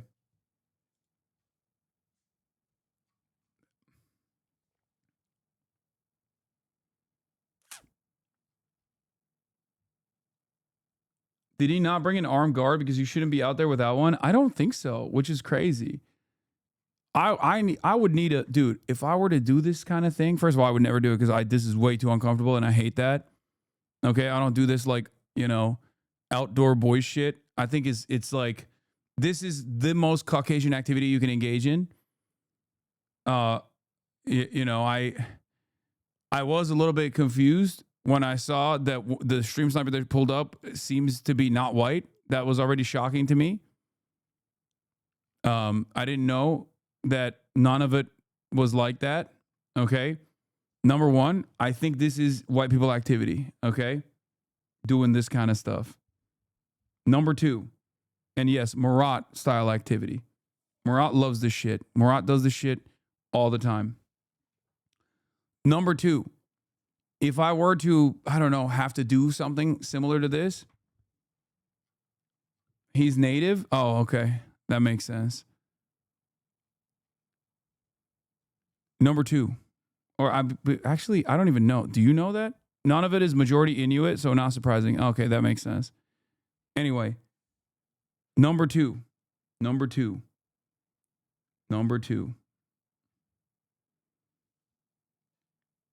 I would need a rocket launcher. Okay. If I had security out there and polar bears are running around, you need a rocket launcher because you can't put that shit down with a blunderbuss. Okay. You need a rocket launcher. You need an RPG, man. No way. No way. You're going to take your chances with a 9mm with a polar bear. It's not going down. You need like an automatic machine gun minimum. Maybe a rocket launcher, maybe a flamethrower. Okay. Or you need love and understanding. There is no love and understanding with a fucking polar bear. Shut up. Polar bear versus regular human versus fucking, the largest fucking grizzly bear, dude. Look at this. 10 feet. Are you out of your mind? You cannot strike this fucking thing down with regular. You need artillery, okay? You need artillery fire. I'm calling Maya. What do you mean? I think even Maya would agree. It's life or death. I love bears. You know this, okay? You know how much I love bears. I famously think I can vibe out all bears except for the polar bear. I know.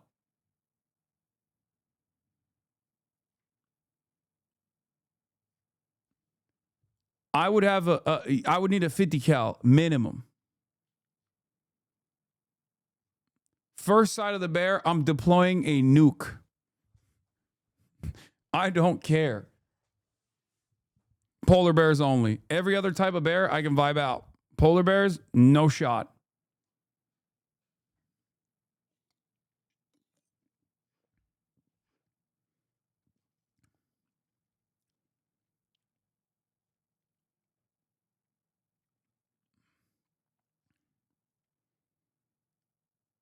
Not an Alaskan at all, but I spent a good amount of years up there. The locals carry 357s.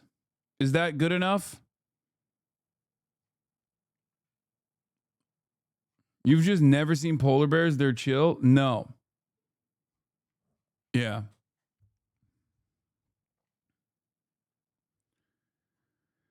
Have you ever seen a polar bear without hair? Is a crazy sight. Oh!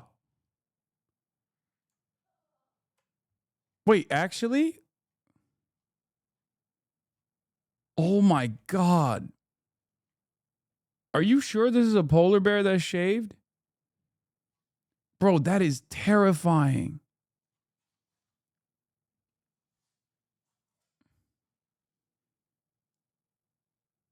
What a fucking creature this is.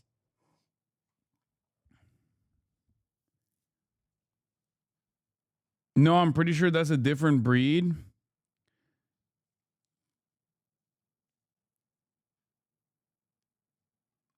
Yeah, I'm not, again, like I said, terrifying. Terrifying.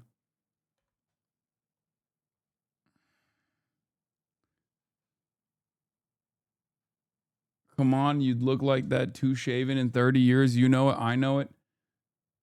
I'm tired of the dehumanizing language you're using against bears. Okay. All right. Well, y'all are fucking crazy. Okay. We did this. I talked about clavicular, vehicular manslaughter.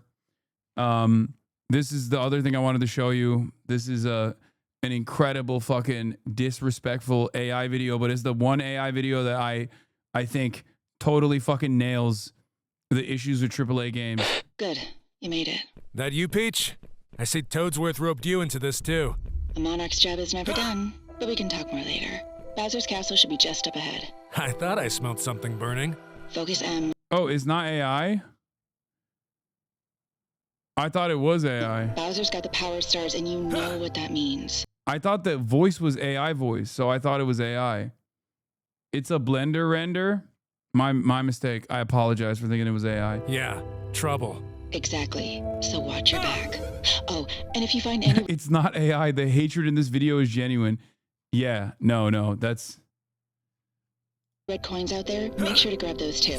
Collect enough, and I might... I love that. One of the little things that I love here is when the Peach is in the intercoms and she's speaking and Mario is responding. the character still goes, ugh, yeah. Like, that's a classic AAA trope. Collect enough, and I might just have an upgrade waiting for you. All right. You're the boss, princess. Yeah, you're the boss, princess. Ah! Like, so fucking stupid.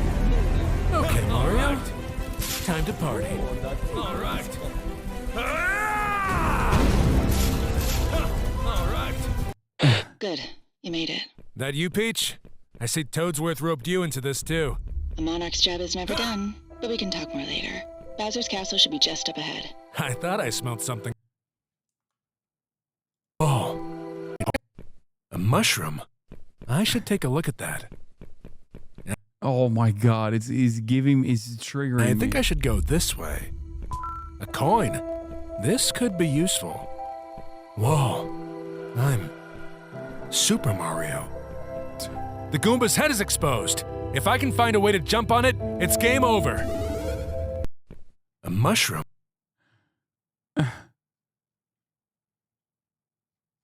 Dude, it's so perfect. I had no idea AAA Mario would be so popular. I had to make some more. Yeah, it's fucking incredible. It is fucking incredible. This is pure hate, but it's so warranted, okay? Some studios tried making games that pause dialogue when the characters made noise like that, but it was always breaking and not allowing players to progress and such. It got bad for many other reasons too, so they abandoned it.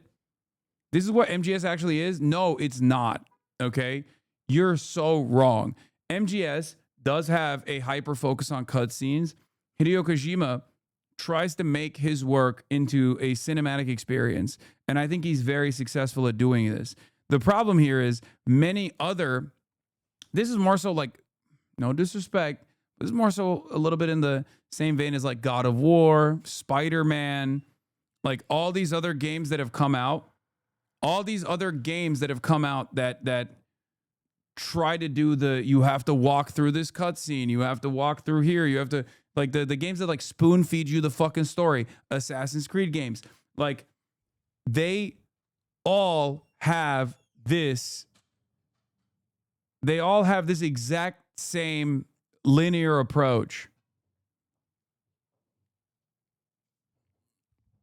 Like corny dialogue in a similar vein. It's it's polished slop. I like that. It's very polished. It's very good. For a lot of people, it's bubblegum. Like it's consumable, but it gets to a point, especially with like the new Unreal Engine. I feel like every game is the same fucking game.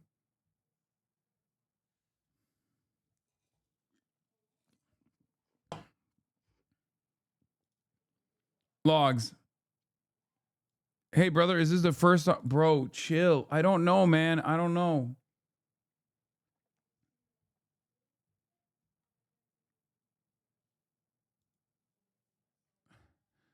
I know I've complained about this a lot in the past, but I swear video games have been market tested to death.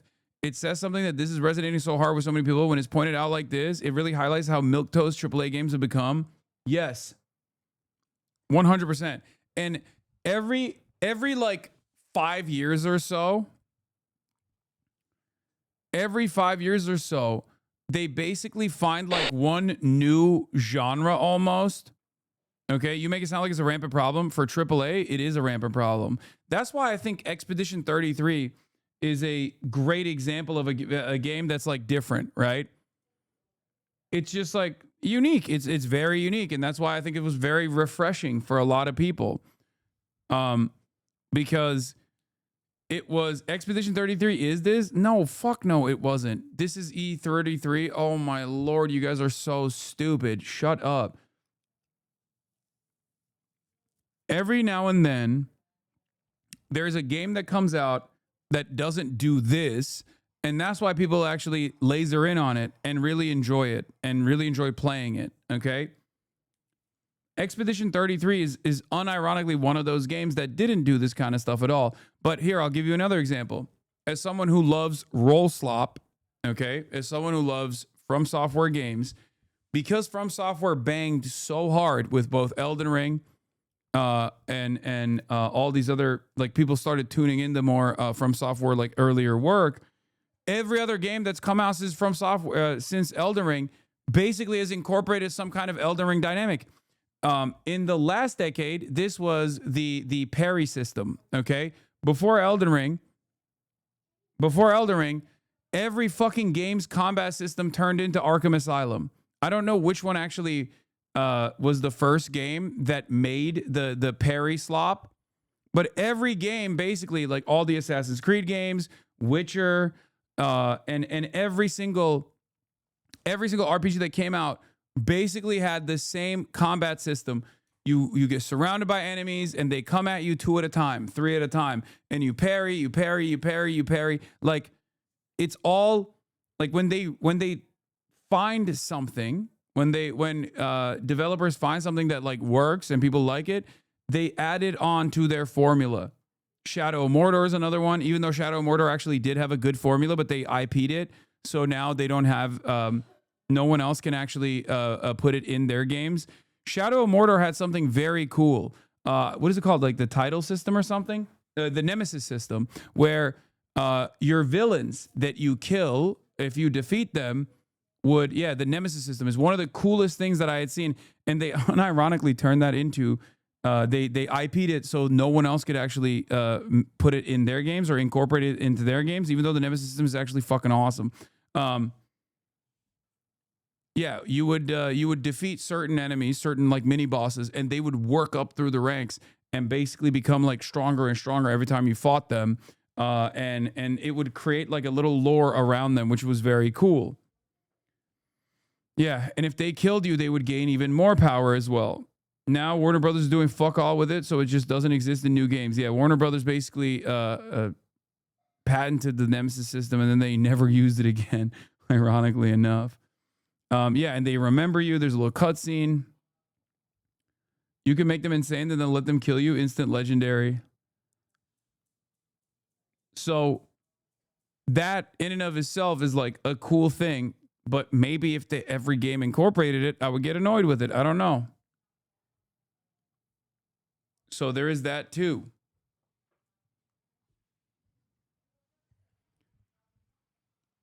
Are you saying this is a negative though? If a gameplay mechanic is proven to work, why reinvent the wheel? It's there's just so much of it that it gets boring and repetitive.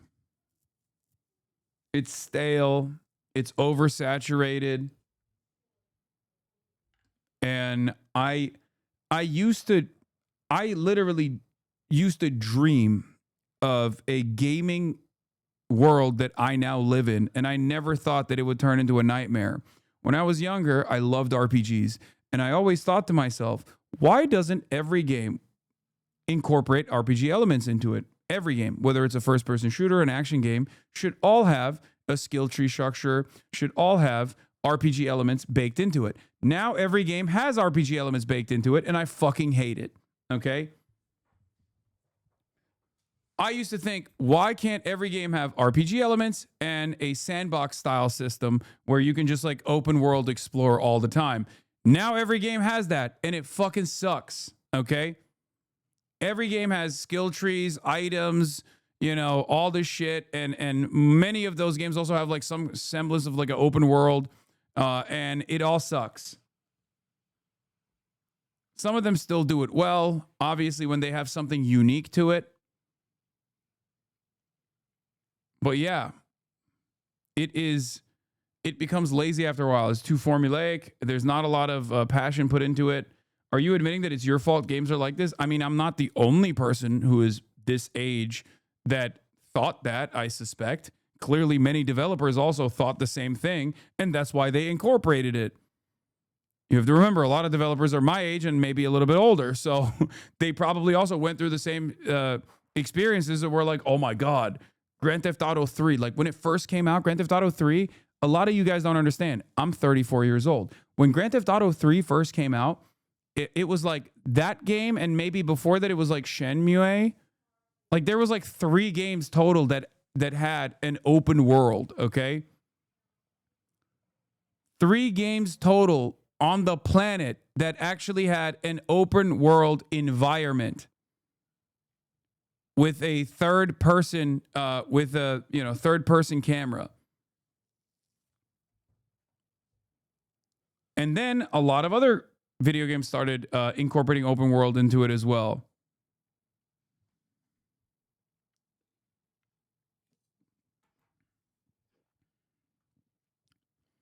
GTA 2, brother, are you fucking insane? Grand Theft Auto 2 and Grand Theft Auto 3 are entirely different games. One is an above above the fucking ground. I don't even know how it's top down. Like you're comparing a top down game to a third person shooter. Are you insane?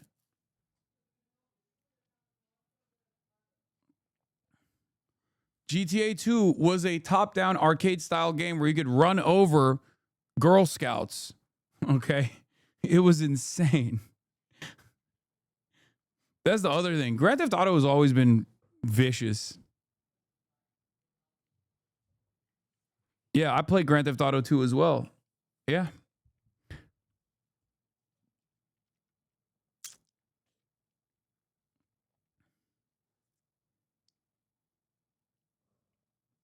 Have you played Monster Promise, a competitive dating sim? No. Mario 64 was third person. Is Mario 64 open world though? Is a platformer, no?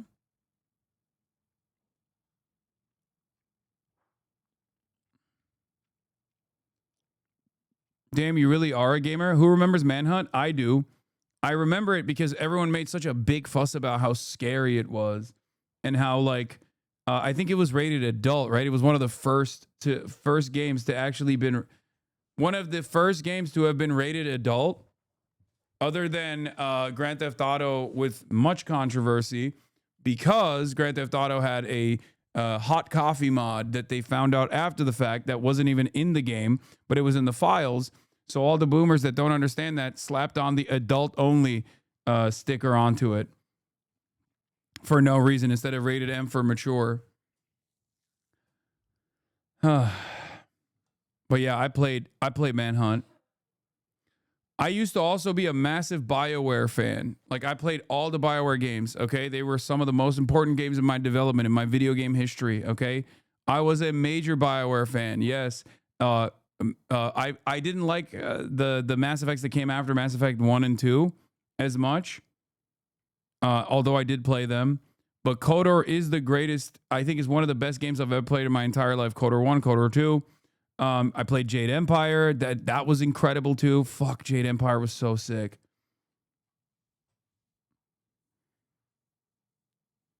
Yeah, KOTOR, Knights of the Old Republic. More like GOAT-OR.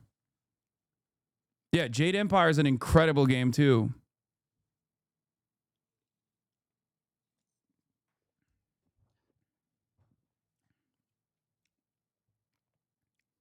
I never played Halo.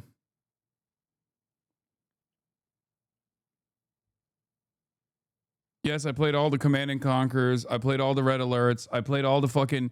I played a game called Commandos, which was kind of similar to that ninja game that came out, which is like it has the... It's not 3D necessarily, but it's like top-down isometric, I think, or not top-down. Commandos was really sick too. I fucking love that game. What was it? Heroic Company or something? That was another like strategy game. I played a lot of strategy games back in the day.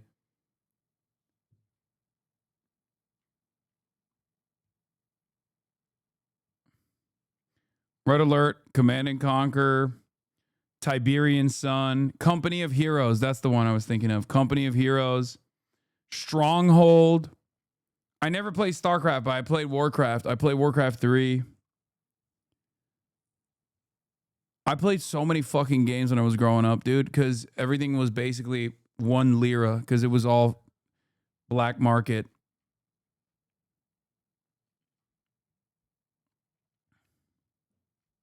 Rise of Nations. Yep. Anyway, let's start the fucking SOCIALIST-MAS. Let's do it. Rise of Nations, the ultimate developing world game. I also played like the Total War stuff too, but I never really liked it as much. Did you play BioShock or Star Citizen? Tony Hawk? Yeah, I played all of them. Not Star Citizen, but I played Freelancer, and it was one of my favorite games that I ever played. And I really loved it. I really love Freelancer, and I remember still telling my dad that it was so cool that like you had friends in different, you know, it's like you have friends when you see them in like different planets and stuff. And my dad was like, oh no, my son's fucking stupid. Like he literally, I think he thought, well, we were in Turkey, so we didn't have the concept of school shooters, but I think he suspected that I would be the equivalent of what a school shooter is in Turkey. He was like genuinely concerned. I saw real worry in his eyes when I said that. He was like, this dumbass doesn't have any real friends. He has friends in video games.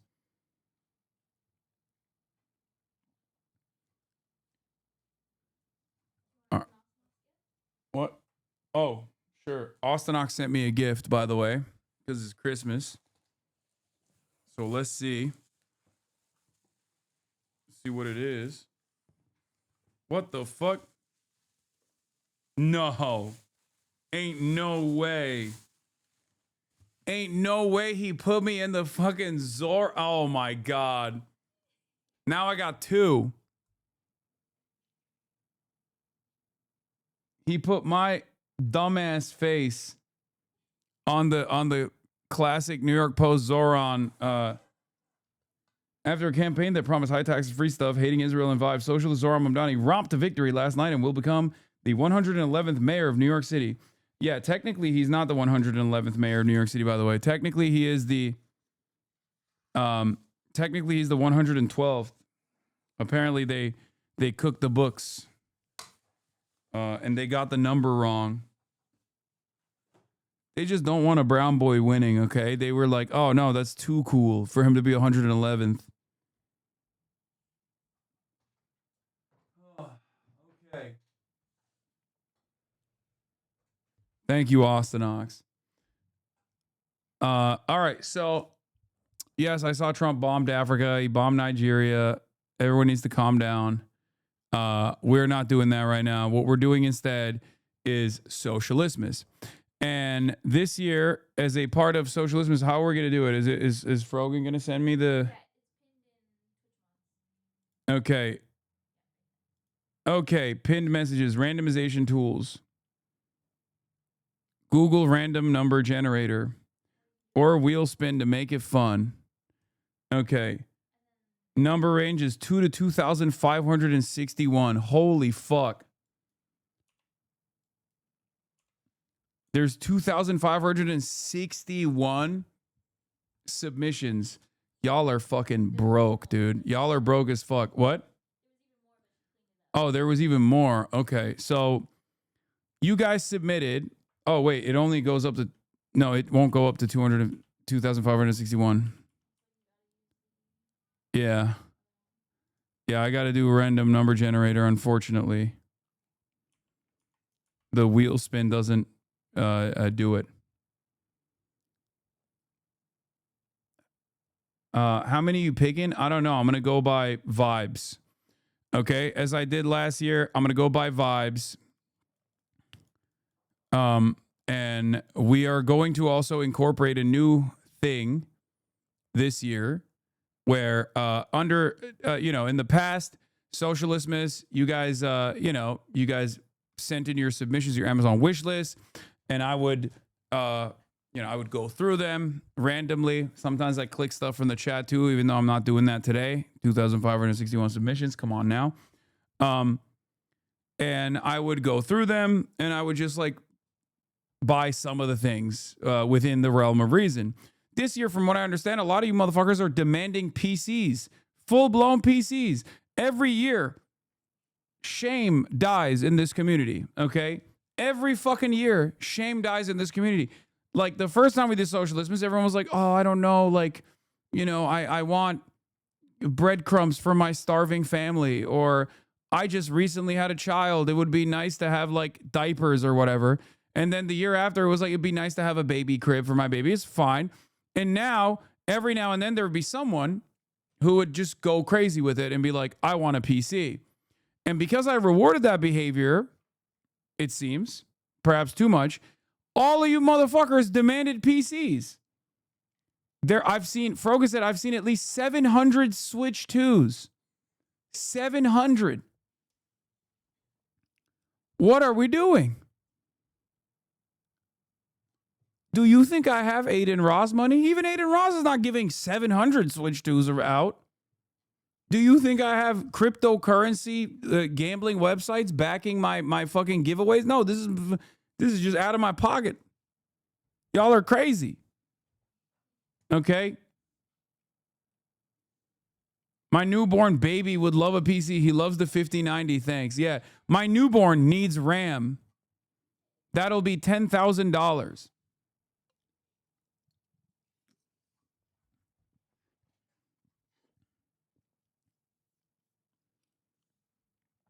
Start accepting Qatar money. The Global Alex, thank you for the 20 gifted subs. Anyway. Yeah, it's supposed to be for those who are, less fortunate amongst us that need stuff. Not me taking the role over your your parents in your Connecticut McMansion. Okay? It's crazy. I asked your dad. Okay?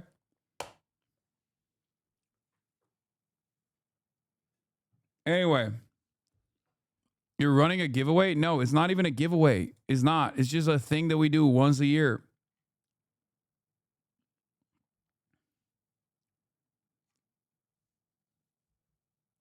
Okay. All right. And as is the case every year, there's obviously always going to be issues with the actual. Hold on. Is this this is not editable, right? The link is not editable, right?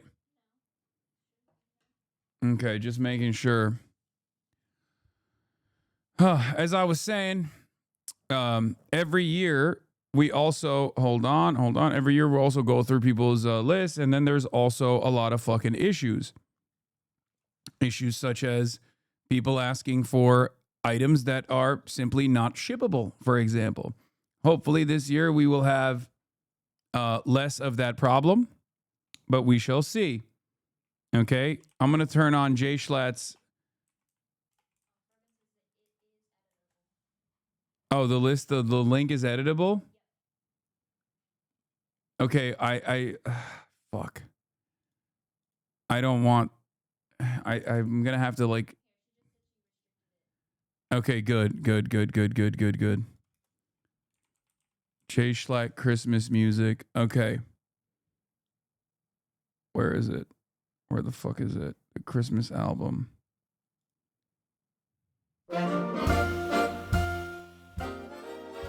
All right. Ladies and gentlemen. Jay Schlatt, a very 1999 Christmas album, is going to be the sound, the score of this beautiful masterpiece.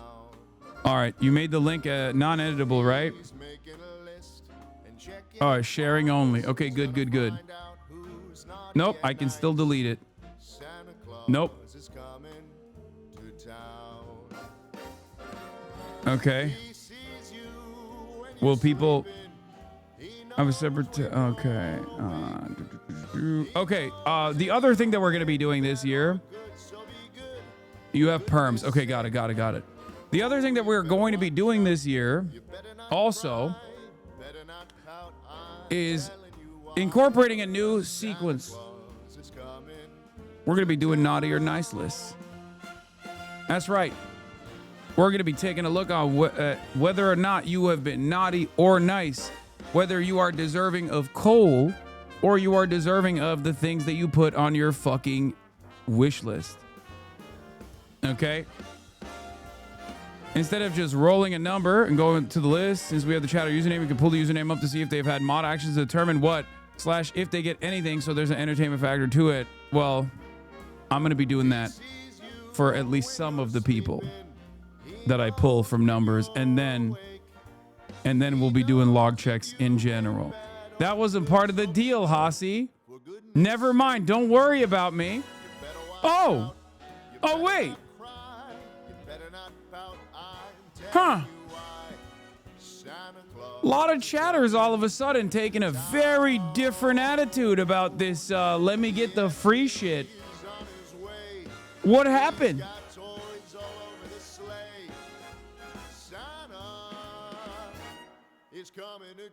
Let's do it first from 2 to 256 first, okay? And then I'll... Wait, how do I do this? How do I... Oh, spin it.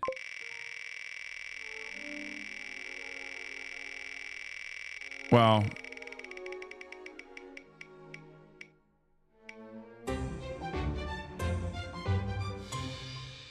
$122. Let's take a look at who that is. 122. All right, 122 is Hello Hops. Hello Hops says, I am trying to build better habits. The Steam Deck is a part of that, trust me. First user is 122 hello_hops. I'm trying to build better habits. What? Wait, did I do the wrong one? Oh, it's 122. Fuck, I got the wrong one. God damn it, I already fucking failed. Okay, never mind. We'll do Hello Hops and then I'll do 122. You got lucky. My dyslexia actually helped you. Okay. What does Hello Hops want? Oh, what does Hello Hops want in Hello Hops' wish list? The Breville Barista Espresso Machine Express $500. The Valve Steam Deck OLED 1 terabyte SSD plus 16 gigs of RAM, international version, 7.4 inch, 90 hertz. A Sony WH-1000X M5 premium noise canceling headphones. I feel like this is for audio purgatory with 30-hour battery. A Ninja Creamy. I like that you didn't even give me the option to choose something like normal priced, okay? I like that the first one that I went to is literally like, oh yeah, minimum like $200. Like the cheapest thing on this list is a fucking Ninja Creamy. $200. The collective total of this would be in the thousands. Are you out of your fucking mind? What the hell are we doing? Now let's look at the chatter and see if they're naughty or nice. No, they're not even in here. That's so funny. Hello Hops is not even fucking in here right now. Bloodletting is an effective treatment for hemochromatosis. Give them permission to boost the servers DJ Khaled style. No delay. And then mostly just ad break segues being rated. When will Chavo Trap House become a Montreal-based podcast? Montreal mentioned. Canada mentioned. Montreal rent cheaper. Let's go. Canada mentioned. This guy redistributing wealth by trying to make people leave the stream. Hashtag real leftist. RDJ also played a Jewish guy. 9 out of 10. What about racism against Quebecois? Quebec mentionné.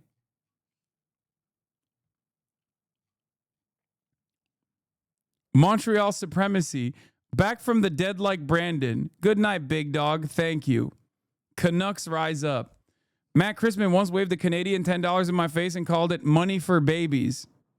Urbanist Hasan, welcome back. It is mental illness, sorry. Chairman Ford, push the button. I'm Canadian, leave me alone. All right, let's get him the Ninja Creamy. All right. Was I naughty or nice? I don't know. All right, you get the Ninja Creamy. Canadian chatter. I'm in a good mood. That was fucking crazy that you did that. It happens to be the cheapest one.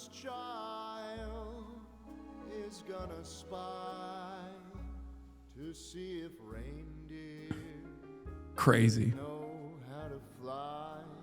Okay, the next one is, you got it, right?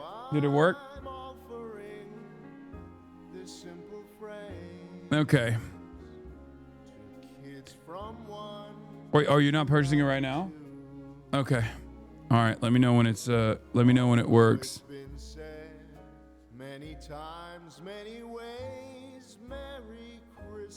Okay. Order placed. It will arrive by January 3rd. Up next is BC Mat 25 at 122. Okay, 122. User BC. Oops. User BC Mat _25. Wait, why didn't it work? Did I? Oh, I fucked it up. User BC Mat _25. We're checking your logs. He said, holy shit. But you can vibe out a panda. Okay, bro. Wait. Calling into question whether or not I can successfully vibe out a panda? Not a very good start for you, BC Matt. Not a very good start for you. Mao bless you. Okay, point in your favor. Just constantly using heinous shit Republicans do as a platform to run for office instead of actually changing anything. I just want one reporter to ask Trump what he thinks it means when he says prices of oil will go down by multiple hundreds of %. Old boys say 3 goes. DOJ preparing to explain why Trump should be allowed to starve people. I like that a lot of these chatters don't actually chat a lot. Okay? And I kind of respect it. Hundreds of millions. If my mom ever talked about me like this, I'd kill myself probably. Increase it by 200 billion after cutting $1 trillion. That's real good math. Shit reads like a bad 80s rom-com. Remember how I did exact thing that plugs a massive hole for investigators? Elon in front of Congress would give Crash Out Patel a run for his money. Black clothes and Converse is identifying features. Omega Law. This guy in Aruba by now. They ain't catching shit. Okay, this is actually a very good chatter. Okay, this is a good chatter. Let's take a look at what this good chatter actually wanted. He says, the books I've been meaning to read forever but forget to buy, and the audio stuff is just way out of my own budget. LOL. Ooh, good start. Books. Holy shit. Sennheiser HD audio file. Oh my God, it's literally called audio file. It's literally called audio fucking file, dude. I am giving my own community better tools to harass me. I am basically turning good chatters into bad ones that are going to go, why are you eating at the same time today? I don't like that I can hear you through your noise gate. I don't like that I can hear the hair on your back moving because you got me the Sennheiser HD 660S2 audio file open back over ear headphones with deep bass extension and refined acoustic performance headphones for PC music, gaming, podcast, and premium black.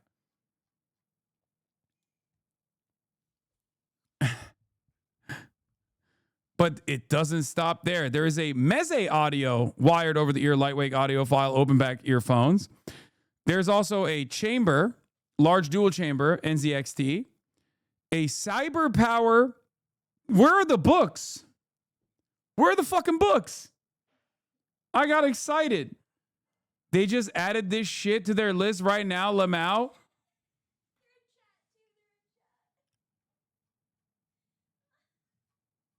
Are you fucking kidding me?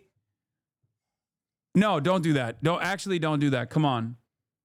Morgan had to look through 2,000 inquiries to. That's crazy. That's diabolical. Haha, funny. Don't do that. Okay.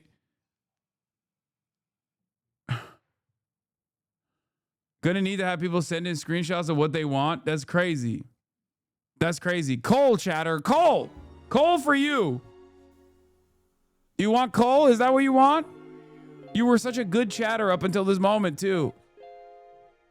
Okay, the top 3 are new. Caught. Shameless.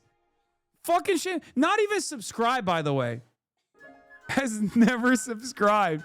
Literally, never subscribed on stolen Wi-Fi. Fucking just unfollowed and then refollowed at some point, it seems. Or no, just only follows to September 10th. What the fuck? This is a post Charlie Kirk assassination follow too. Oh my God. Oh my God.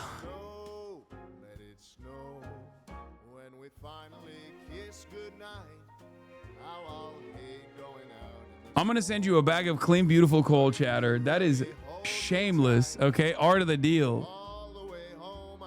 Non-subs shouldn't get things. Yo, they are on stolen land too with no land acknowledgements. It's true. It's crazy. Okay. All right. I'll get you you asked for a display too. Lord of the Rings metal poster. That's crazy. Okay. Let's get the Fall of Numenor.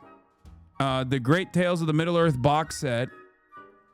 Okay, Children of Hurin, Beren, and Luthien, and the Fall of Gondolin.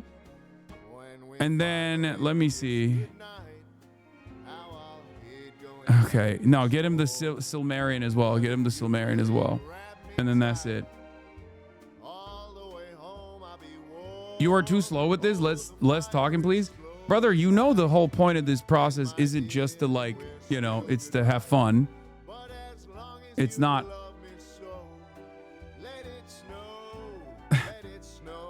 It's to also make content out of this as well. It's not like it's not about improving your chances of having me buy you shit. I hope you understand.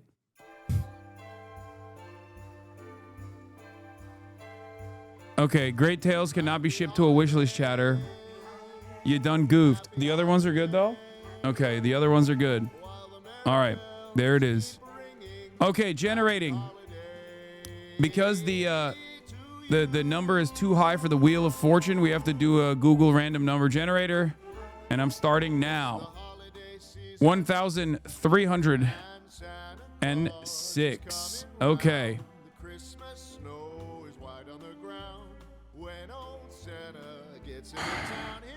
1,306. Okay. Scroll. Oh my God, there's so much scrolling. 1,306. Frank Fisto. I had a rough year and wasn't able to afford to buy myself gaming and D&D stuff for myself, only the bare essentials, so it would be nice to get these things I've had to hold off on buying. Okay, Frank Fisto. Let's take a look at your let's take a look at if you've been naughty or nice. Frank Fisto, account created in 2014, following since November 4th, 2024. 999 plus messages. Holy fuck. Subbed for 13 months. This is a yapper. Okay, this is a fucking yapper, dude. My heart skipped a beat as someone called Frank. Oh my God. Well, your name is Flan. I don't know what your government name is, Flan. Israel hates Hasan, dog. What kind of logic is that? I hate to say it, but Piers is right. I think in the long run, this hurts him. He's not smart. Sure, you can fire up your base where you have doubling down on racism, but you won't win over libs like this. You're only stuck with the far right, and even that's splintered by the anti-Semitism. Damn, this guy's a fucking yapper. Let's see if I can eat her ass, Poggies. Fist me. Yo, you got your squad. Your boys got your back.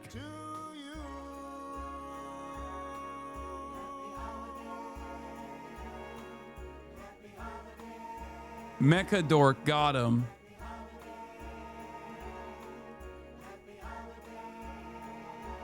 Gay pandas. Doesn't pandemonium mean chaos? My dad's first responder and a hog is so crazy he bootlicks the people that denied his healthcare even he got cancer. He really said Osama did 9/11 to fuck up the Saudi-America relationship. That's why he did 9/11, sure.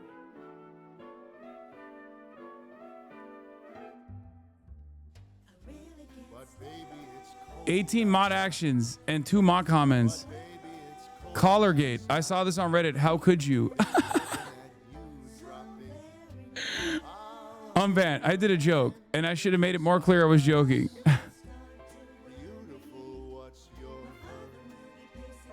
All right.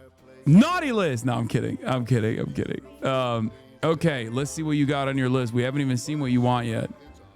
Okay, let's take a look. What the fuck? Fave water-based luxury personal lubricant? Natural feeling lube for women, men? I swear this is for medical reasons. I have to shove a catheter in my urethra ever so often to prevent it from closing. I would have added them too, but they're not. Why would you openly say that? It would have been better if you just kept it at the lube. I would have gotten you the lube anyway. Stop laughing. I'm not laughing. That's crazy.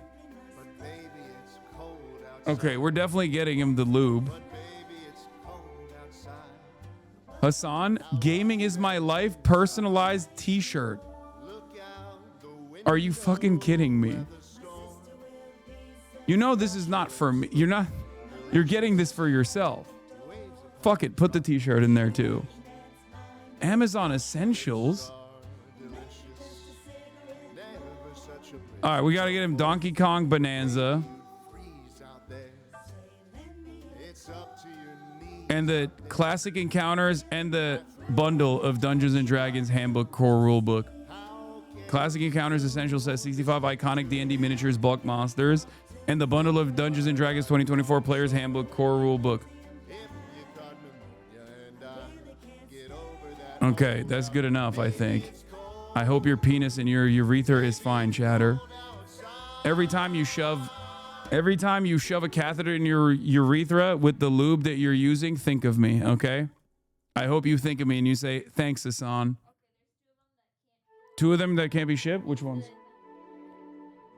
Dungeons and Dragons Player's Handbook can't be shipped. And the other Dungeons and Dragons things can't be shipped. Okay, well, that sucks. Okay, well, let's do...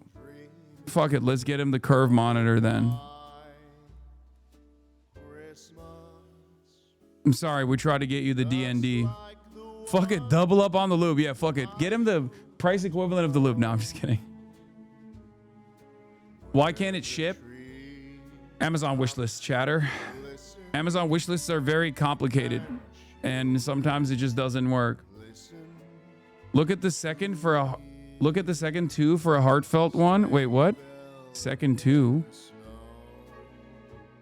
What do you mean? Oh, for the second tab, you mean? A must-buy tab? Look at the second tab for a heartfelt one. Okay. All right, we'll do a must-buy. We got a must-buy tab in here as well. Okay. Okay. Manic Mermaid Ash. Sorry, my brain died. All right, Manic Mermaid Ash. Manic Mermaid Ash says, Christmas 2025. Gift ideas for my kiddos for Christmas. It's their first year ever splitting for the holidays between two houses. My first as a single mom. And it's been a rough year for everyone since their dad isn't working right now. And I'm struggling trying to get back on my feet and find a job after almost a decade as a stay-at-home mom. Money is always super tight, so any contribution to making it fun and special for them is beyond appreciated because they're great kids and are always thankful. Even though I cannot get them everything they could want, especially on my own, they deserve the world. Their name/ages are J, 12, loves anime, specifically One Piece, Dragon Ball Z, Jujutsu Kaisen, My Hero Academia, and gaming. R, 8, loves Sonic, Hot Wheels, cars, and action figures, basketball, gaming, and cooking and learning to cook. J, 7, loves everything girly, sparkly, and rainbowy. Unicorns, Hello Kitty, Barbie, K-pop, Demon Hunters, and Wicked are her favorites. She's into jewelry making, art, and makeup. All three of them game Nintendo Switch and have tablets, so any accessories for games for them they would love. A, 15, likes fashion, skincare, and beauty stuff. I have settings so that gifts that aren't on the list can be purchased using our address, especially because I'm super clueless about anime and what is cool. Y'all probably know better than I do, especially One Piece. Okay. Manic Mermaid Ash.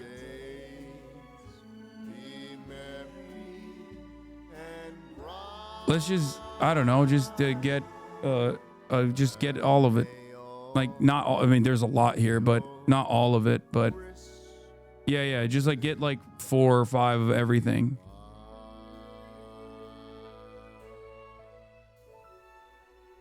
Yeah. It's here. I'll show you the list, guys.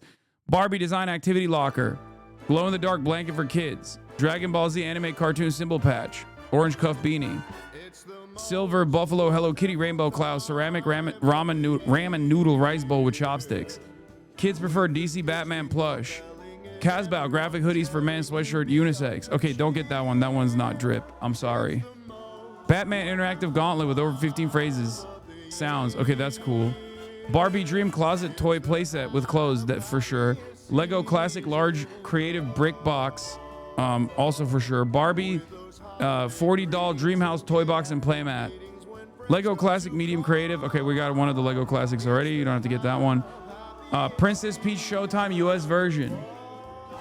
NBA 2K26 Nintendo Switch. Get that one too. You unironically save a child from bullying? Yeah, I know. The DBZ beanie is fine, but the not the sweater. This one, if he wears it, they're gonna bully him. I promise you. Okay. Funko Pop. No Funko Pop. Wait, is there anything else One Piece related? Funko Pops suck. Let me see. Is there other one? Oh God, there's so many Funko Pops. Okay, never mind. If he likes Funko Pops, we'll get him the Funko Pops too. Fuck it. Funko Pops are so lame. Okay. Funko Pop's Birth of the Treatler. Okay, calm down.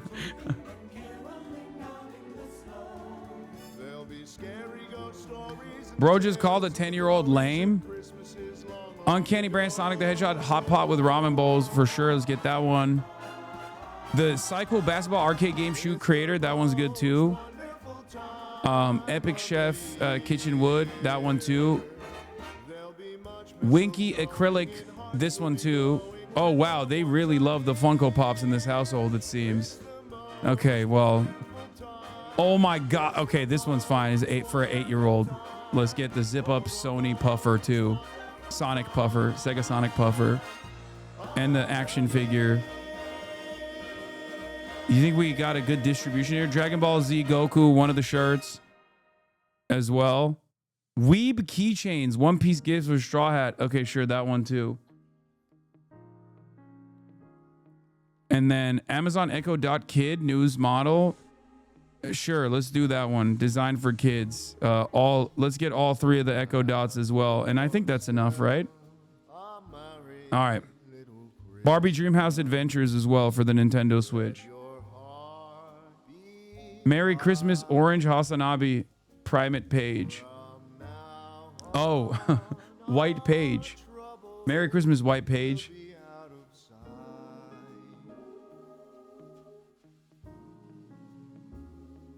Don't forget the 15-year-old. I didn't. What are you talking about? We got pretty much everything on this list.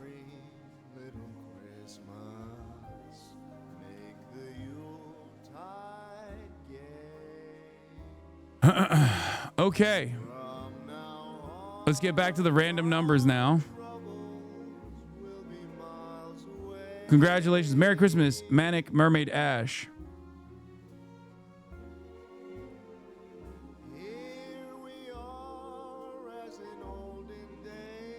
Okay, generating a new number now. 1554. 1554. 1554. Let's take a look.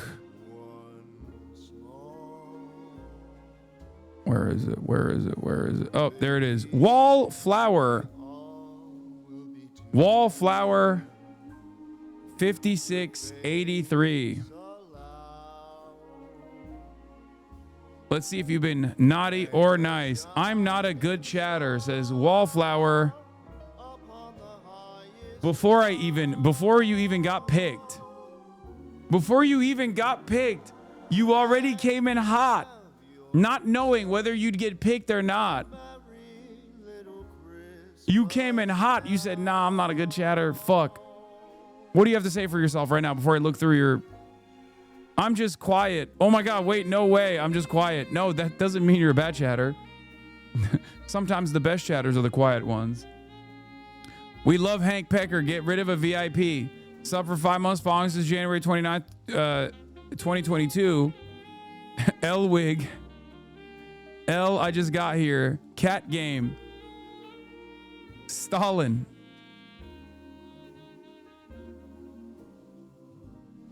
No, Kaya. Yes, poor baby. Stop, don't bully her. The flop.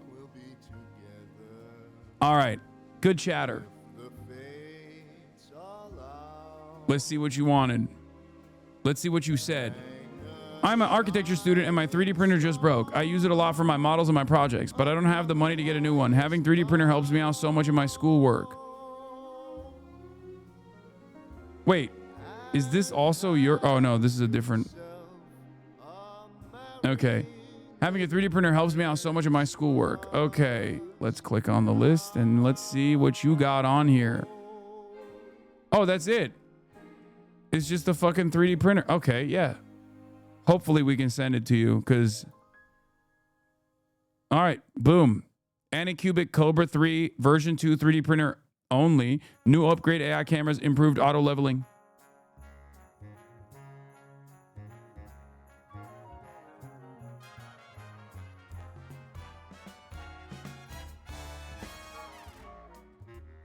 Wait, are there chatters in here that are writing nice things right now, thinking that they'll get on the nice list this far in?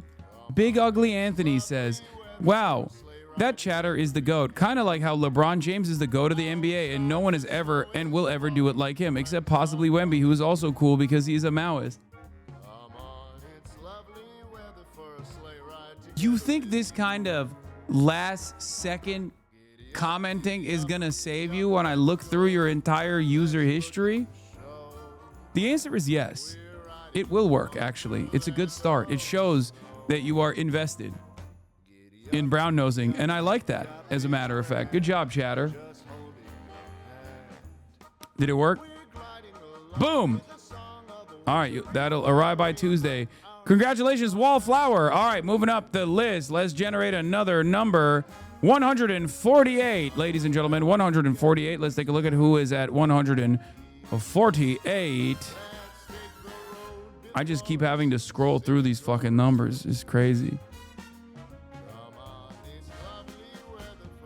Boom, 148. Flamed with 2 Ds. Flammed. Let's take a look at Flammed. Take a look at Flammed. Good, naughty, or nice. Flammed says, things we need, especially the bed. I share a twin bed with my girlfriend, lol. Hustle Heart. Oh my God, he has a girlfriend. He's fucking flexing. For my familia, things we need, hustle. Best community. That's crazy. He's flexing on you. He's flexing on all of us. He's flexing on me. He's dabbing on us. All right, let's see if he's a good chatter or a bad chatter. I punch him with the man. What the fuck, man? Fucking Nazis. Hopefully they keep getting that. Shaking my head. Don't let these freaks win. We need to copy the impeachment. Insane, bruh.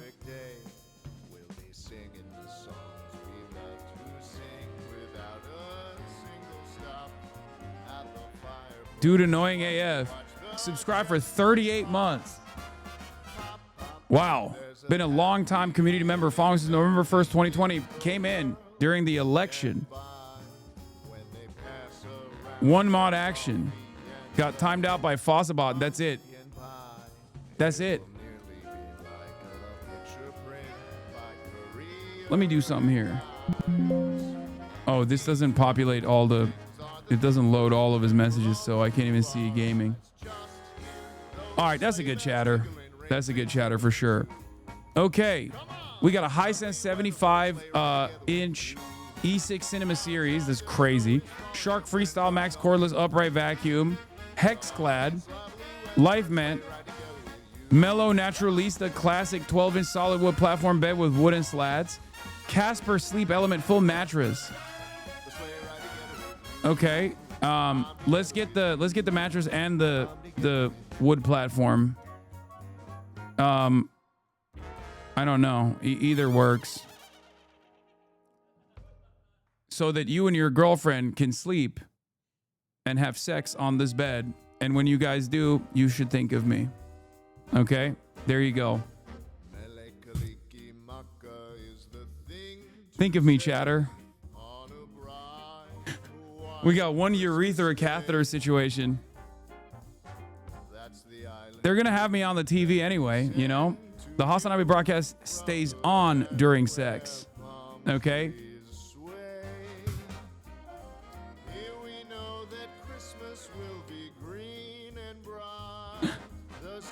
The first bed frame on the list is the wrong size? Wait, is it? No box spring needed, natural twin. Oh, yeah, it's a natural twin. Yeah, get the other one that's a full.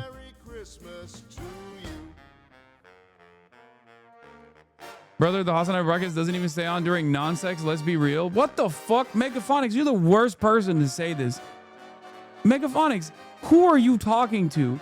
Brother, you could be in like a school shooting style situation and you'd still be in the chat being like, hey, can you cover the school shooting that I'm in right now? Also, did you know that Elon Musk had a statement? Elon Musk had a statement about the school shooting style situation I'm in right now. Isn't that crazy? You'd be sending me Elon Musk links when your life is in imminent danger, okay? This fucking guy. Oh, my wife. He just wanted to say my wife, by the way. Flexing wife as a defense. Okay, did it go through? All right, there you go. Flamed. Okay, up next, let's take a look. Who's going to be the next person generating another number? 2,332. Holy moly, we're going all the way back up to the top of the list. Let's take a look. 2,332. Sacramento Studios. Late stage capitalism is beating my ass. It's fine. It's fine. It leaked, but it's fine. You can't. It's not something you can change. It's not editable. It's not an editable link. What are you gonna do? Go to people's fucking wish list and buy them shit? If you want to, great. If you want to go through the link. Yeah, what are you gonna do? The worst thing is you can go and fucking find the link and look through their profiles and buy them shit. Okay, let's see. Sacramento Studios. Do you think he has some sort of nefarious plant energy going on? He literally popped into my algae out of nowhere. I saw this statement before. He's talking about clavicular. Algae out of nowhere, and every other post is one of his clips. Is he just that viral right now? I saw some dude make a post about some weird conspiracy shit where a lot of his search traffic started at the same time in Israel, Saudi Arabia, and a few others. This guy, oh, this is my favorite type of chatter. Wait, real quick, why was XU saying you broke TOS and need to be banned? Oh, God, TOS chatter. Damn, why did I get banned? Are you mad at me? Damn, did I get banned? This is a boomer 100%, okay? Following since October 18th, 2025. Jesus Christ. Previously subbed for 5 months, though. He followed and he liked what he writes, are you mad at me a lot? Okay. Oh, it is what it is. Let's take a look. A Logitech G733 Lightspeed RGB wireless gaming headset. Pinball Silk Rainbow PLA 3D printer. Oh, wow. Govee TV Backlight Pro triple camera. What the fuck is this? Anxious attachment to the streamer. A gaming chair. Yeah, that headset sucks, chatter. The fuck? Also, there's not even a direct buying link. Let's just get the printer stuff and whatever this is. The Govee TV Backlight 3 Pro with HDR triple camera. Cooking his shit. Yeah. All right, there you go. Sacramento Studios. Merry Christmas. Can you be louder? My wife moans really loud. Okay, stop. Let's be real. That's not happening. Okay.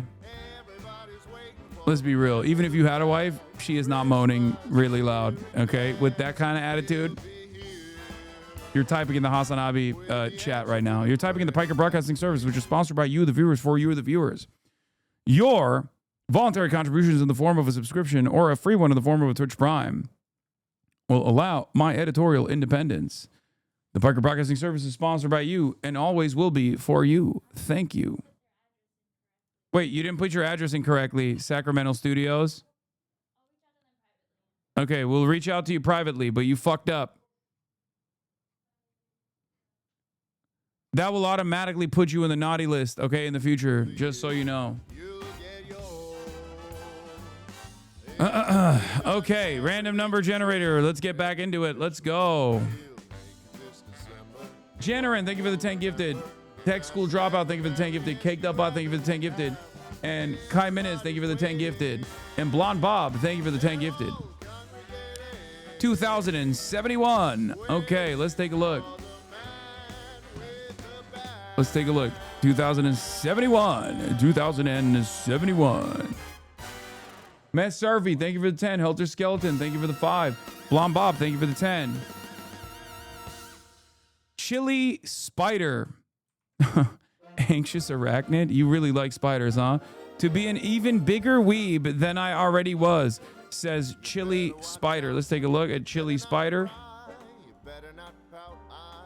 Huh? Monka, huh? You don't even know yet, but you got picked. Man, a near 90-year-old made a 6'7" joke on national Swedish TV yesterday. Oh God, Swedish chatter. Yeah, here's a clip of it though. Hasan caught. Chatter's being unable to read the pinned message. I swear, man. Oh, that's a good chatter. Jesus Christ, I knew what Fuentes is, but until now I had the luck of never hearing him speak. Ignorance is bliss, I suppose. Religion is a tool to galvanize the masses, a damn powerful one too. Susja, he only had one wife. He only had one wife. All right, let's see what you got on your wish list. Chili Spider. Holy fuck. It's just One Piece box set. Dressrosa, Reverie, Skypea, and Water. All right, let's get him 1 to 23 and then set 2. Let's get him the first and second set. Yeah, I don't even have this. What the fuck? Good choices though. Good choices though. Hopefully you'll be able to ship that, but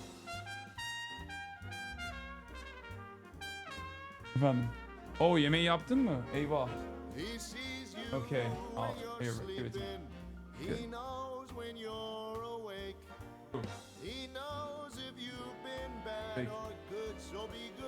Okay. Bana şey verir misin, sosları? Cacık ve ezme vardı orada. Are you gonna go down to the kitchen in that fit? What do you mean?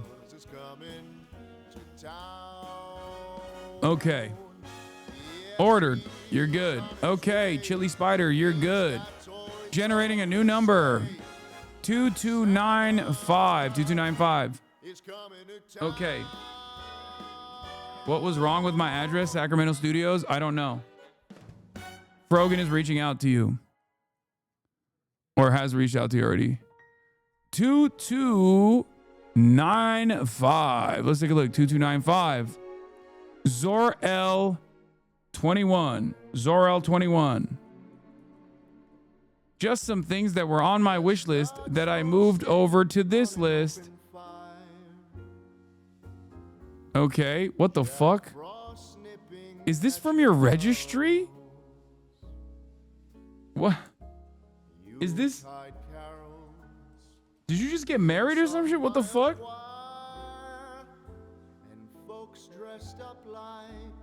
Change the song, I beg. Okay. We'll do Lo-Fi Christmas. Lol, oh hi. Sub for 60 months. I don't know, it made it that way. Okay, this is like the GOAT. This is, let me tell you something. This is a mythic pull, okay? The chatter that's been in here since 2020, sub for 60 months. Gotten 5 mod actions. Şeyden aldım ya sosları. O döner yerinden. Koymadın mı buzdolabına döner yerinden aldığımda zaman? Orada olması lazım.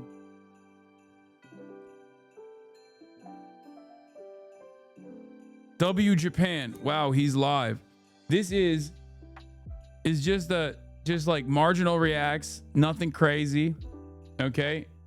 You got a Fujifilm $2,000 camera in here. What the fuck? That is crazy. Okay, get him the Superman stuff, the Supergirl stuff, and then the G-Skill Trident Z5 RGB series.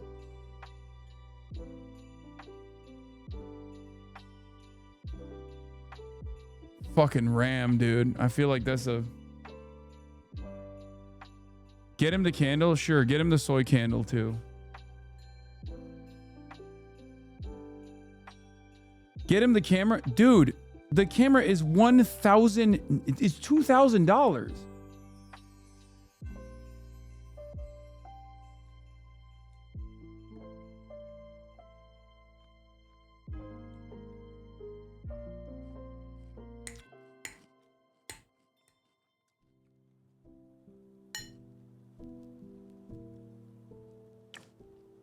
It's so funny when people go, aren't you a gorillionaire? He's sub for 60 months. Bitch, don't you realize that this cooks your fucking potential? Like, I'm trying to get stuff for as many people as possible. And you guys are unironically cooking yourselves.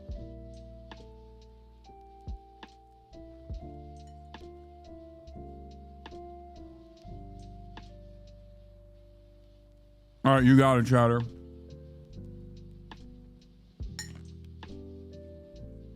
Do a mod pull?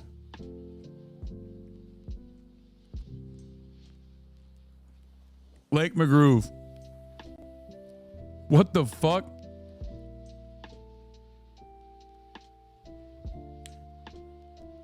I was gonna make fun of you, Lake. I was gonna fucking make fun of you and be like, what are you, getting crayons in bulk to eat? What are you, fucking a Marine Corps veteran? What's happening? And then he says supplies for my students. All right, well, we'll get everything. The Acer Nitro so I can mod better? Get the fuck out of here so I can mod better. Oh, really? Oh, really? You need an Acer Nitro 5 gaming laptop so you can mod better. You ain't slick. You ain't slick, motherfucker. All right, yeah, let's get him all of it.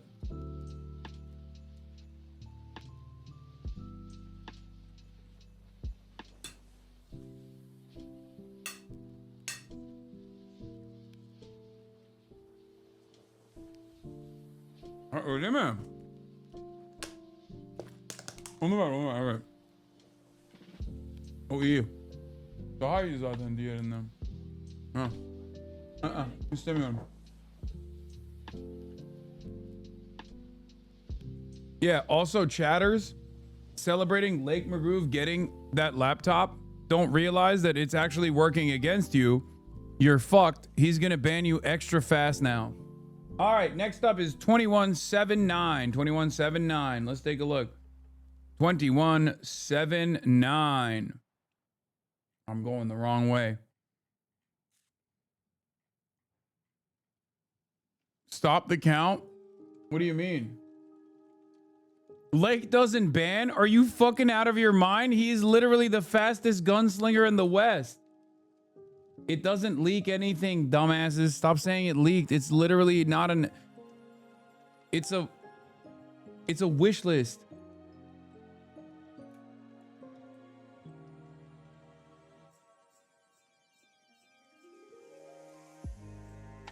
Freezer Bride. Oh my God, Freezer Bride, you yap. You yap a lot. Tier 1 sub for 33 months. Following since December 16th, 2025. Okay, that's definitely not the case. There's Freezer Bride. Explain why you unfollowed and then refollowed.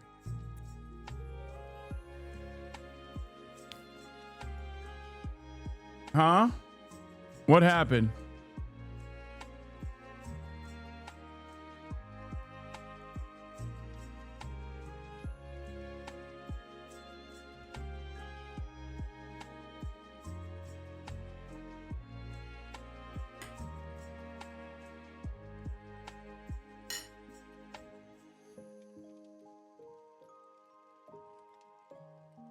Caught? What do you mean? What was the reason?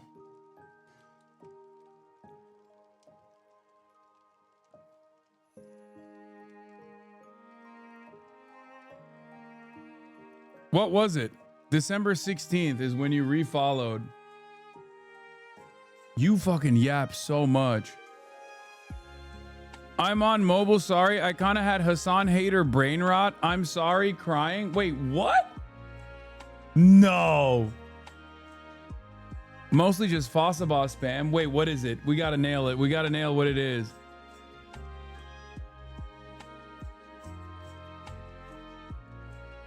Oh my God. What was it?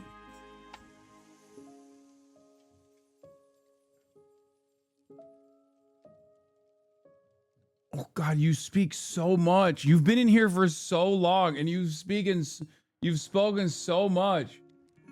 What is it? Hold down page up.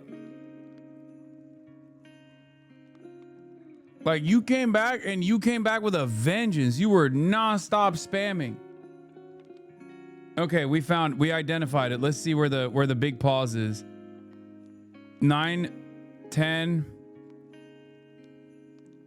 12, 18. I never get bored in the stream, lol. What is this? It was Kaya Gate. I'm watching Hasan on the clock right now. Wait, that's it?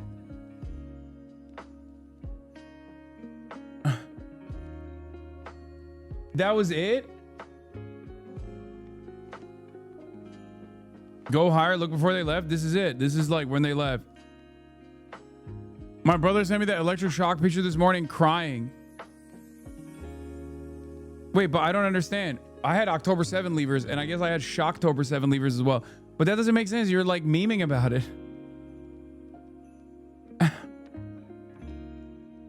Refresh, they said it's not. I went on a Radfem arc. I went to Misandrist, okay. No, it wasn't. It wasn't Kai. I went on a Radfem arc. Oh, it was the aftershock. It was the aftershock of Kaya Gate when everyone was calling me a misogynist. It was the secondary impact. That's how it worked. So see, here's what happened, okay? Post Kaya Gate, it wasn't enough. There was a lot of people who was like, Hasan is abusive to dogs, right? But not many people, it didn't have enough impact. So a lot of people started talking about how like, I'm a misogynist. I'm really fucking bad. Then they started calling me a racist too. And I think it was a secondary impact from that. Is that correct? Did I nail it? The hater lore is far too dank. Oh my God, this is so awesome. I'm glad that we're doing this with the naughty and nice list. Also, I'm not going to put you on the naughty list for that, for the record. Just, yeah, it was basically the second tower. Was I right? Is that what I'm so sorry. Yay. Wait, what? Why didn't you say it? You went on a Radfem arc, but is that what it is? Did I nail it? You saw all the fucking TikToks of the viral TikToks of me getting called a misogynist? That's how it works. That's the second tower, exactly. Or no, that's the tower 7 of it all. Anyway, let's see what you got on your wish list. I didn't even look at that yet. You said, there are a few categories on things here. Some stuff is related to music as I'm currently learning guitar and want to learn piano as well. I also recently moved into my first apartment and I'm still lacking in some random furniture and decor. Slash decor that I haven't gotten around to getting. So I would really appreciate any of those things. And lastly, I have a backpack here because I'm planning on going to law school next year and would love a quality bag. Thank you so much in advance if I get chosen. Okay.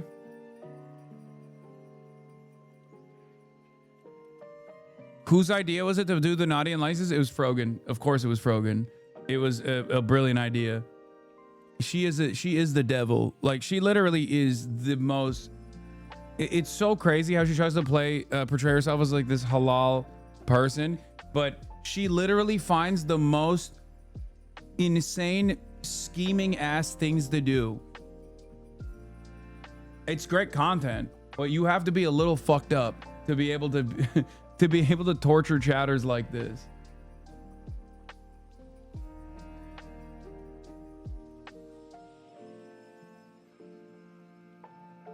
Okay.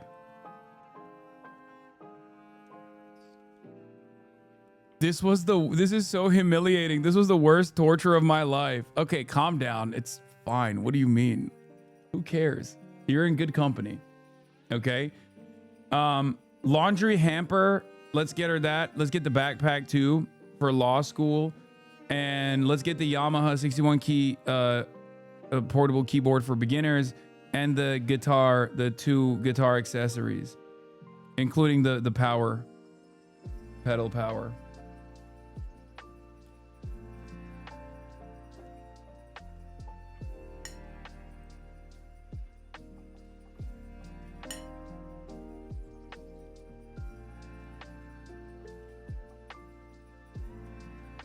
Get an 8861 is useless, bro. She wanted it.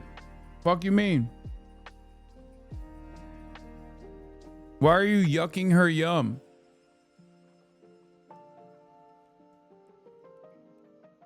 Oh, and then the pedal too.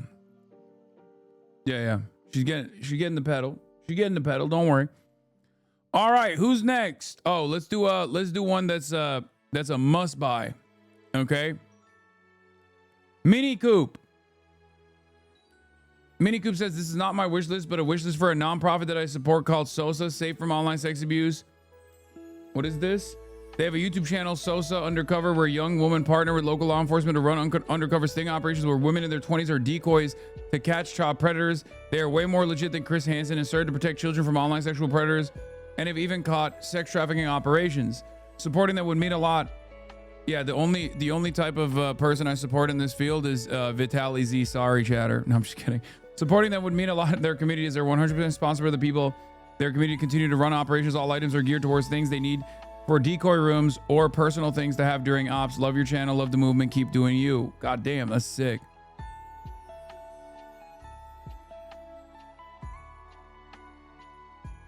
Portable Bluetooth speakers? What the fuck? And then stickers? I mean, that's crazy. So that's like, these stickers are going to be used to catch pedophiles? That's kind of sick. That's dope. Okay, let's get all of it.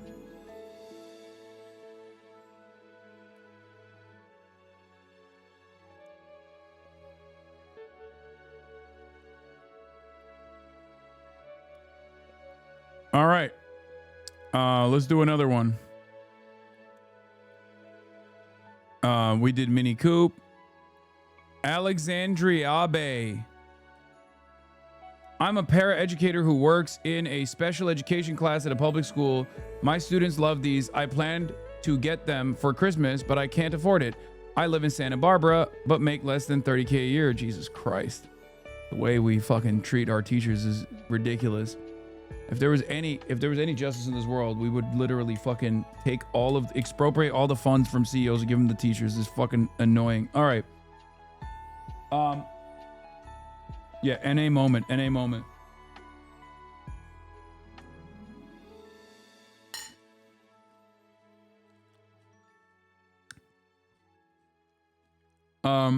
I plan to get them for Christmas, but I can't afford it. I live in Santa Barbara, but make this isn't 30K a year. They had a terrible year. Family scared of ice. Some kids unhoused. We provide so many essentials that I'd love to give them something as a fun treat. Thank you so much for considering.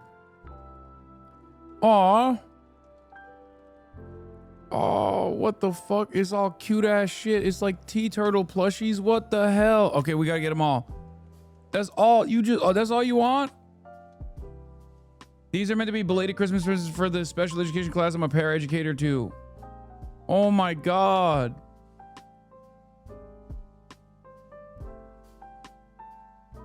That's crazy. Yeah. You're getting them anti-Semitic octopus like Greta? That's crazy.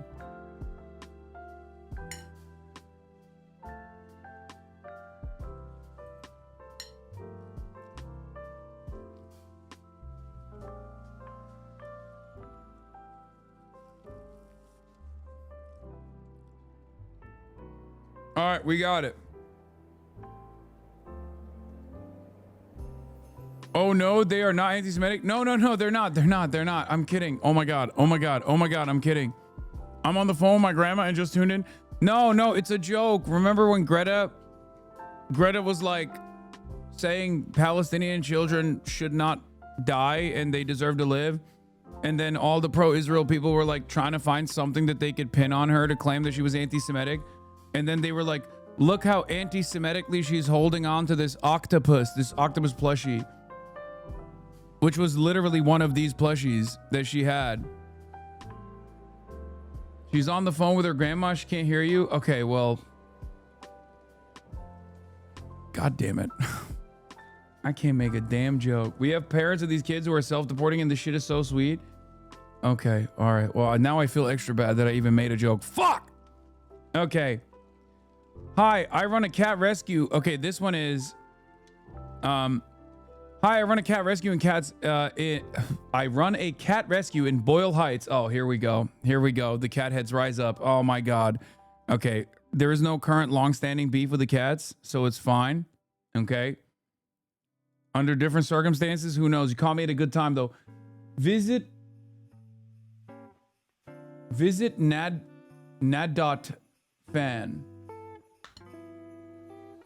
I don't even know what that is. Okay. Thank you for the 101 gifted subs.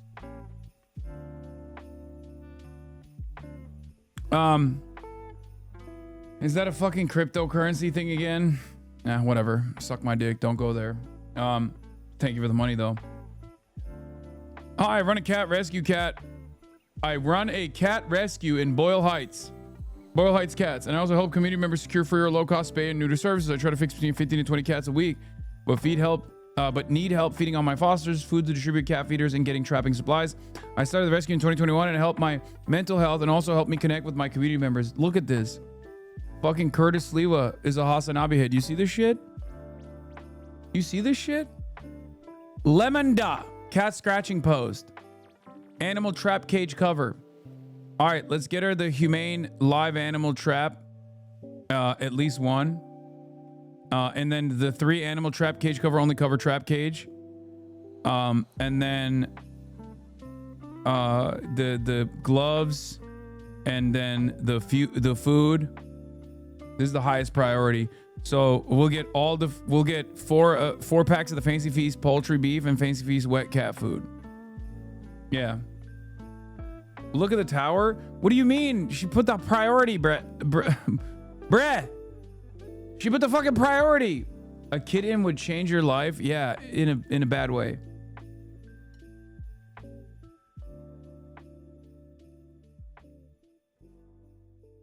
And then the Fancy Feast poultry beef and feast classic. The high priority ones, like, oh, and then the dewormer too. Let's get all 5 of the dewormers. God damn, there's a lot of stuff in here. I guess you use this generally, right? Don't Turks like cats? We do. I like cats too. I just like to fuck around. Some anarcho-communist solidarity. Okay, this one is from... Who is this? This is from John's Not Rich. Some anarcho-communist solidarity this holiday season. My local FMB chapter could use some help. Much needed items are gloves, hand warmers, fem and mask underwear, AA and AAA batteries, flashlights, and blankets. Tulsa FMB wish list. Okay. Hot hands, body and hand super warmers.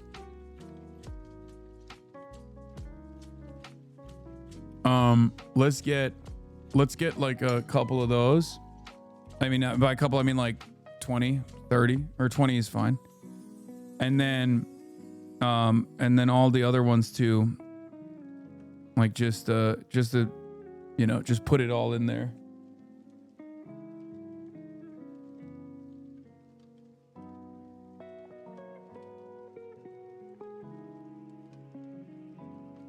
Okay. All right, some mutual aid for Tulsa. Shit on anarchists all you want, but they're out here doing things, showering. Okay, well, I shit on anarchists, but then I also help their mutual aid, okay? Get Kaya a kitten. Brother, that would be a chew toy for Kaya. Actually, that's not true. A kitten would probably fuck Kaya's life up, let's be real.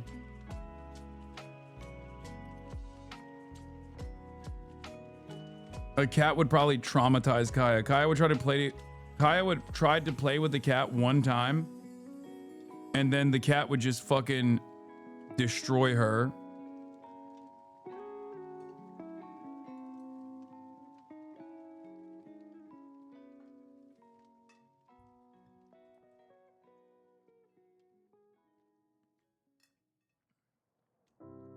Okay, I need to eat, and I can't eat while I'm doing this. So I'm gonna switch gears for a second, and we're gonna do a quick break, and then we're gonna continue. So I'm just gonna watch some YouTube videos in the process, okay? I have to eat. I'm sorry, it's fucking 5 p.m.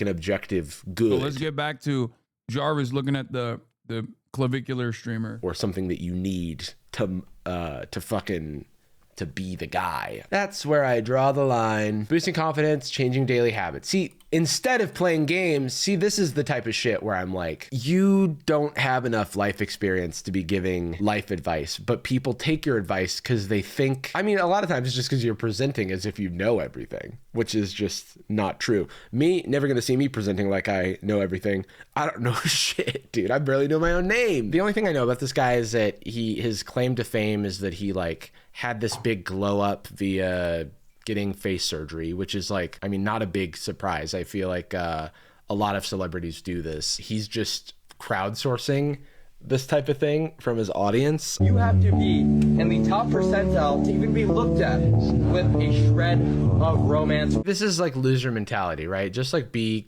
charismatic and don't think less of people because of how they look, and you'll get a lot more attention. I don't know, man. It's just like such a shitty way to think about the world, because you're only going to attract equally shallow people. When you are not attractive, your life is hell. I've experienced it. I'm sure a lot of people have experienced it that are watching this right now. See, this is how it works. You're like you're like addressing the problem. It's like, you've been aggrieved. The world has done you wrong, and it's because you're fucking ugly, bro. So you can fix it. All you need is $35,000, get a number of facial surgeries, and then dubs in the chat, I suppose. You can better yourself. You can present yourself better without needing to have a surgery. And I think that there's like healthy ways and unhealthy ways of talking about this stuff. And it's okay to want to present yourself better or to be more attractive or whatever. I also don't think surgery is like a bad thing if someone wants to get it. I just think that advertising it is where I would like draw the line, or treating it as if like, well, I've done this and I'm like a poster boy for this, and that's what's going to make you attractive to the ladies. Anyway, that's like kind of where he's coming from. There's these clip channels on TikTok that just take these like long meandering 5-hour IRL streams where they're just like walking around and doing nothing or just being annoying in Miami, and there's like one interesting moment worth talking about, and mostly it's just him being a loser. But before we get into that, we have a brief word from today's sponsor, ZocDoc. Have you been putting off going to the doctor because you've had bad experiences in the past? This is a very relatable sentiment because it is hard to find someone to trust with your health. I personally have been frustrated before bouncing from doctor to doctor, depending on who takes my insurance, and trying to find the right vibe for someone who has the right expertise and the right bedside manner. That's where today's sponsor, ZocDoc, comes in. ZocDoc is a free website that allows you to search and compare high-quality in-network doctors and click to instantly book an appointment. ZocDoc isn't just one type of care. I know one person who is absolutely not on the fucking nice list. Bro, we all know you're doing this for a tax write-off. Classic Slatty Matty. Classic. I'm kidding. I need the sim racing wheel. Yeah. Okay. Maybe I'll pull it up on a YouTube video so you can watch it from afar, because your bitch ass ain't getting it. Okay. No, I know that's the Discord mod. I know.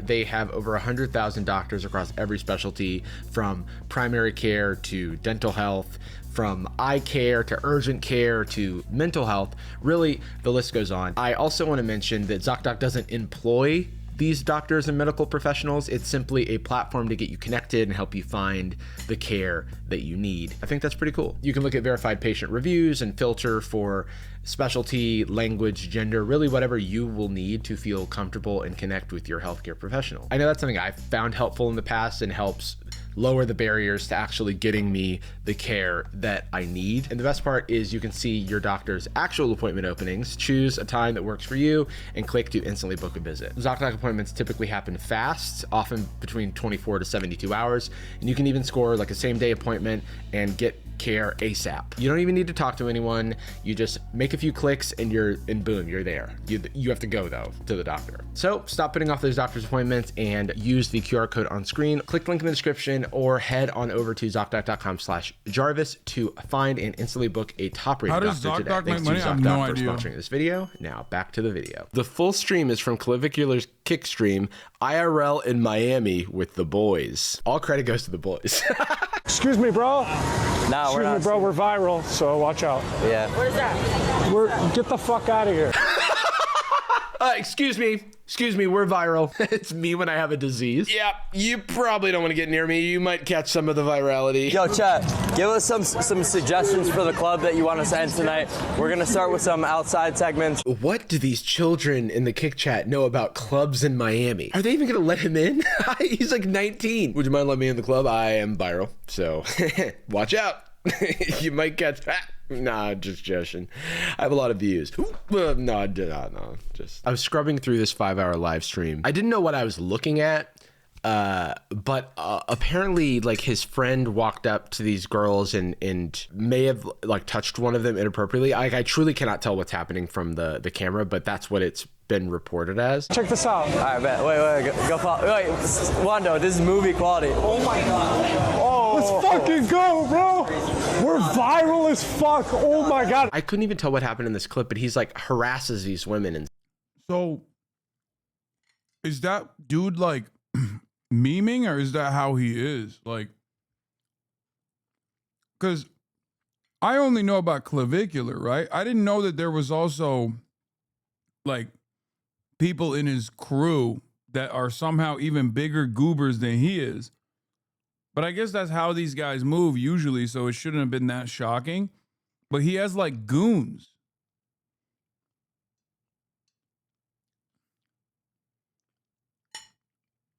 And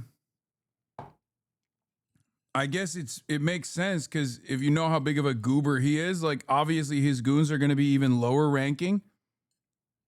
That's testicular. Okay, I can't tell if you're joking or if you're being serious. I'm 34 years old. I know a lot about the background of this one guy, but I clearly didn't know enough. Like, actually, the dude, his name is Testicular? No, you're fucking joking.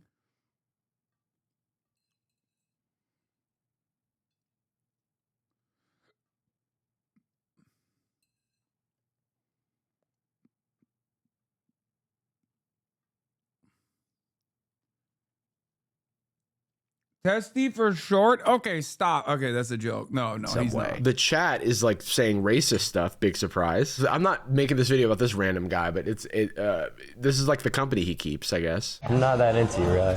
Your maxilla is quite recessed, you know. This is so embarrassing. What? Your maxilla is quite recessed. No one fucking cares. Holy shit. This is not my first language. Oh yeah, so you have like a recessed maxilla, so I can't. Her response is, English is not my first language, and then he continues going in about recessed maxilla. You're not ugly. Your maxilla is just recessed. We are beyond cooked. You know, like your upper jaw, it's just a little recessed, so I can't. I mean, you know what I mean? Are you looking at me? I don't know what that means. Oh, this fucking guy. Dude, it's all the best people. They're all together. It's like the Avengers. Yeah, it's just like a developmental flaw. It's no worries. But it's just like a developmental flaw. It's no worries. Does this guy emote ever? It's interesting. Like, it feels like he's trying to be nonchalant, like to seem cool. Everything he does is, no, yeah. No, is he on beta blockers? Like, what the fuck? Why is there this like sheepish, nervous energy all over him? But he's also one note. Yeah, I don't even care about that, actually.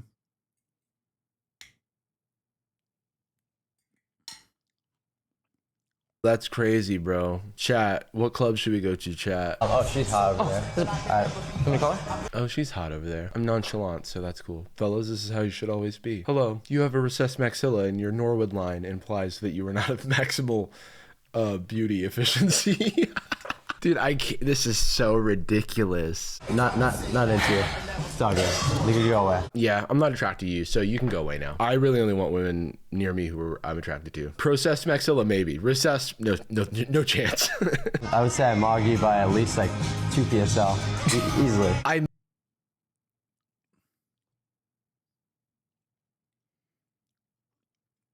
Bro, I need you to understand something. They literally have their own unique measurement system, the PSL thing, okay? And I see it all the time on my TikTok for you page, and it's really funny because it'll be like,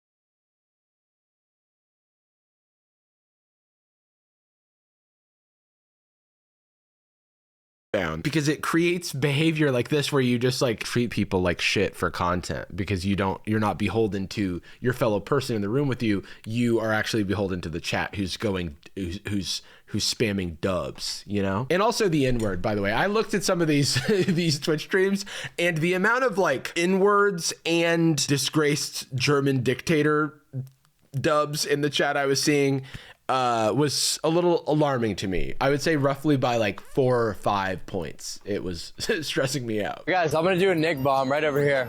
Nick bomb. What's that? Wait, show the area. Show the area. That's my world, mister. You're not allowed to say that because you're not cute enough. Everyone knows if you're cute enough, you can say the N-word. That's so cool, man. That's so sick. he just mocked them by 2 PSLs. You should have just seen the way he very unnaturally said the N-word. Oh, he's like almost said it before. He's thought about it. He said it in the shower. He sang along to a Kanye West song one time and he didn't send. I forgot to mention this. That girl was way hotter than he is.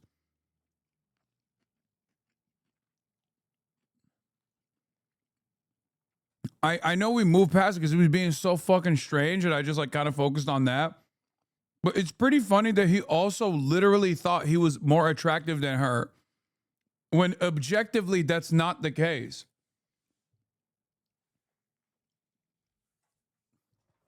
No, they both chopped. No, that was a very attractive girl. What the fuck? And was much nicer. Himself. Just look at that comfort. I'll be honest, when he first said that, I thought he was about to take a bunch of nicotine. I thought he said Nick bomb. Did he say Nig bomb? They made a new term. This is what I mean about IRL streaming. You have turned yourself into a lab rat. Instead of cheese, you get dubs in the chat. And you are searching through a maze, aka IRL, to find rewarding pieces of fucking cheese. Things that'll make dubs go in the chat, okay? That is what creates, and you have issued all of society around it because you were singularly focused on getting the dub, getting the cheese, okay? That is what this is. That is how we get here. And also money as well. And why not a little bit of gambling on top of that for good measure, okay? Roughly 2 to 5 GSLs. Show the area, not a black person in sight. If you're gonna drop the Nick bomb, the Nick Kerr, the son of Golden State. Yeah, bro, do that shit in fucking Hialeah. Let's see how far you get away with that. Warriors head coach Steve Kerr, Nicholas Kerr. If you're gonna say that outside of the purview, the earshot of black people, I don't even respect you as a racist. You know what I mean? You're not even a good racist. Yo, did anyone hear that? What a little loser, dude. Holy shit. Did anybody hear me? Did anybody hear the brave thing I just said? Anyone? I guess Hialeah wouldn't count. Yeah, it is more. Hialeah, they'd be like, oh, you all right, white boy? We love saying it too, and we're Hispanic. I want to speak to the fact that I just said, well, would you look at that? It appears no one's willing to mog me because I have roughly 2 PSLs on everyone in this room. I'm the sweetest and the hottest and everyone loves me. Why are you arresting me? There are so many dubs in my chat. Yo, did anyone hear that? What was that? Busted in the wind. You think you heard me say the word? That was the wind. That's like what you say when you're like flirting with somebody. It's like, I mean, you're really pretty. Who said that? Oh, it wasn't me. Who said that? I don't know if YouTube's gonna get mad at me. I might have to bleep myself. Don't worry, guys. I can say it. I have roughly 5.5 PSLs. So, oh my God, the 8th graders are gonna love this. That's exactly the fucking yes. Bro doesn't even care anymore. Bro is an absolute savage. Just whenever I'm doing this with my hand. He dropped a Nick bomb. Everyone heard it. There's 2 N-words. One of them you're not. This is the most I've ever heard Jarvis say the N-word in my entire lifetime of knowing him. Like the entire existence of our friendship. This is I don't think I've ever heard him say the N-word, except maybe when he was on the podcast one time and we were talking about another word that sounds like the N-word, I think. If you guys remember. Yeah, it's only after a white boy has said it. It means cheap. Like the word that means cheap, but sounds like the N-word. Lee.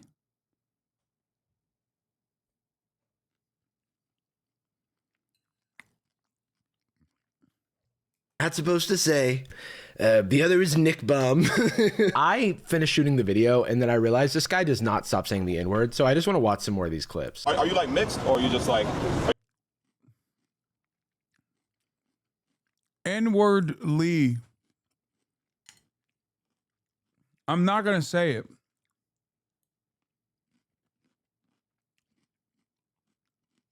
No, it's not a slur. It just means like that you're.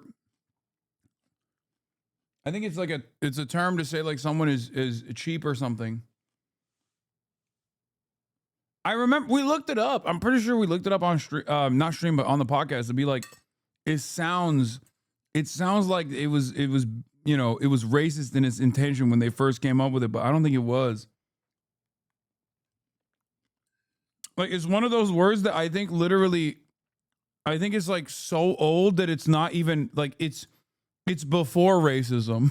Like, like it's like Dutch or something.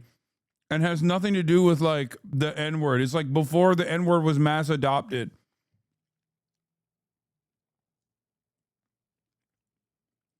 You know what I mean? And yeah, the Dutch are racist as fuck too, but I'm saying like,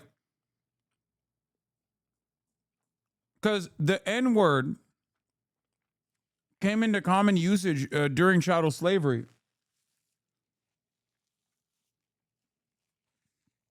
So there are thousands of years throughout history where the word was not used at all.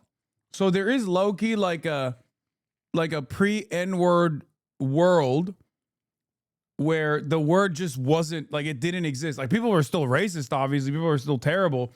But like the concept of like this dehumanization was not done at the point of like racial boundaries at all. The domination was mostly done through religious identity. And slavery was done through religious identity. You're wrong, man, Law. No, I'm 100% right. What do you mean? Deaf wrong? No, I'm right. I'm 100% right. Why would you test me on this? I have a PhD in racism. Why would you test me on this?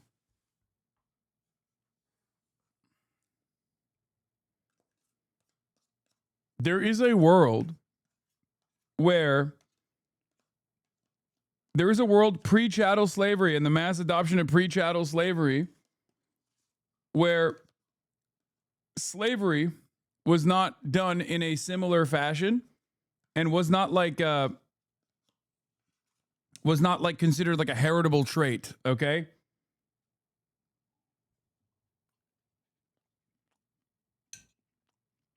So don't fucking come after me like that.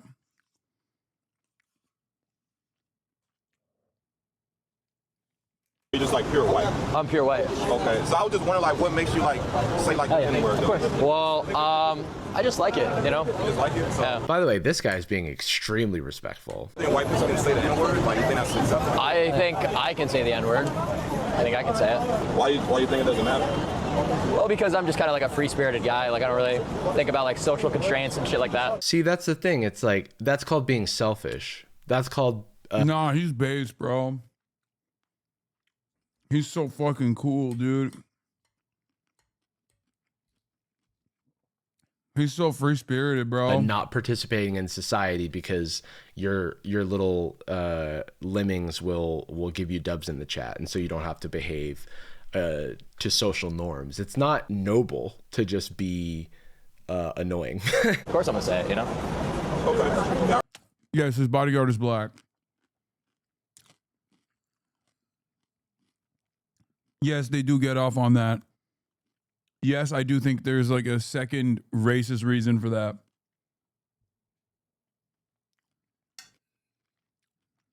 Oh, yeah.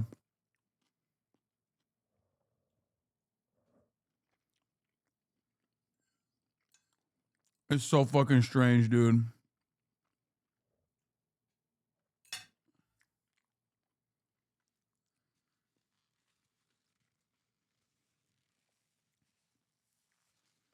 I do think it's like done deliberately. I think they like that. They like being like, they like hiring black bodyguards.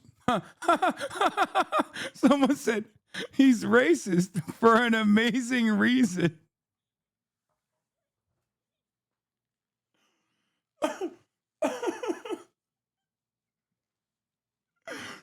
Oh, I love that fucking. He's red for an amazing reason. He's racist for an amazing reason. Oh, that's so good. Yeah. Turns out it's because he's a free spirit. Respect it. Don't respect it. See, okay, he lost me there. Don't respect it. Huh? Do you say it? Yeah, I mean, exactly. Is it not a fun word to say? Is it not appropriate in a lot of situations? it's inappropriate. Dude, what the fuck is happening? Brother, why did you even start this convo if you were gonna buckle? God damn. That is crazy.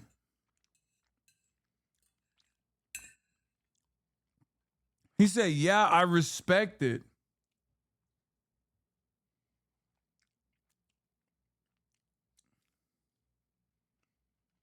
What's he gonna do? I mean, honestly, the game plan at that point is to take it to its maximum level. And if you're not willing to entertain that, then you probably shouldn't even approach him. Or at the very least, fucking, give him a stern talking to.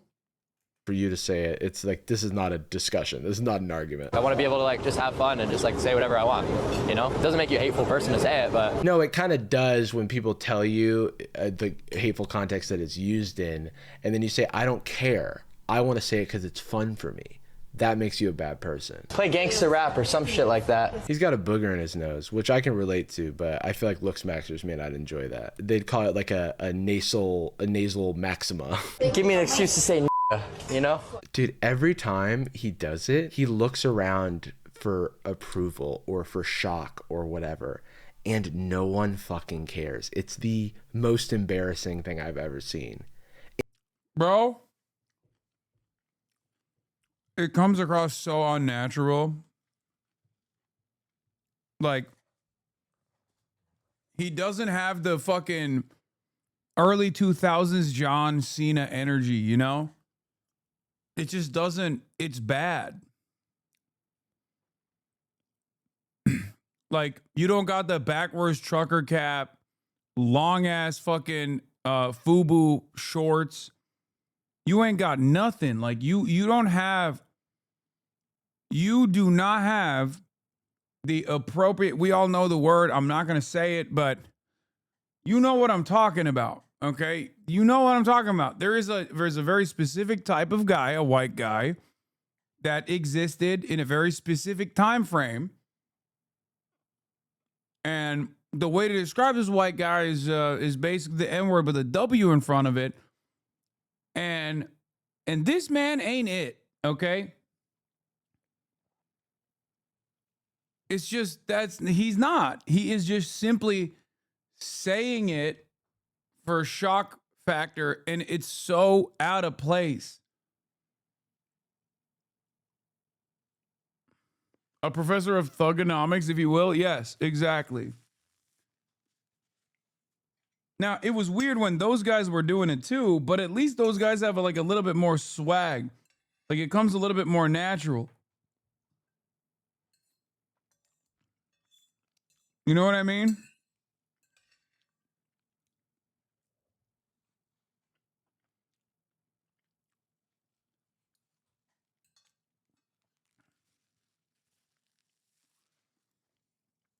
He ain't even Latino. Yeah, he's just so white. He's like Anglo.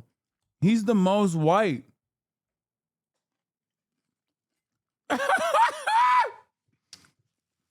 China is genociding those guys, I think.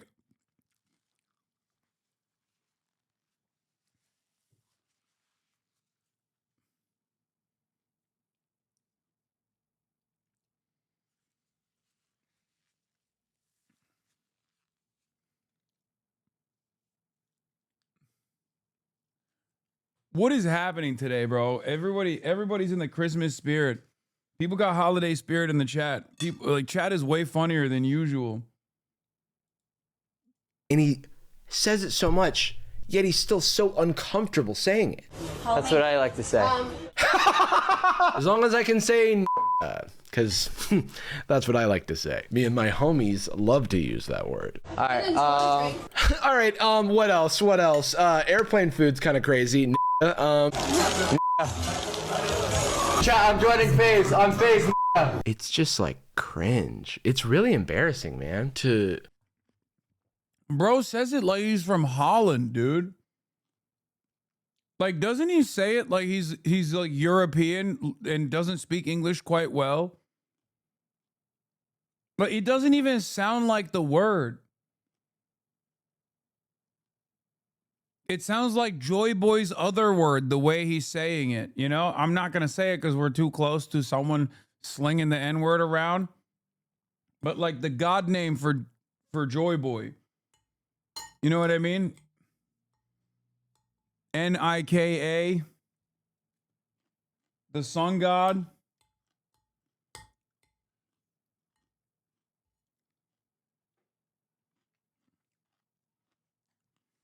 It's so pathetic. Like, honestly, if you're going to do it, you have to do it well.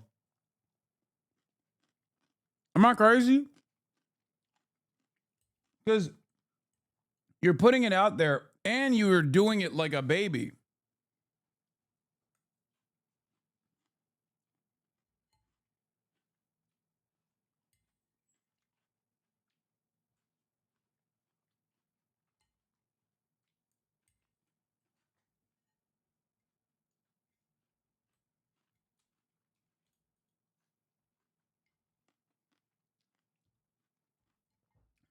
It's blowing my mind how much this guy says the M-word, by the way. And it still blows my mind that he says it all the time. And after this whole time, he's still so shy about it. Like, there is a genuine concern in his voice when he says it.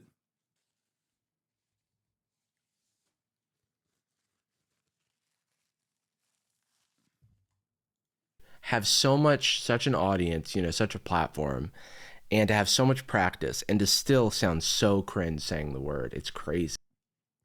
What's his N-word count, you think? Oh, dude, it's low. 100%. It's like, that's because Van's ratings, you can tell it's low. He can't even say it. Like, you need to understand. He might have said the hard ER way more, right? But like very clearly when he's in public and he tries to hit the soft A, it comes out so weird that it makes me feel like this is a new thing for him almost. Because if someone says it all the time, you can tell if they say it all the time, okay? Hiding this from Van Lathan is diabolical work. You clearly can't be trusted. I know. We would have had such a good time going through this video together. I didn't know it was like that.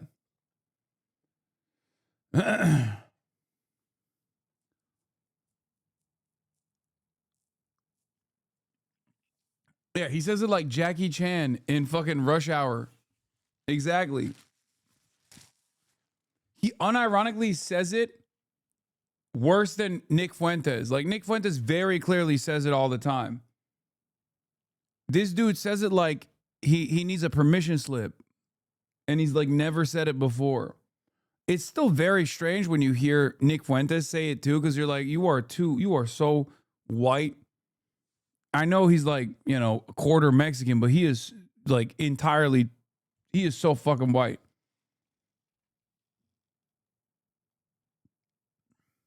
Like, you have so much. I have to warn you, Hasan, you're talking about it so much. I'm saying it over here to tell if I'm good at saying it. Okay, don't do that.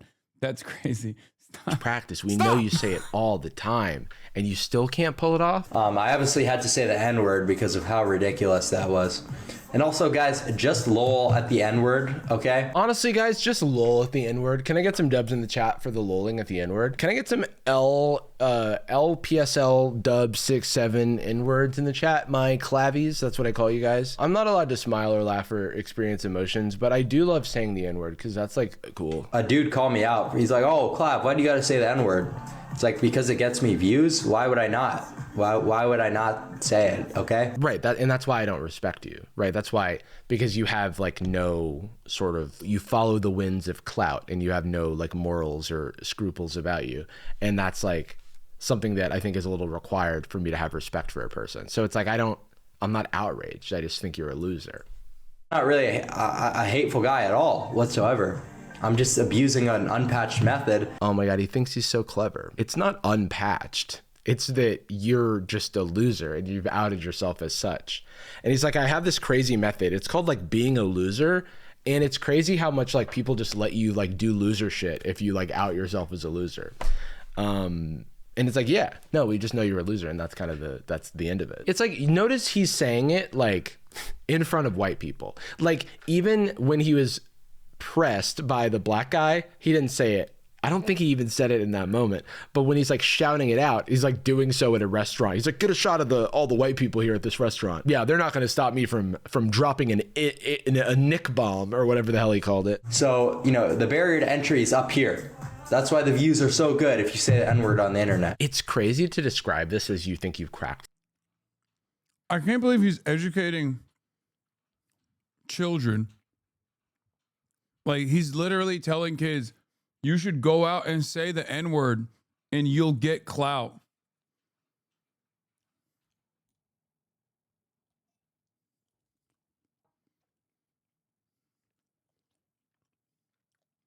He's also 19. Like, I feel like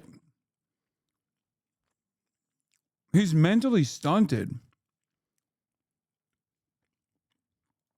It feels like he is, like, he's 19 years old, but the attitude he's demonstrating, it kind of comes across like he's 12. Some sort of code, an unpatched method, a new exploit. Come here.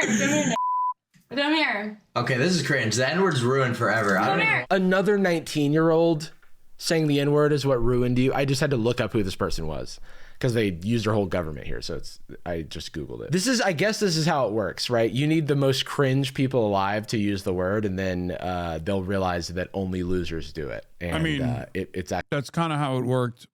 And when he was saying it too, let's be real. Actually, it's a giveaway for like having no aura, you know? The way you talk, they don't fit it at all. They really don't. But that doesn't mean it's not part of my vocabulary. It's just like a free-spirited, just like fun word. Bro, he got the Miami Latinos telling him to stop saying it. Brother, at that point, you have to quit it. That's crazy. Like, no disrespect, but those dudes are probably saying it more than black dudes are. And they're the ones telling you stop saying it. You got to stop saying it. It's done. Yeah, Latinos say it the most.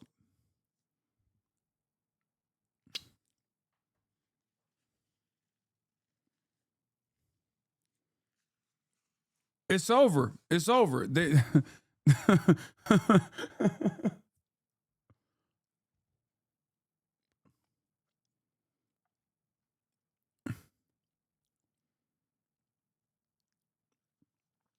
He has a confidence of a wet paper bag and talks like a 12-year-old who's still getting over watching watching porn for the first time. I just, it's funny that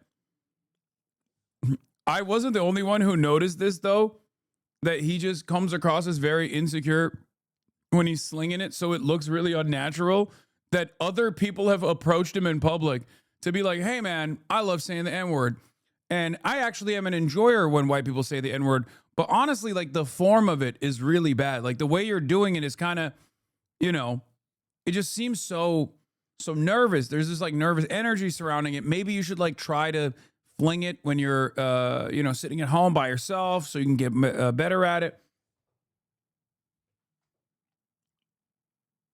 I'm not lying to you. It works. I'm from Miami. These white 8-year-olds at McDonald's said it to the black employee like a mini hate crime. I was stunned. mini hate crime. That's awesome.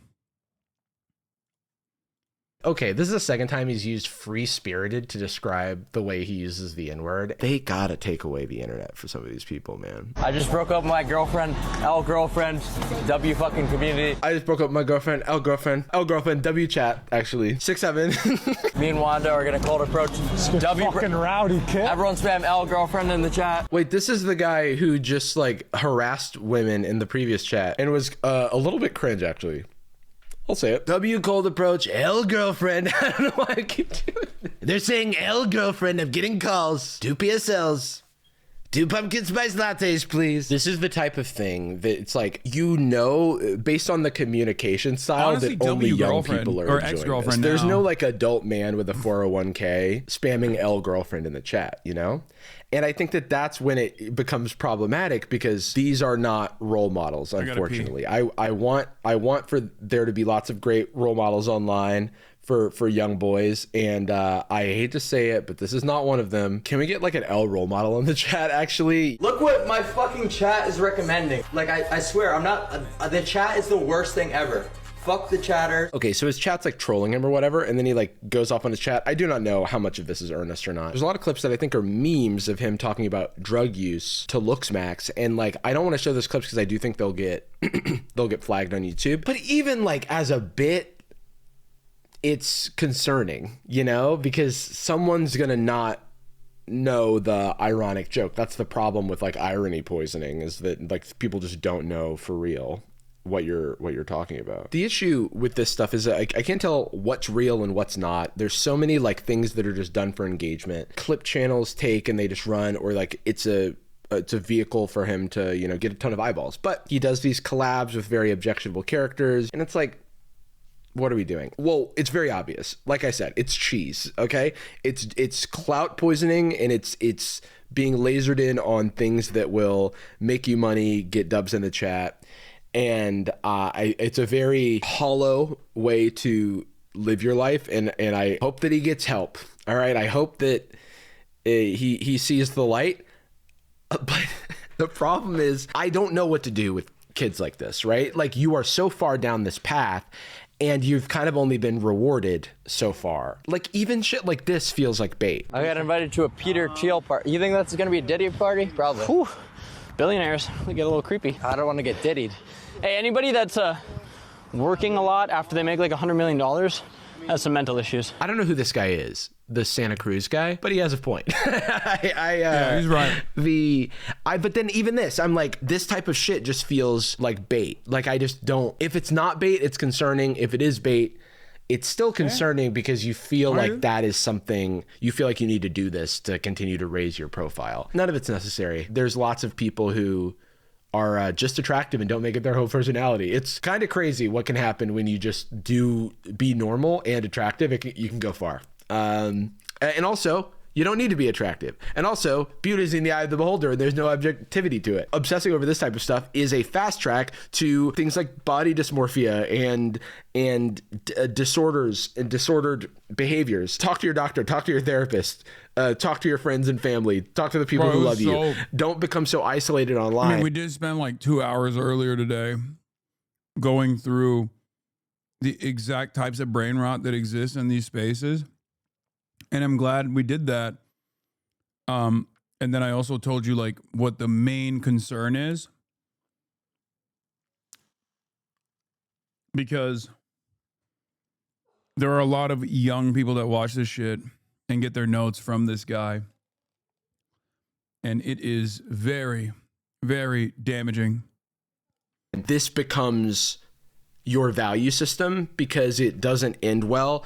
And I don't want to wish ill, or I don't want to wish bad things on anyone, let alone someone this young. But it's concerning, and when you're doing so much harm online, or what I perceive to be doing so much harm online to an impressionable audience, I feel like I need to say something, especially because I've been seeing all this shit on my feed against my will, and now it's only gonna get worse. Clean up for your husband, something like that. You're one of the good ones. He even laughs in like a nonchalant way. Nonchalance is the death of. It's not nonchalant. It's actually the most chalant, because it's like, it's fake.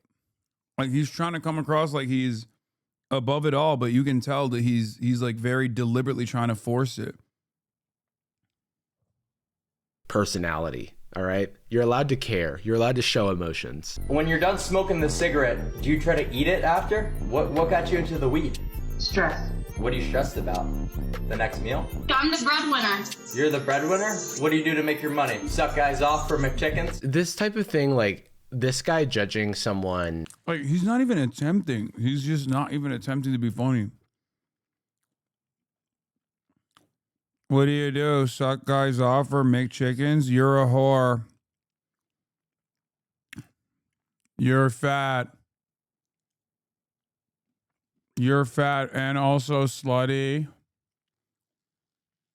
Like, you gotta be actually fucking less than 10. This ain't even funny for 10-year-olds. I feel like you gotta be 9 to look at that and be like, ha, this is so funny. He's so ruthless.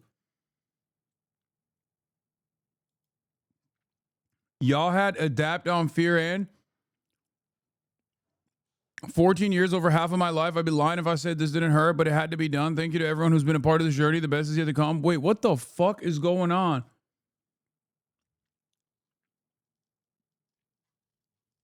Bro, we literally just did an episode with Adapt, so I'm going to come out next Monday.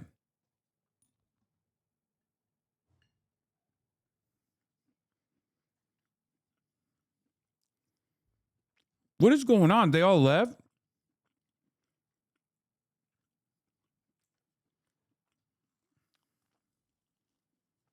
GG's. Aiden tweeted he bought FaZe Clan.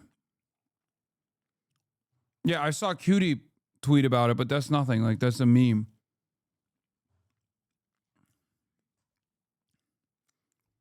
Wait, I've never stopped phasing up. What is this? Fat Boy Max's cousin, or Fat Boy Max.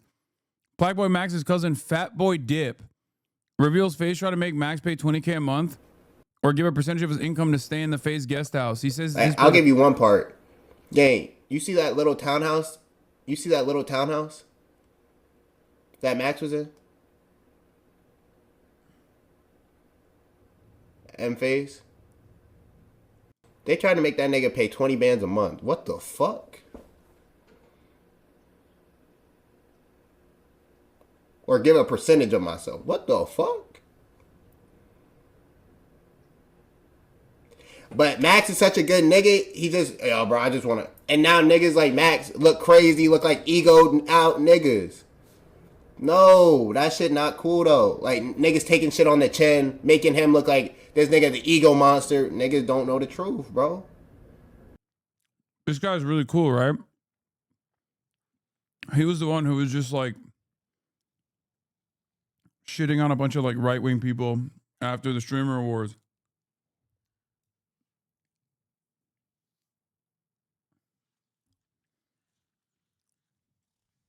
Max's cousin, Fat Boy Dip. Yeah, he's chill. I forget what it was. I just remember watching a video of his that went viral. Niggas don't know the truth. So, of course, he's going to look like this nigga. Oh, this nigga just worried about himself. Nah, nigga.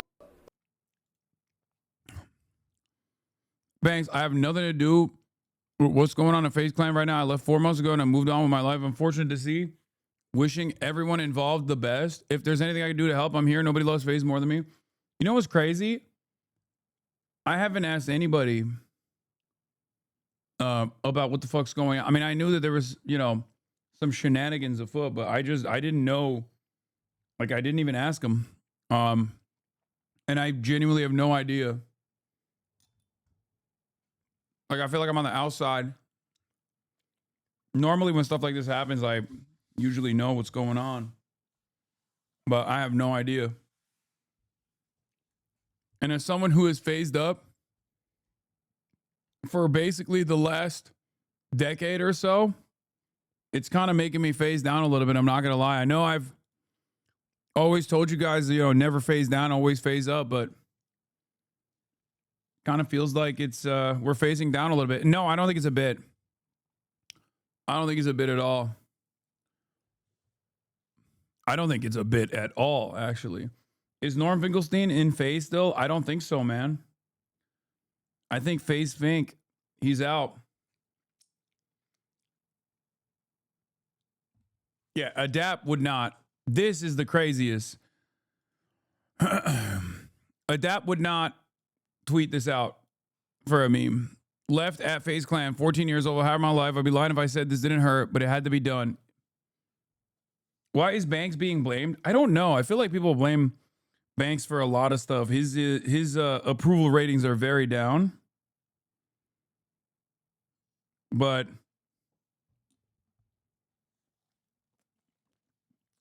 I don't know. DDR5s are too damn expensive. What is this, pre-watch? Say it, right? And I'll be the one that bear bad news, right?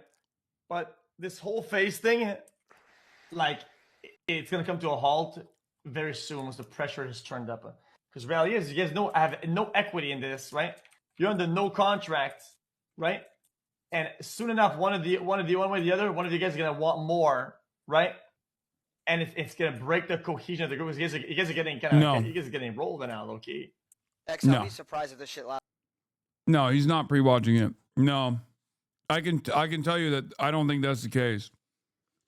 XUC is actually okay. Let me start by saying I always call XUC a fucking dumbass when it comes to politics, and when it comes to politics, he is a dumbass. At least he used to be an open-minded dumbass. But this is the type of shit where he's very good. He's actually very smart when he talks about stuff like this. This assessment that XUC is bringing up under different circumstances would probably be a solid one. And as a matter of fact, that's always going to be a pressure point with a lot of big egos in the realm of entertainment. So he's not wrong. But I don't think this is the case. I think there's an organizational issue. Like when he says you don't have equity, he means like you guys are just kind of chilling and you're popping off and you're making money and it's great, but like you guys are going to want to divvy up the sum in different ways. That I don't think is the main problem. Like he's saying there's a lot of big egos and you have no equity, you're going to want more. I don't think that's the case. I think it's an organizational problem. FaZe Bank sold a large ownership of stake in FaZe, shifting control to a new leadership that pushed for 20% of creators' earnings, heading all the members to leave. I don't know if this is accurate or not, but I would believe potentially. Like I could see this being a more likely scenario than what XUC is saying.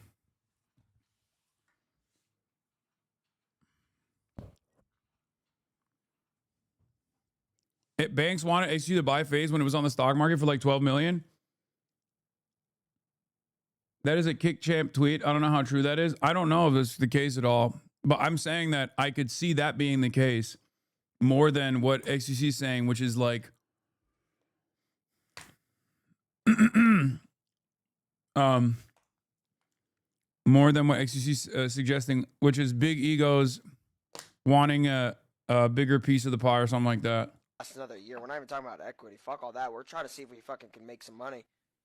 It's unfortunate to say it, right? And then XUC deserves negative benefit of the doubt. Nah, this is the one area where he is very knowledgeable.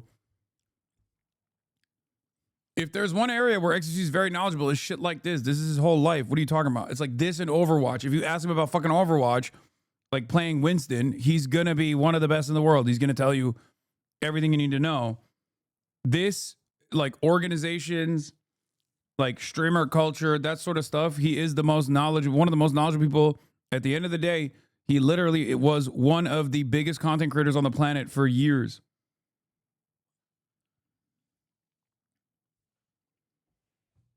PBM is about to talk about it on live. Oh no.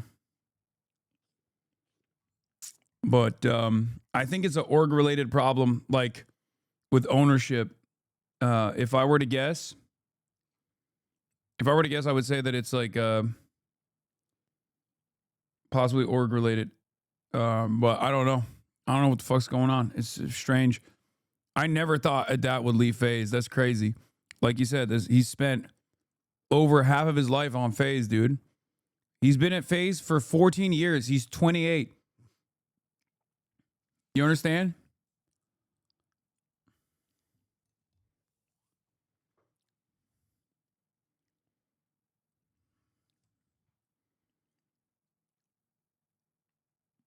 That sounds crazy to me.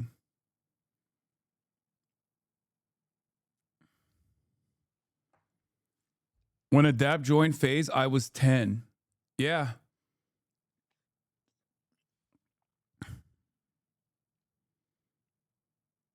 Damn, he was a baby when he started? Yeah, he was.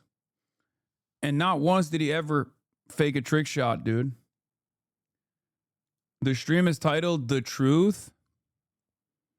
Is he even live? What the fuck? Streamless Finale, The Truth. Promote that next podcast, Unc? Nah, that feels weird.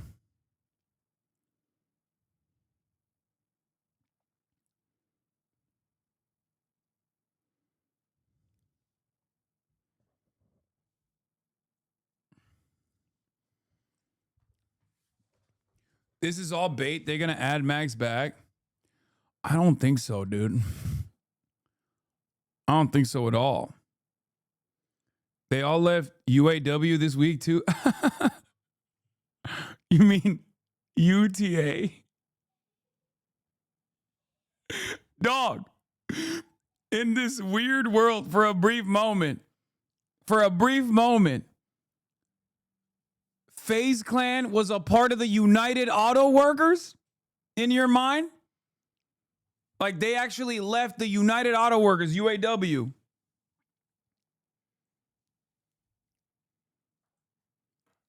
It's such a funny, dude, that's awesome.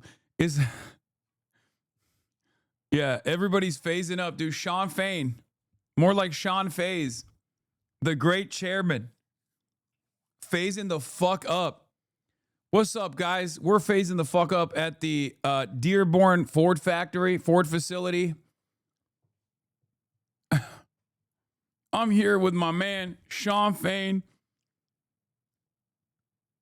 Okay, I'm dumb, fat finger. No, it's just funny. Only in this community could someone mistake United Talent Agency, UTA, with UAW. Also, those letters are on the entirely opposite sides of the keyboard. So, no, you didn't fat finger it. You just said UAW because Union strong, brother. To be fair, they do have grad school teachers and stuff like that, like grad students in the UAW as well. So then it's not that crazy. What if they have FaZe? What if they added FaZe to it, you know?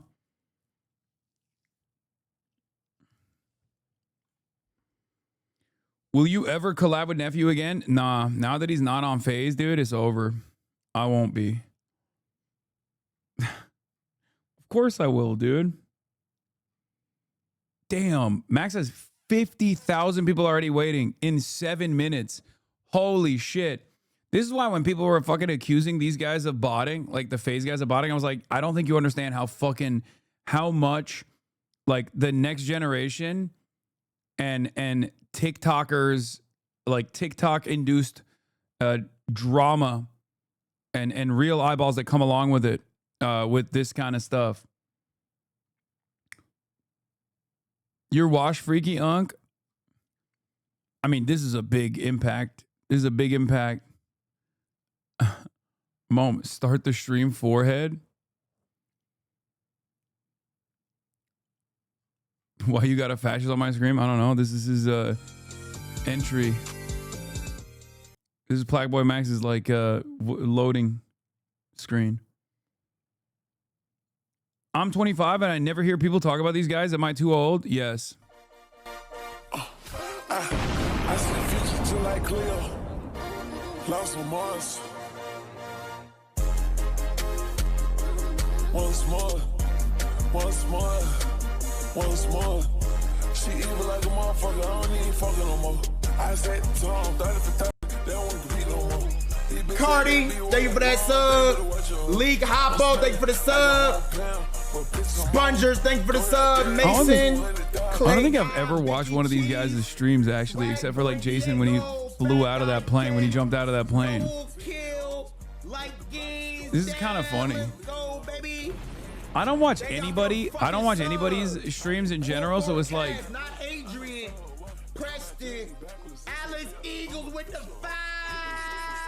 When you two doing streams together, I don't know.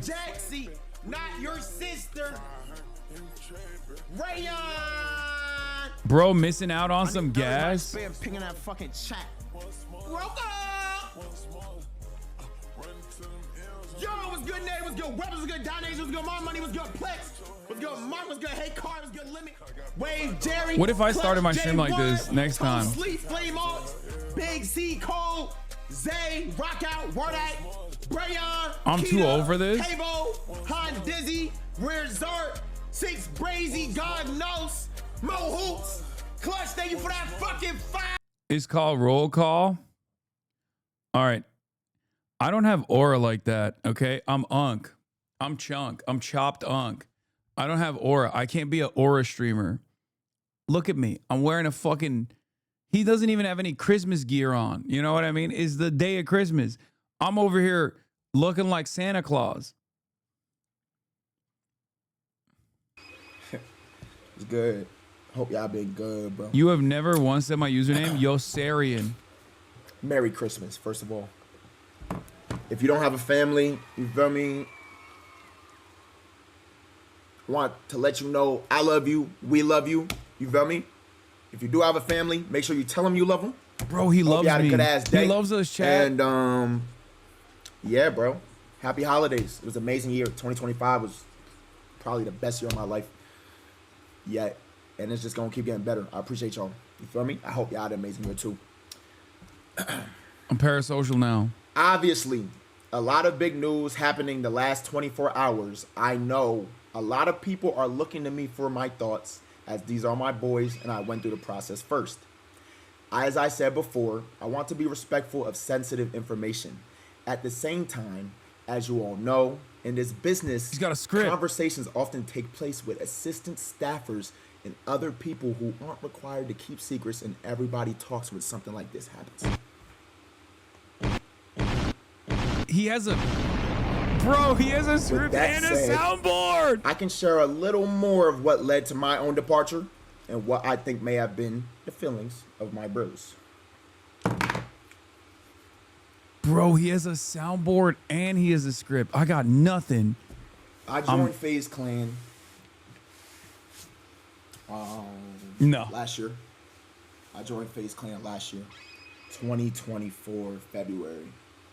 Shout out to Hasan, shout out to Rage. Feel me? Help bringing me in. When we joined,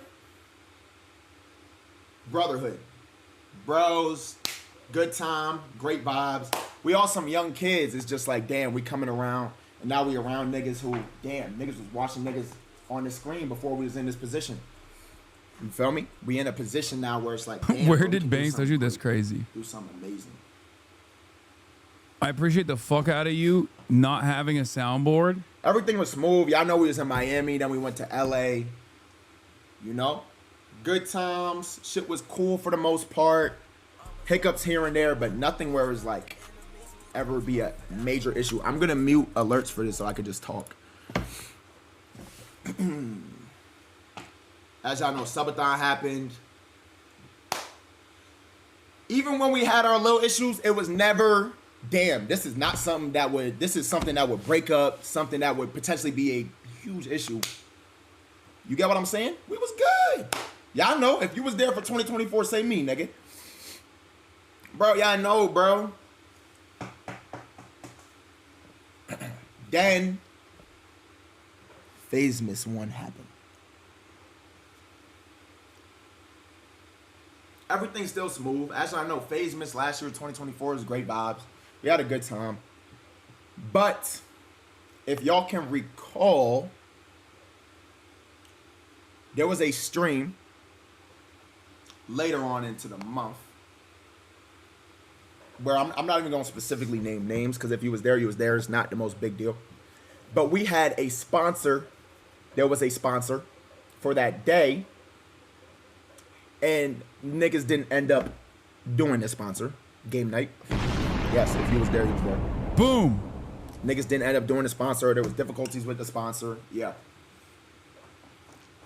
After that happened, according to the assistants and staff of the creators, because I'm not gonna lie, I just really don't remember. But they said W or L sponsor, I'm not so sure. L sponsor, I think. I don't know. Everybody for the rest of the month and sent niggas home early. Right? This is the first time where in my head I went, huh. Okay. So how much control do we have here? And how much control do niggas have over us? If that makes sense. Right? I'm gonna say that one more time again. How much control do we have here? And how much control do they have over us? Move into January. Y'all know I started 365. Someone at FaZe had introduced me to my old manager, Brandon. Shout out, Brandon. Was working with Brandon from about November.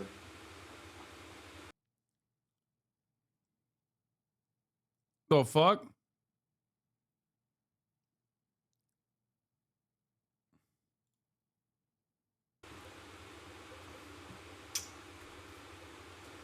Brandon had falling out with person who introduced me. How do we tell you PBM is going to drag this for 2 hours and do unboxing? Wait, really? Tells me, according to my assistant and my creative director at the time, who were sitting. What the fuck is going on with the stream? Because they're on my team. Tell me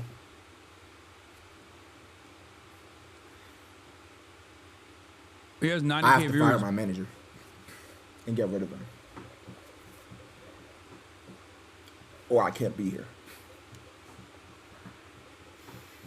when they're the person who introduced me. Video proof as well of this meeting. They were there. This is information my assistants are just telling me.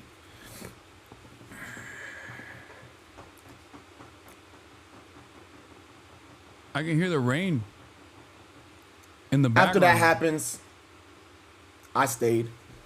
Shout out to Brandon. He just wanted the best for me, wanted me to be as good as I could possibly be. We're still cool. You know, I got introduced to a new manager, as I know. I come back to LA after New York. All that happened in New York. And, you know, everything's cool. I'm cool with the boys, you feel me? Me and the boys cool, but it's just like, damn, like, it was a weird air for a little while, you know what I'm saying? But everything got patched up, because at the end of the day, we bros and we love each other. Like, you feel me? I want to make that known. Ron, I love you. Jason, I love you. Adap, I love you. Rage, I love you. Silky, I love you. Hasan, I love you. Did I forget anybody? I don't think so. You didn't say Lacey.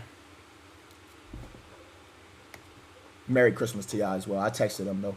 Lacey, I love you. I thought Lacey was the nigga I said first. Lacey, bitch ass nigga. Anyways, though, Black Rockstar, thanks for the sub. Everything's cool. Bro, he forgot your name too. You feel me? Damn, dude, that's fucked We up. figuring out what we're gonna do for the rest of the year. Ideas. Yo, we actually had this idea. Niggas can say this shit now. We were supposed to go on this hometown tour. Damn, bro. We were supposed to go on this hometown You didn't say tour. my name either? Where we Yeah, basically go I'm around. OG phase. We're That's just gonna why, go I to each of think. our hometowns, go to our high Drama. schools. Yeah, we was gonna do that right before niggas moved into the new house, right? So niggas was getting ideas. You feel me? That would have been fire. But before that happened, we started going through some turmoil. Streamers are just crazy because imagine making kids feel like they can be famous for just being themselves. The whole idea is one of the most intoxicating you can imagine. I swear to God, I have the most like 38-year-old audience on this fucking platform, dude. I swear to God, I have the most, like, this is the most like 12-year-old audience right now, and I have the most like unk audience. See that little townhouse? I'll give you one part. Gang, you see that little townhouse? You see that little townhouse that Max was in? M-Phase? They tried to make that nigga pay 20 bands a month. What the fuck?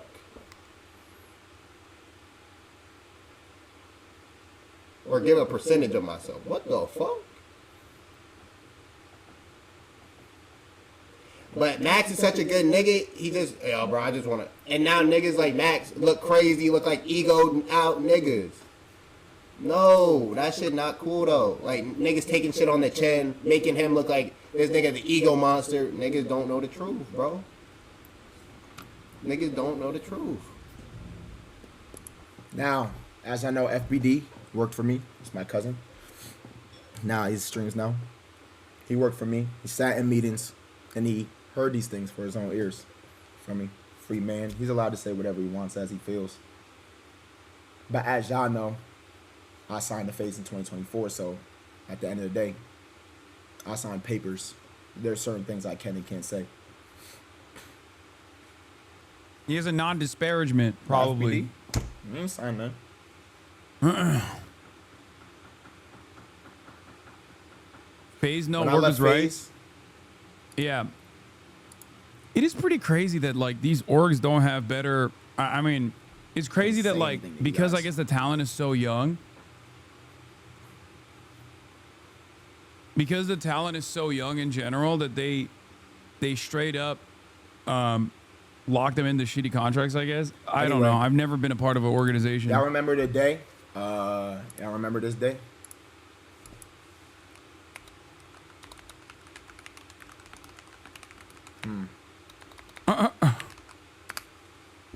Sad on stream. How do orgs make money? They sell ads. But honestly, they don't.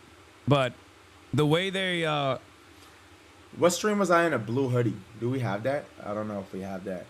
The way that they make money is they that. sell ads. So they sell like I don't see across the board. It's basically the same as like any agency, like an ad agency. April 29th. So they'll go and get like a big sponsor and they'll be like, oh, all of these are our top content creators. Coordinates will be sent to you. And they give a, depending on the deals that they have, they either give a percentage back to the streamers or they take a percentage of the ads they sell. The shit from XMAS into whatever FBD's talking about, that happening, is what made me realize, damn, it's time for me to man up. And if I want to be what I one day want to be or plan on being, I got to bet on myself. No matter what happens to me or what niggas might try to do. So yeah, as y'all know, I ended 365 shortly after moving into the new house.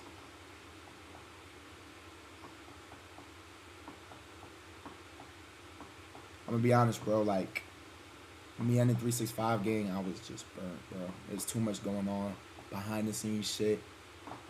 Streaming every day. I was burnt. Gang, imagine starting Low key, instead of UTA, if they were at UAW, they wouldn't be having these issues though. And then 7 days into it, niggas tell you, like maybe they nah, should have been give me your unionized. manager. Fuck that nigga, he's out. Now I gotta scramble and figure shit out. And you know, niggas did help me figure shit out, but it's like, fuck, bro. You know, it's just like it's very it's like it's chaotic, gang. Every day and waking up, I gotta figure out Can we how the FaceTime fuck I'm Jason? going, I'm not what gonna I'm fucking gonna do FaceTime today. him while I'm live, dude. But it's like, fuck, I don't have my manager gone. No rage. Chill, gang. But yeah, bro. So out of these moments, I really questioned, and I think I made the decision, especially after this, after, you feel me, alleged thing happened, where I'm like, bro, what am I gonna do here? I can't be here no more. And I honestly didn't think I was gonna leave as soon as I did, but it was on some shit like, bro, I gotta make this decision sooner or later, man. Is he leaving Phase or something? No, he So left yes, already. I He had left 365. first. I'm gone for a couple months. I'm able to get my mental health back right. And now that all the other Phase members are leaving as well, but I'm able to one by realign one, he's basically saying myself his as a piece. He's person saying and his just be able truth. to, you feel me? Be good. And I'm not saying all that was from being in, but I was just fucked up in a lot of different ways. I just had to get myself right. You feel me? I come back.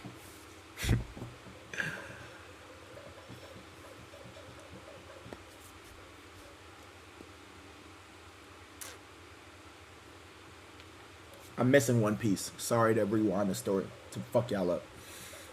Y'all remember when Lacey got kicked from FaZe? Lacey got kicked from FaZe? He really got kicked from FaZe. He got kicked from FaZe because, according to the assistants and the staff and the cameramen, they said that he had missed a video shoot or something. And we were missing video shoots. And so he actually got kicked from FaZe. Granted, he was allowed back in a couple, later, because niggas all had combos, but yes, he got kicked from FaZe. So my point of this is to tell y'all this. We had no control. There was no control. Or it's like we're puppets. At least that's what it felt like. You get what I'm saying? Anything could happen at any moment. Bro, Lacey love FaZe. This nigga campaign for this shit. This nigga go hard as fuck. Like, hard as fuck. Like, how can that happen, bro? Right? Cool. It come time, y'all know the whole war happened, etc. Right? Bro, if you're 14, And this then is we the had worst FaZe Christmas ever. I'm not gonna lie, for the past like 2 months, I was on some shit like, damn. Yo, this is Like, the am I really worst gonna Christmas leave? Am I gift gonna of all stay? time, Bro, dude. I'm not gonna lie. I'm I was, phasing like, just down. on the fence with it because at the end of the day, I fuck with these niggas. We but almost have FaZe Marlin. We don't own this yeah. shit. We don't. And we don't have control over our careers as much as we should have. Why? So I'm gonna be honest, bro. This is FaZe 9/11, dude. That whole FaZe camp happened when we went to FaZe camp. I called up. My brother is 21 I and he's rang having Yaya, a I rang, bad you feel me? Christmas because Yo, of bro, his. move my shit out. After FaZe camp, I'm leaving. And I'm gonna be totally honest, bro. Now that I'm here, I want to sit here and at least apologize publicly. That's crazy. To my boys, because it caught them very off guard. But the reason I did this was because I needed to make a decision and stand on it. I knew if I had niggas move shit out, there's no going back. I needed to make this decision and not have any return. You get what I'm saying? So, yeah. Niggas move all the shit out. We come back, you feel me? I told them morning of. Either morning of or day before. And I told them niggas, like, I literally remember sitting outside in the guest house. I was with Kason, I was with Ron, I think Silky, and Jason. Lacey If this wasn't isn't there. ruining And I your told him, I said, yo, like, I'm Christmas, leaving, you guys. aren't phased up. I'm leaving. I'm also Told him, I 34 said, yo, years I'm old. leaving, bro. And you feel me? I'm gonna keep it a buck, bro. Like, I don't they know real if you niggas, know bro. They this. was trying to get me to stay, yo, stay, bro. But I'm Keep doing Unc. shit, we'll figure it out. Whatever, gotta, how you feel me? But it's like, bro, I gotta commit this shit. I know I can't be here, bro. Niggas have did us wrong multiple times, according to the assistants. And it's like, bro, as a man, what do I look like, bro? I gotta fight for it. Not fight for it, but I gotta go after what I believe is right and what I want for myself.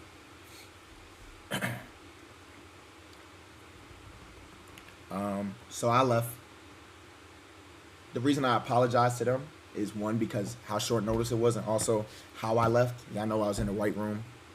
It was definitely performative. And even though is fuck corporate niggas. It's not fuck my boys. You know what I'm saying? And they had to catch some of that too. Now, the reason why a lot of this shit I didn't was never said was because at the end of the day, if I came out and said this shit or said whatever the day I left, dude, they had such a good team in a position where it's they pretty look crazy crazy for staying.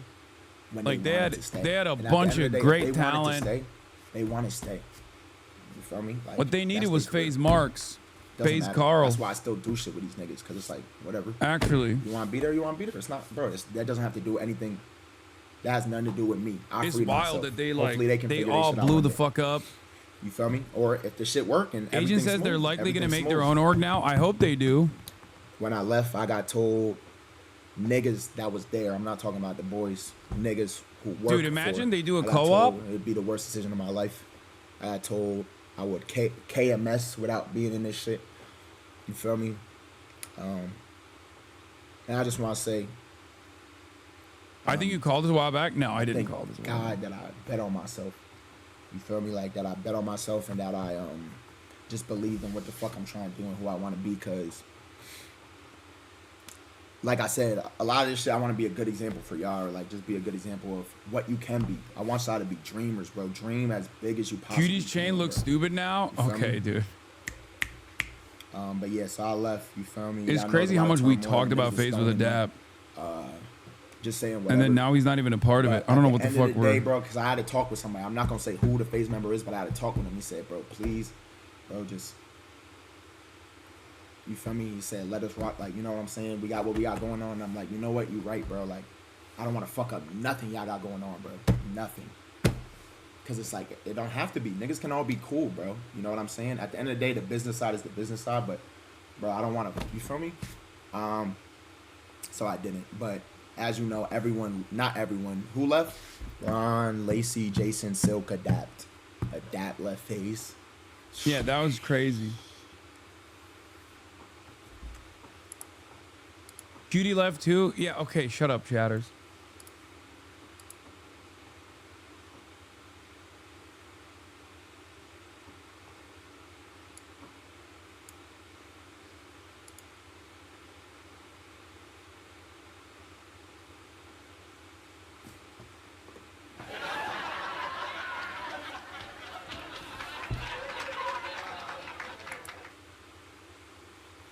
Thank you for that sub, Slasher.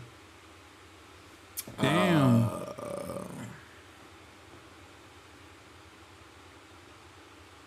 Yeah. Here we are. Still standing tall. You feel me? Real shit. And I just want to let y'all know, anyone that was here, it stuck with me through probably my darkest months where I've never felt like I wanted to quit before, because I always knew this was my purpose. But FaZe angles? Like, this is the first time I ever felt that in my life. Anybody that's stuck here through August, September, you feel me? I was in a fucking hospital game. The Trump supporter one you had a call with, was it Banks or Adapt? No, Adapt's not a Trump supporter, bro. No, it was Banks. But I'm going to do it. I always knew I'm going to do it because I ain't no bitch. I'm not no quitter. So we going to make this shit shake. But, yeah, everyone leaving today. I'm not going to lie, bro. I'm not going to speak for them. But niggas in some shit, bro. And please be easy with them. You feel me? Because at the end of the day, they got some shit going on. Jason is a Trump supporter too. Go get your nephew. He is not. Stop slandering. Stop slandering my nephew. My nephews have shared shit that I could share, but I don't even want to do that because it goes deep. And I don't think I'm the person who should be speaking on that. I just want to be able to speak on what I can because I was able to. You know what I'm saying? But yeah, I let me check my phone.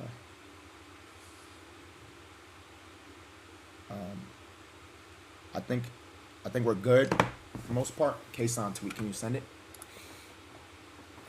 He tweeted a heartbreak, but he didn't change his name. He still FaZe Hasan. What age range are nephews? They're all in their like early 20s, the mid 20s. January can't come sooner. Let's see. I don't regret joining FaZe at all. I think it's one of the best decisions I made. It's just a little bit sad that There's so many predatory people. Fuck my big chungus life. In his business,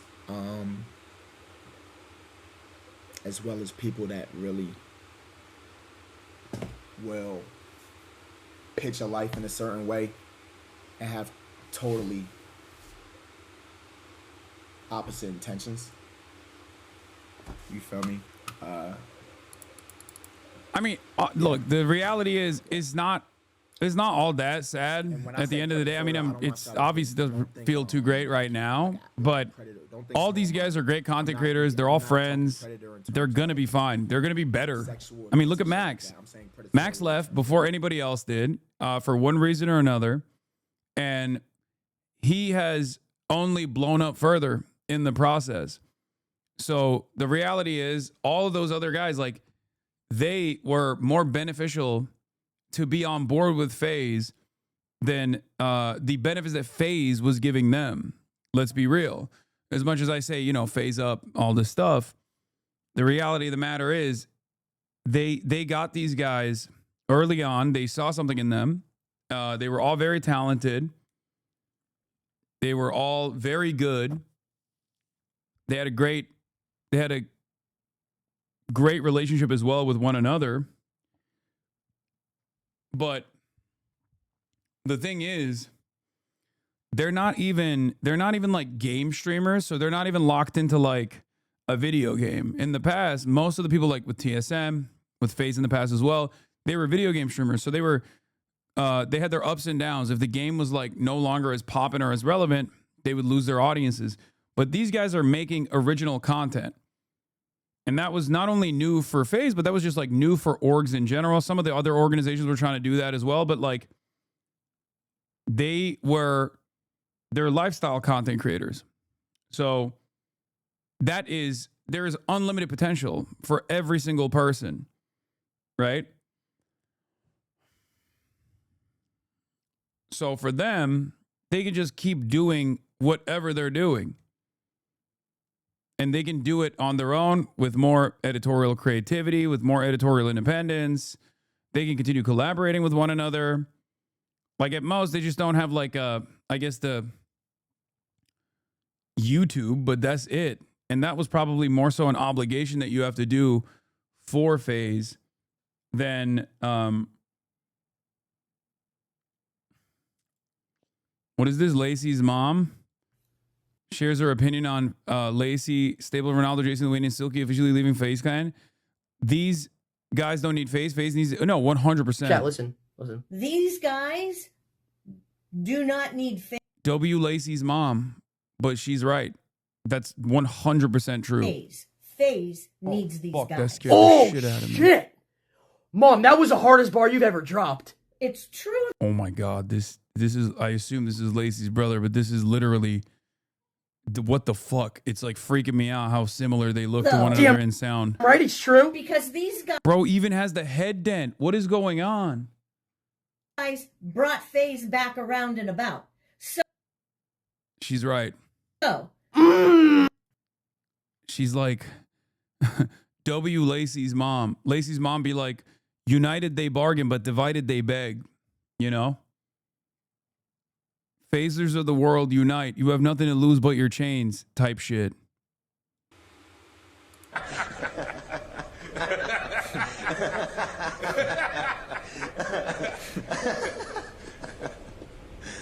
Hey, Spike. She's dead. There's nothing I can do for her now.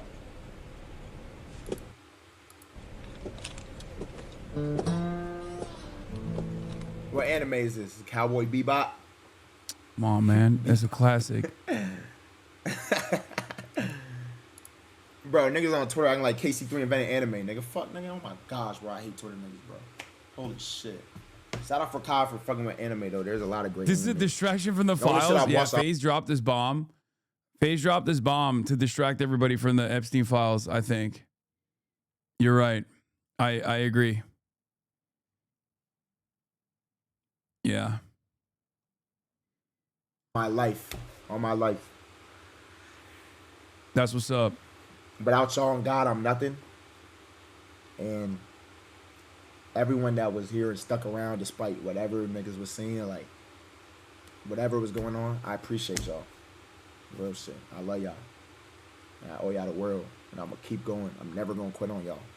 All we do is evolve and keep moving. You feel me? Nothing can tear this shit down. That's why I wore this shit. This is all I bleed. But I think it's my time. I got to catch a flight.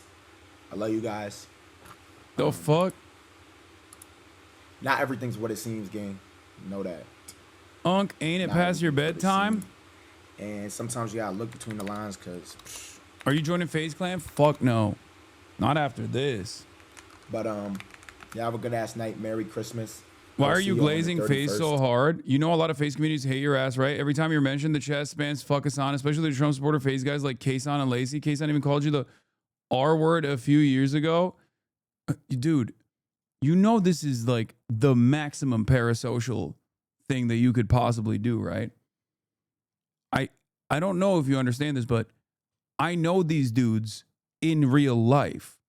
Like, you encounter us from clips and you encounter us from, oh, here come the ads from the chat. No, I'm sure there's going to be plenty of chatters who might even agree with you. But like I've hung out with Kason since then. Like, we've, like, very publicly and also in person. I pray AMP never does this to me, inshallah. I like all these guys. I don't give a fuck if there's people in their communities that are just like, oh, fuck this guy, fuck Hasan. What are you, crazy? All this attention is making my hands sweat. You can use that for gooning. The hand sweat. That's crazy. Just did a quick in and out. I miss everything. Can you sum it up? All of the new FaZe guys, they all left. I guess they had issues, like some kind of like org related issues, and I don't know why, really. And Max had left beforehand. I think I can only assume that it was probably like the org wanted more control, or the org wanted more money, like a bigger percentage of something, like of the ads that they sell or the revenue that they generate potentially. Because a lot of these organizations, like, they're not making a lot of money to begin with. And and they do have some overhead, like with the rent and content creation and whatnot. This is not even a defense of the org, obviously, because I do think that this kind of stuff could be done without any corporate middleman. Because a corporation in that situation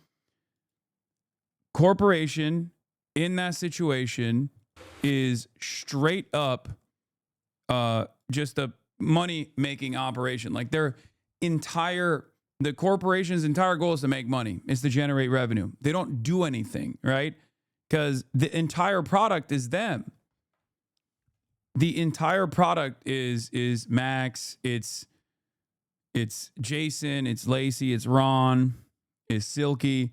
So it's this weird predicament where,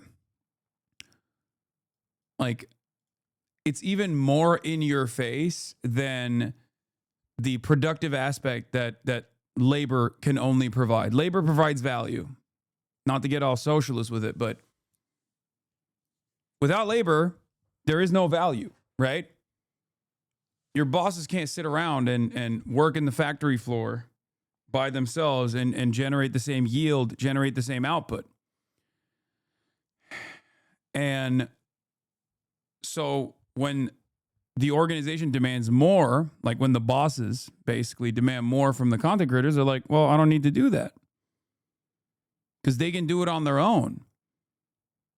As Lacey's mom correctly pointed out, FaZe, the organization, needs them more than these guys need FaZe, the organization. Which is also part of the reason why I don't feel too bad about this disbanding, because they're not dead, they're still here. Like, it probably sucks because now they need to figure out their housing situation. Now they need to figure out like where they're gonna live, how they're gonna, how they're gonna get back into the content sphere. There's probably some legal battles going on as well in the backdrop, where there is, I'm sure there's like some legal shit happening, some lawsuits. The saddest one is Adapt. Because Adapt, as he also said himself, was with FaZe for 14 years. And he's 28. He's been with FaZe for more than half of his life. Like with the organization. Like he grew up with every era of FaZe pretty much. So that's pretty crazy.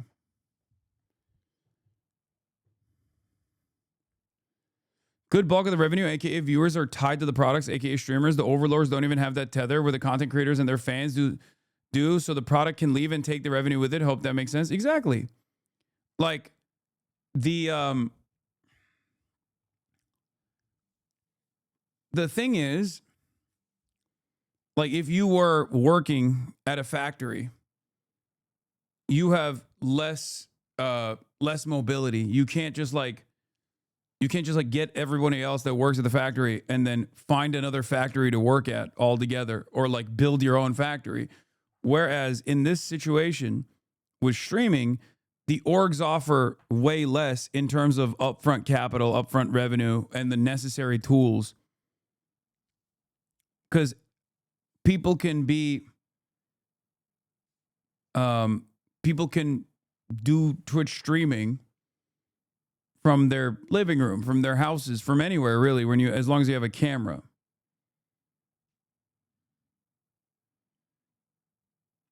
So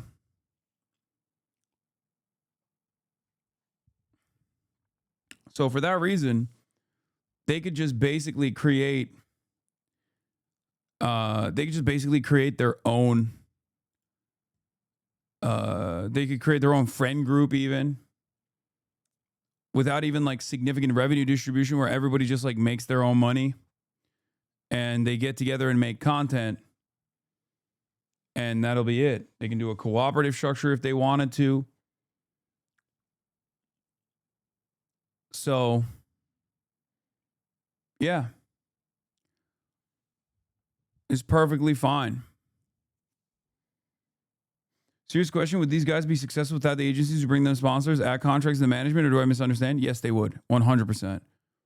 They would not be successful without their without the people that work with them, like their editors and their camera people. But they could be successful without the managerial staff for sure. As a matter of fact, they probably can be more successful, and you'll see. Because think about it this way.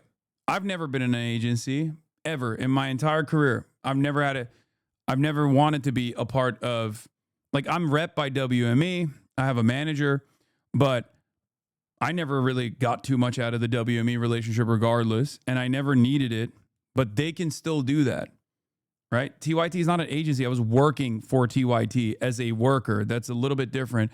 There's a difference between like being a gig worker / like a 1099 worker under FaZe, under the banner of FaZe, versus working as a W-2 straight up wage labor at the Young Turks.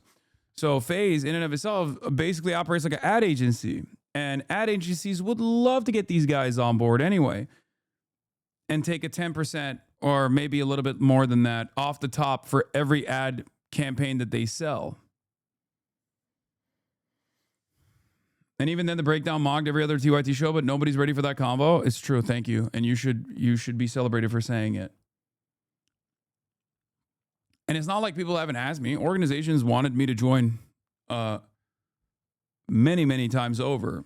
There were a lot of organizations that wanted me to join. As a matter of fact, one of the most famous ones I've talked about before was the guy who like became a fucking massive Andrew Tate stan. I forget who it was, but there was this guy who was an org owner, and he was like constantly trying to get me to join his organization. And I just kept saying no. And then he like lost his mind and became like a fucking huge Andrew Tate stand. I think it was G2. Yeah, so like there have been a lot of orgs that I've had the opportunity to join, had the opportunity to be a co-owner of, and I just always said no. And the reason for why I always said no is because I don't really like it's not for me at all. It's not. I don't need to join an organization. I don't. You know, I feel like it's more trouble for someone like myself because like I usually say no to ad campaigns anyway. A big part of my a big part of what I do is saying no to advertisers, so it's not great. Why don't you start one? Why the fuck would I start one, dude? Because I'm not good at managerial tasks. Why would I start an organization? This is what I'm good at. I'm good at this. Okay, that's it. This is what I'm good at. It's the only thing I'm good at. Close one you have is Fear And, but Fear And is not an org. It's a co-op. It's a cooperative.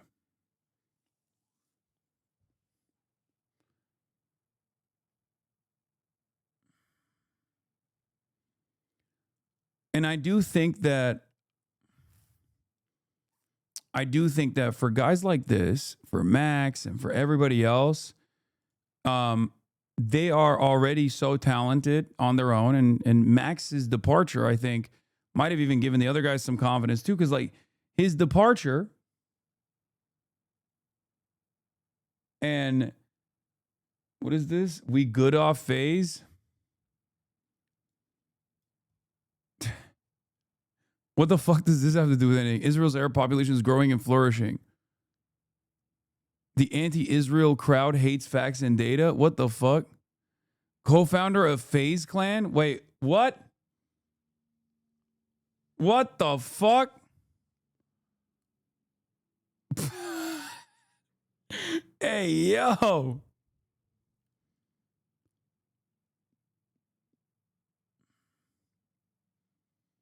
Okay, maybe not so bad that they left. Jesus Christ, what the fuck is this? FaZe's partner company recently created a new talent agency called Hardscope with all those that is just being listed as a part of it. This situation is a lot more complicated than just leaving.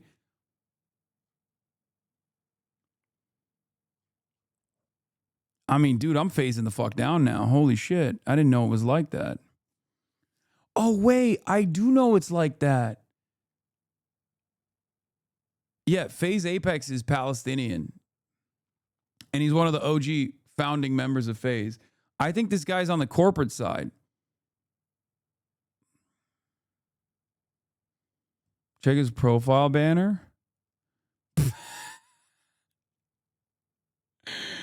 Yeah, this is like the corporate guy that came in. Yeah, Jesus Christ. Oh, brother, I didn't know that. That's crazy. Okay, no, you weren't wrong. He is not a co-founder, by the way. I don't know why he says co-founder on his fucking bio.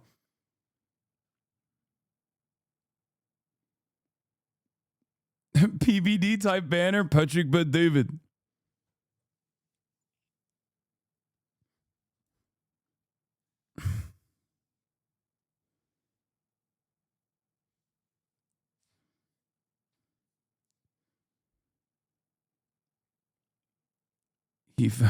FaZe was promised to him, dude. FaZe was promised to him. Okay, you need to chill. Y'all remember when Lacey got kicked from FaZe? He really got kicked from FaZe. He got kicked from FaZe because now we know why I never got that FaZe chain, dude. Now we know. And the staff and the cameramen, they said that he had missed a video shoot or something, and we were missing video shoots, and so he actually got kicked from FaZe. Granted, he was allowed back in a couple what's it called later, because niggas all had combos, but yes, he got kicked from FaZe. So my point of this is to tell y'all this. We had no control. There was no control. We're just like we're puppets. At least that's what it felt like. You get what I'm saying? Anything could happen at any moment. Bro, Lacey love FaZe. This nigga campaign for this shit. This nigga go hard as fuck. Like, hard as fuck. Like, how can that happen, bro? Right? Cool. It come time.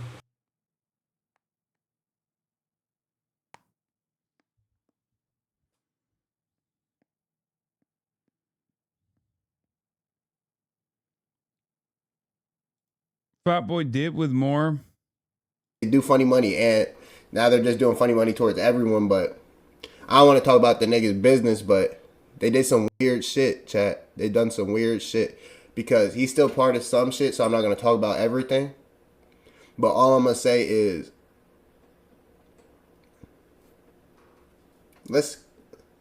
this FaZe situation is a labor issue, by the way, for all the fucking olds in the chat, for all the unks in the chat that are like, I don't care. Why should I care about this?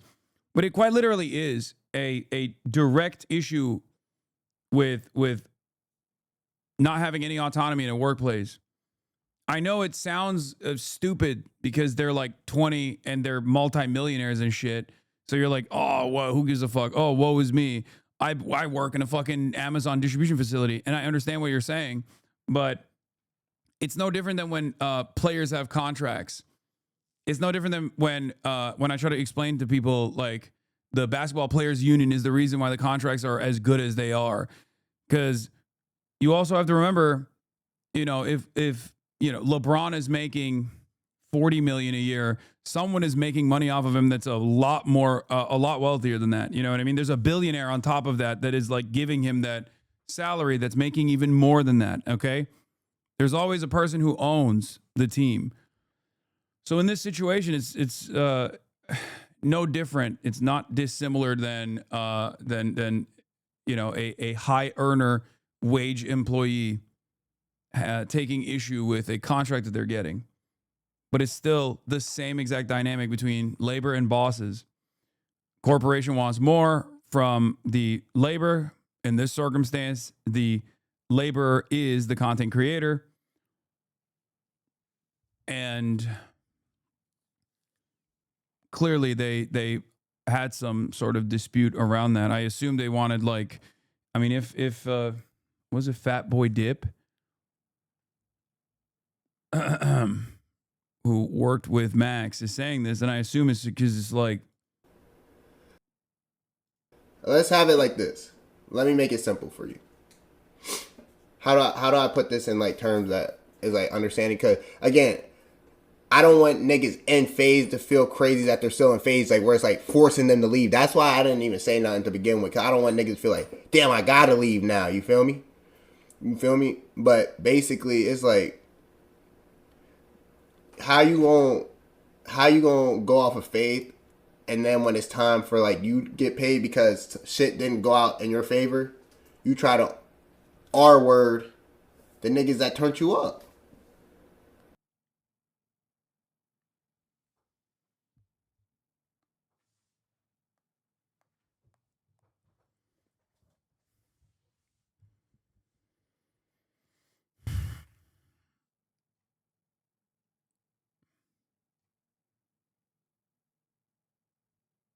okay.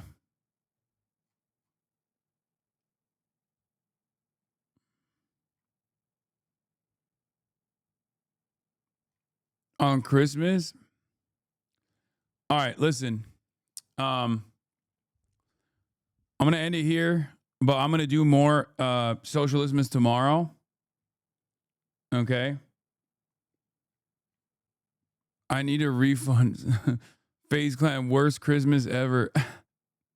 This person is another content creator who's memeing. But I'll do Socialism-mas tomorrow as well. And I'll do BANANAPEELS tomorrow as well, because the Christmas spirit and the New Year's spirit is still here. Okay?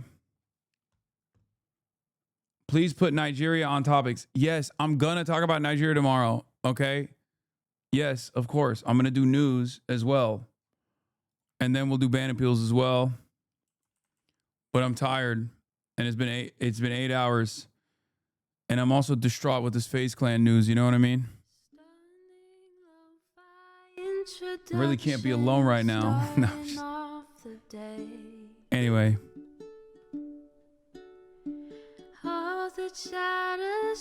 Love you guys, and I will see you tomorrow. All right, peace. Sunny Los Angeles, California, says Hasan. The starlock to the starlock to the topic just begun.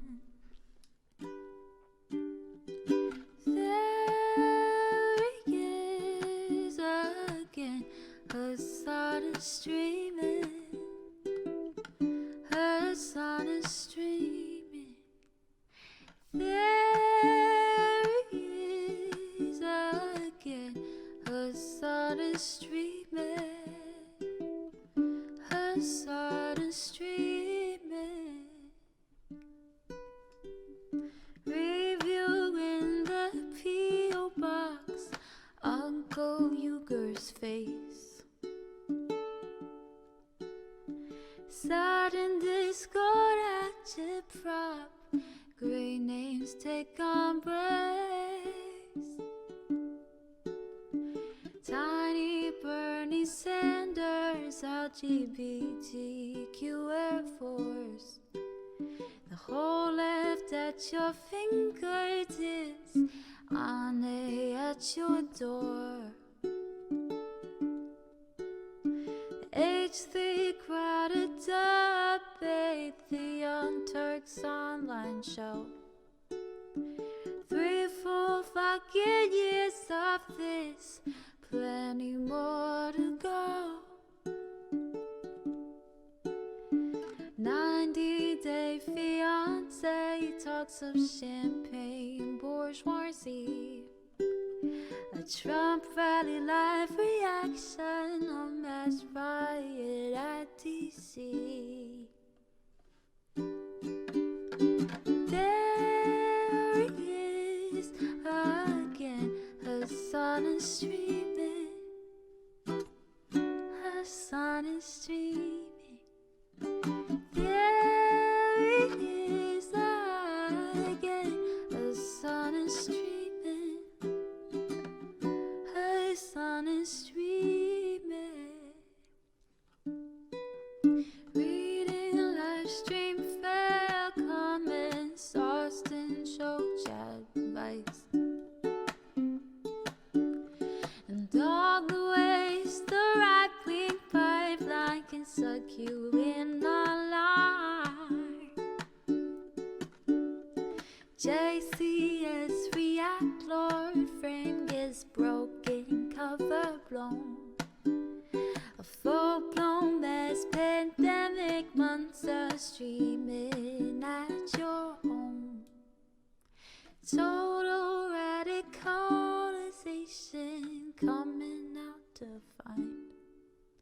The system you were taught to trust in was broken the whole time. All these daily streams, whether big or whether small, have helped me and so many find the meaning through it all. There he is again, Hasan is streaming. Hasan is streaming. There he is again, Hasan is streaming. Hasan is streaming.